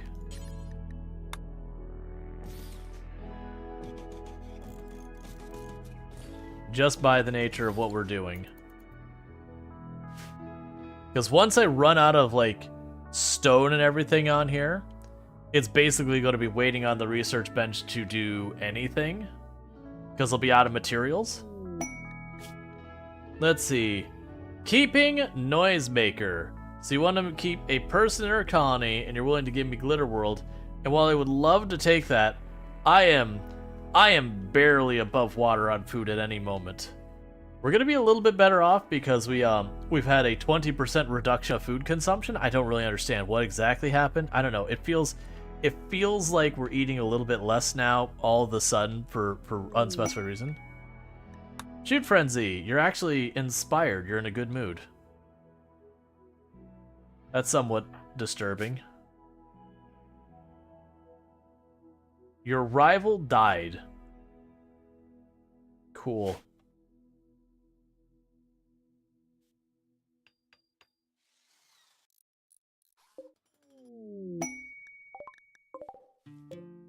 I say, please don't do that. Actually, plant you. Hey. That is actually going to be a big solution here. Hey, cut these plants right now. I can work with that. That is... I didn't even consider this. We can put the tree over here. And the reason why that's big is it's not like I can fit any more plants there. So I can set that to give us wood, or I can set that to give us berries. So we definitely should do that. Who is our plant bird? It's you.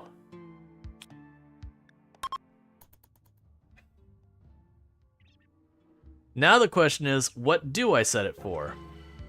Do I set it for wood or berries? I need both. I think we set it...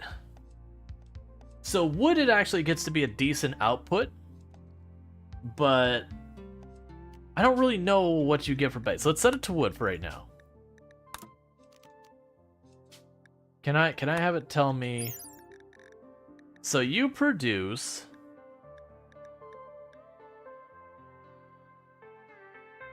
Where are you at?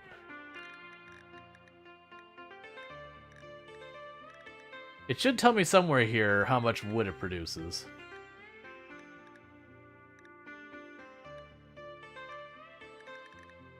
I don't remember. But they produce that. If we go to berries... Yeah, so it won't tell me what they produce that regards. Okay, so it's 32 wood every 2 days, 40 berries every 2 days. So when we look at that, so we'll get 2 of those, so we'll end up getting 64 wood every 2 days. That's actually a pretty decent amount. Versus this, I'll end up, because I'll get 2 of them, I'll get 80 berries every 2 days. 80 berries is not great.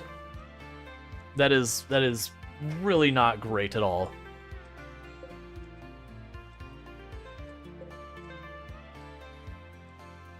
But that'll also help because it'll help us get our gardening or plant, like our plant skills up. That'll give us a source of wood that'll be sustainable, which does mean at least short term I can use that for like a bunch of different projects that are going to use wood. Honestly, we're already getting to the point I'm not going to need wood for hardly anything at all, other than doors. Maybe that's already a reason to go with the berries instead.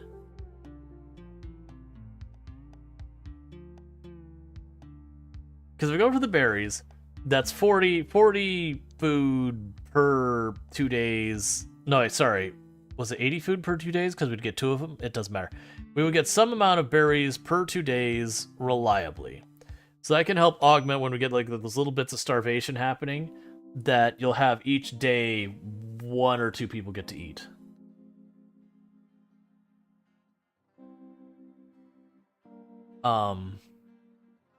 And honestly, if we get a second dryad tree, I could do one that's, you know, the berries, one that's the wood. Later on, we could swap one out for, like, medicine or whatever.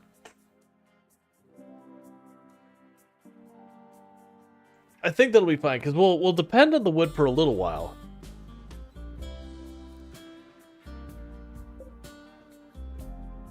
I'm going back and forth what I want this tree to be. And I have to make a decision, because it's fine now, but once you have the immature dryad grow up into something, you need to have already had it selected. Because otherwise resetting and switching it delays everything.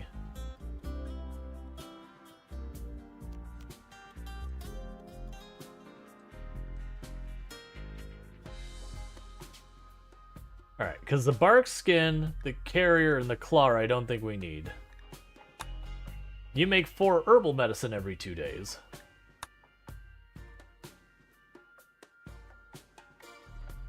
So we'll have 80 food every 2 days from that. I'm gonna go with it.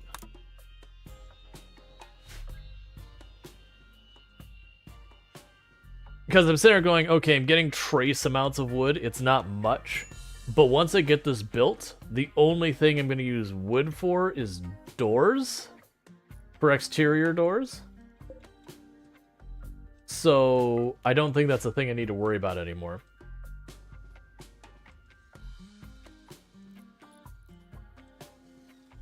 And the passive cooler, but like the very next thing after this research is we're getting air conditioner. I've already got space slotted in here. Hey, GG gets good. How's it going? Yeah, so you can put the ACs here, here, and here. Actually go here and we'll go, I don't have more limestone. What I say is when to get more limestone, I'll put the 2 barricades there. So we could then wall that off. Then put the ACs here. Probably only needs 1 AC, but we're just working on it.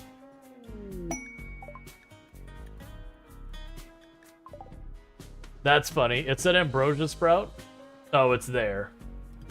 Oh, good. It was somewhere I literally just removed plants from. I was about to be like, don't kill my plants again.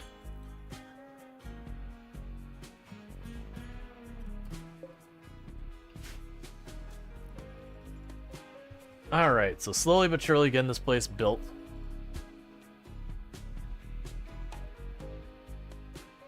It's going good for the rules of this run. So there's not a lot of rules on this run. We chose Desert Plateau, which normally is on a desert, but this one bugged for some reason, and it's deep ocean the full way around. And as you can see, this is all stone here. So my only grow space is these tiny little pockets here. of which we have okay and then terrible. And so we're just kind of seeing what happens with this, because this wasn't a planned thing. We were like going, all right, what is our run going to be? And we ran this back and like, okay, I don't know how the game mechanically deals with this. Because we did the mission where it's like, oh, hey, there's the royalty person being chased by an animal. And we're like, all right, what's going to happen? And we hit okay, and he appeared here. The animal didn't, and then he starved to death and died. So we lost faction standings with the Empire. And we took a quest that we were going to be attacked by fearful beasts. They're supposed to arrive in 2 hours. We're on day 9.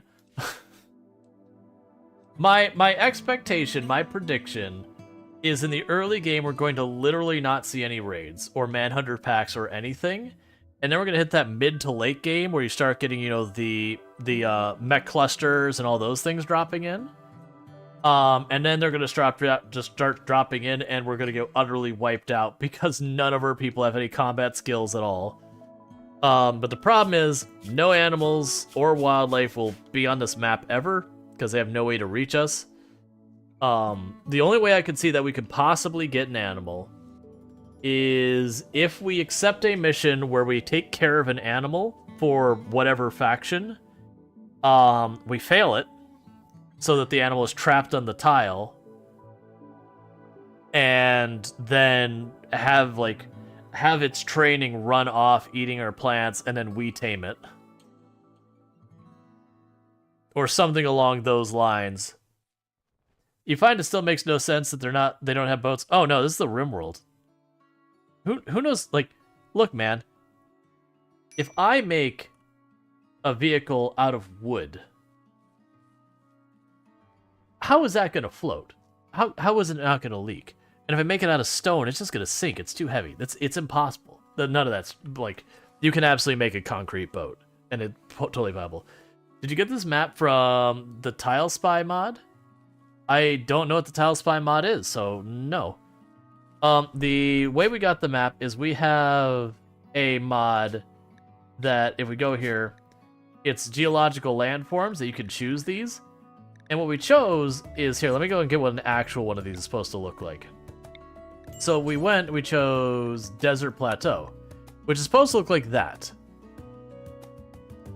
And so the idea is you're supposed to be surrounded by desert, have a stony sand, that kind of thing.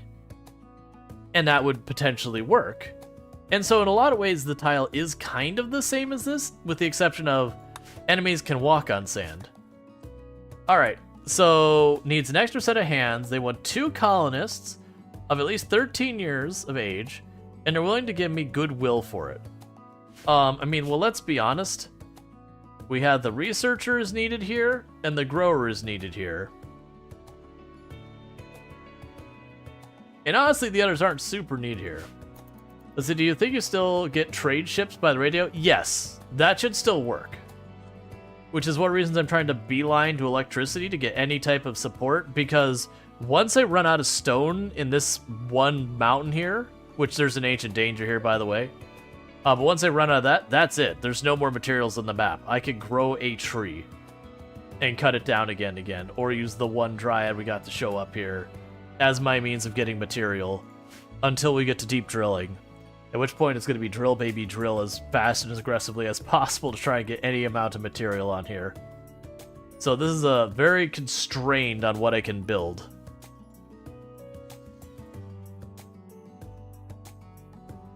It's, like, that's the thing. I don't know how this map is actually going to work in the long term on a lot of stuff. So this map could be a total downer, but there's really only one way. Oh, get rid of that. Only one way to find out.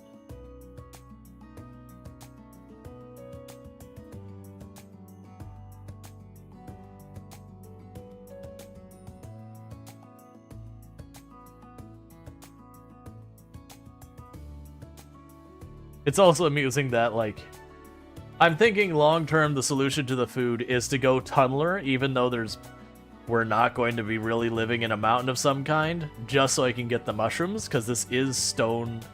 Oh, no, you can't. That's right. The reason I can't do the tunneler thing is it has to have mountain overhead to do the mushrooms. So that wouldn't work anyways, because none of this has mountain overhead. So this is what we got to like get hydroponics. That is all the growing space I will have until hydroponics. Of which I can't really go hydroponics right now, and the reason I can't really do that is how am I going to get the components?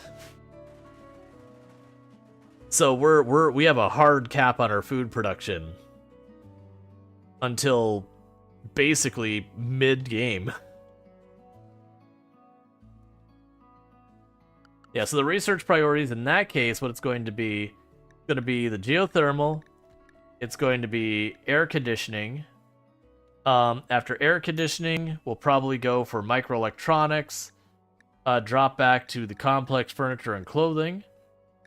And then after that, we will probably need to go deep drilling, then hydroponics, then fabrication, and just completely disregard all the combat stuff entirely and just focus, because if I run out of components, I have to wait for ship chunks to come down, and everything will fall apart before we get enough ship chunks to do anything.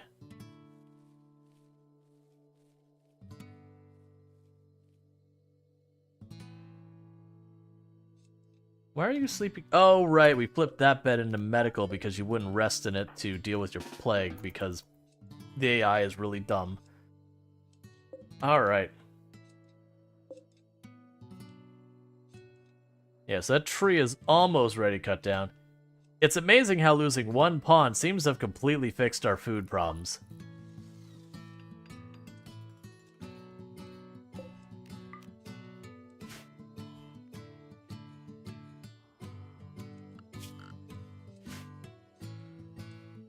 Now, the next big thing is once we start getting a little bit of an advance on the food, I might like take a couple of tiles and hack those away to make cotton. So at least we can get some clothing happening. Because realistically, since I won't get any new animals on this tile, we're just going to simply run out of clothing to speak of. Like, that seems to be the entire bottleneck is I'm going to be stuck with just these. It's also a ridiculously hot tile, so like our normal weather is at like the point we can get heat stroke without proper clothing. So that's going to be a major pain point.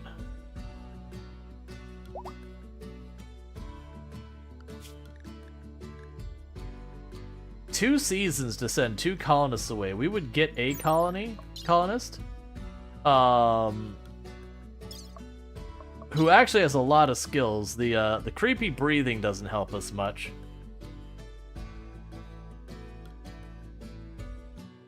But like they're really kind of a jack of almost all trades. They only missing out on like crafting and intellectual and all that. I don't think we take that because that's more mouths to feed, and that feels like this run, mouths to feed is the one thing we can't afford. This also feels like the kind of run where I'm gonna build stuff and then not have a reason to build much more.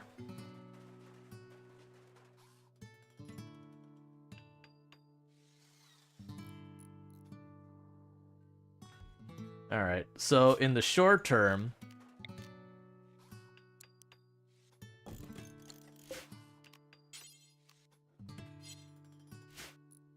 let's see, would you consider trade ships as a good exchange for trade caravans for the current run? A good exchange? Not really good exchange, but an exchange we could possibly do. Like, trade ships work. It's just one of those things that they're so infrequent, it's hard to really take advantage of them. Like, when they happen, certainly. So who is the couple again?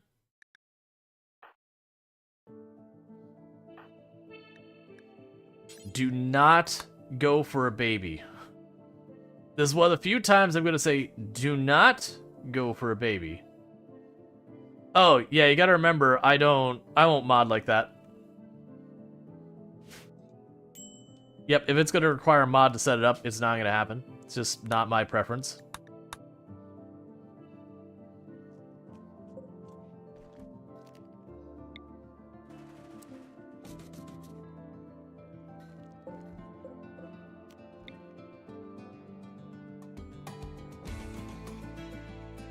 Okay. Like, I'm glad RimWorld has all the opportunity for so many mods. It's just, you know, I'm not a personal fan. Like, I don't want to deal with the maintenance of, like, testing mods, getting stuff to work, finding side effects I don't want in my mods, and all the 1,000 other things that go wrong when you're modding. I'd rather just play the game and enjoy the game. Can you imagine the hairy legs of those children? Yeah, for those who didn't catch earlier, the thing that got those two to hook up was basically talking about their hairy legs. The man in the group was like, "Check out my hairy legs," and the other was like, "Yup, I'm down." It's like, could you not be though?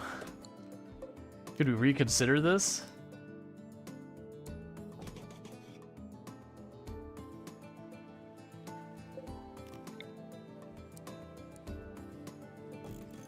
You go ahead and put the limestone here. Well, I wasn't going to, but we could put a limestone block right there. We'll close that off. We'll get the AC thing hooked up. And basically get all of this moved up here.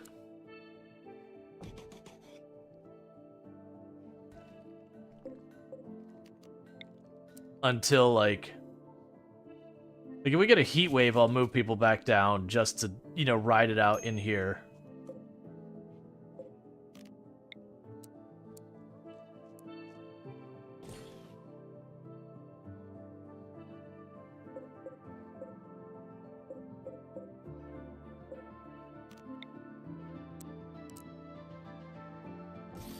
Alright, that'll be good enough for that. Pretty much what I'm trying to do is move all of this stuff up here as best we can.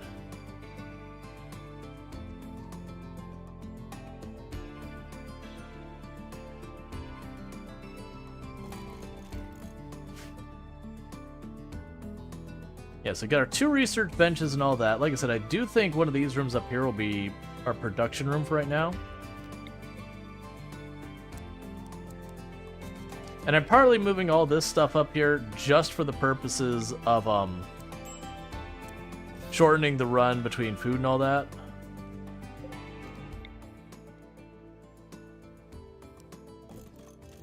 No, that's not what I want.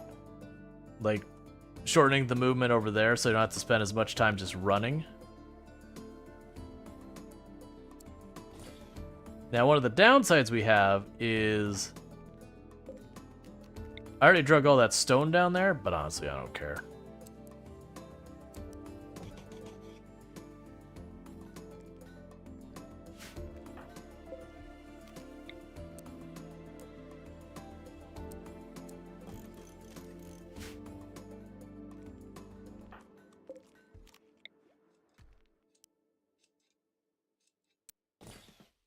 Okay. And we can completely just get rid of the butchering spot for right now.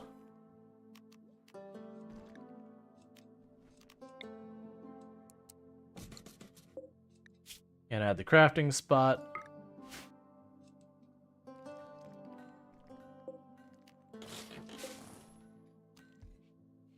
So for right now, I'll leave that down there. Probably don't want it down there, but that's what it is right at the moment. You can also put that there. We'll make the ideology room, so our ritual will probably be better.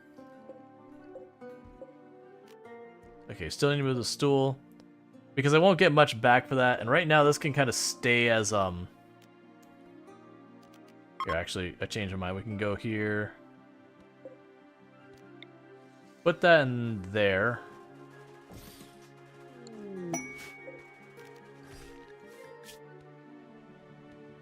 I would love to take it, but you're all just gonna die off the edge of the tile. Like, that's the problem, is you're all just gonna die on the edge of the tile, and then I'll get penalized for it.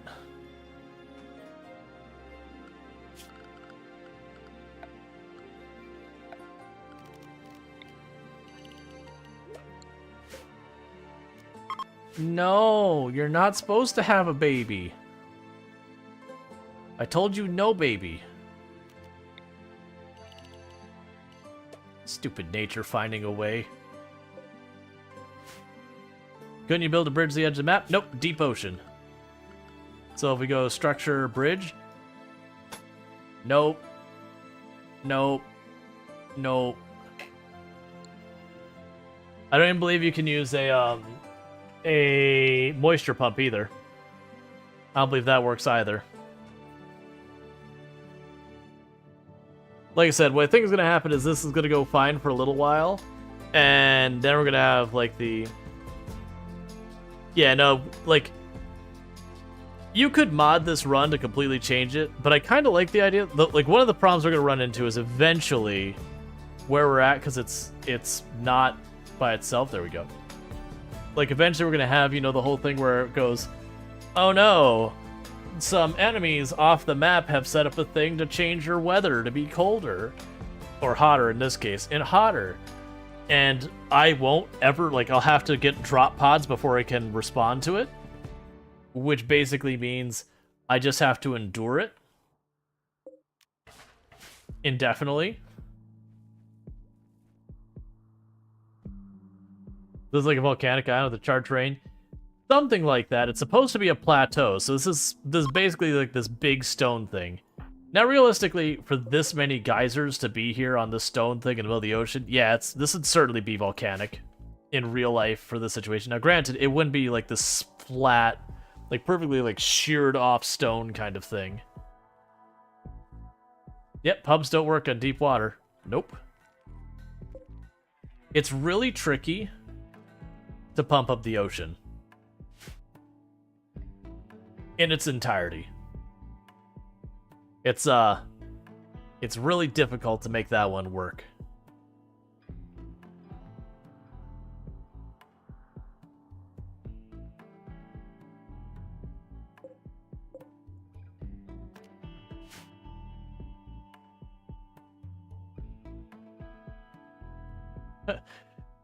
But can you blow up the ocean? Next quest. Good old Torg. Alright, so we put those two there, because we're going to put two ACs here with the heat area out there. We're going to go here and say zone. Okay, so ignore this. But those two tiles, we say remove roof. That way they don't get a roof build over there. Oh yeah, no, I am aware of the... Because that was Tiny Tina's DLC, if I remember correct. Next quest, we blow up the ocean. I think that's right after they give you the weapon that shoots swords that explode into more swords that also explode. Which sadly, while it's a really awesome gimmicky weapon, it's really not actually that good. Which is a real shame, because it should be. On principle, a gun that does something that cool should be good. Just as a rule. Make it overpowered and just make it something you can't get to super late game. Where it doesn't matter anymore. Because it's not like there wasn't enough overpowered weapons in that game. Alright, so we've got this room ready for dropping in the ACs right here. So literally it's just waiting on geothermal to train, and we're flattening floors. Oh, here.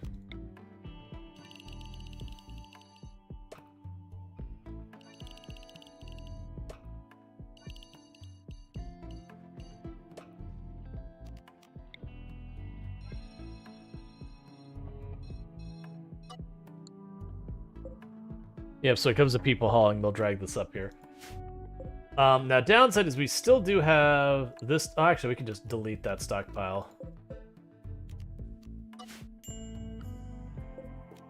Lock that door open, and then I'll end up just starting to haul all that junk up. As you probably didn't get the gun with the extra pellets weapon part.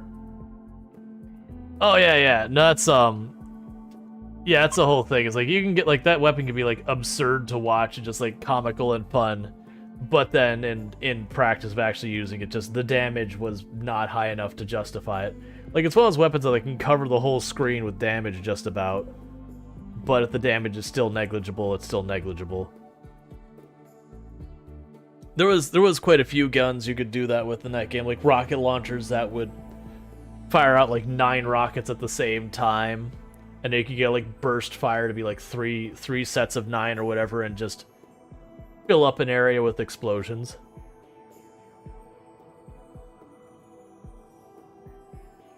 Or I think there was a grenade launcher that'd fire and then it'd blow out more of them, and there was a way to cause that one to fire out like bursts. Like, I can't remember, it's been so long, but there's all sorts of ridiculous stuff you could do with that.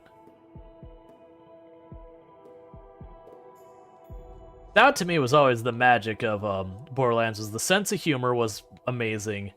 And then just like some of the just really silly stuff they let the weapons do in that game. And it's just a sad thing that so many of the sillier ones were very underwhelming.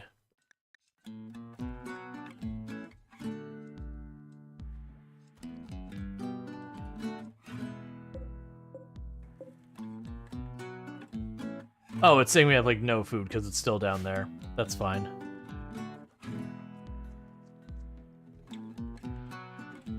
Same reason it's saying we have no wood.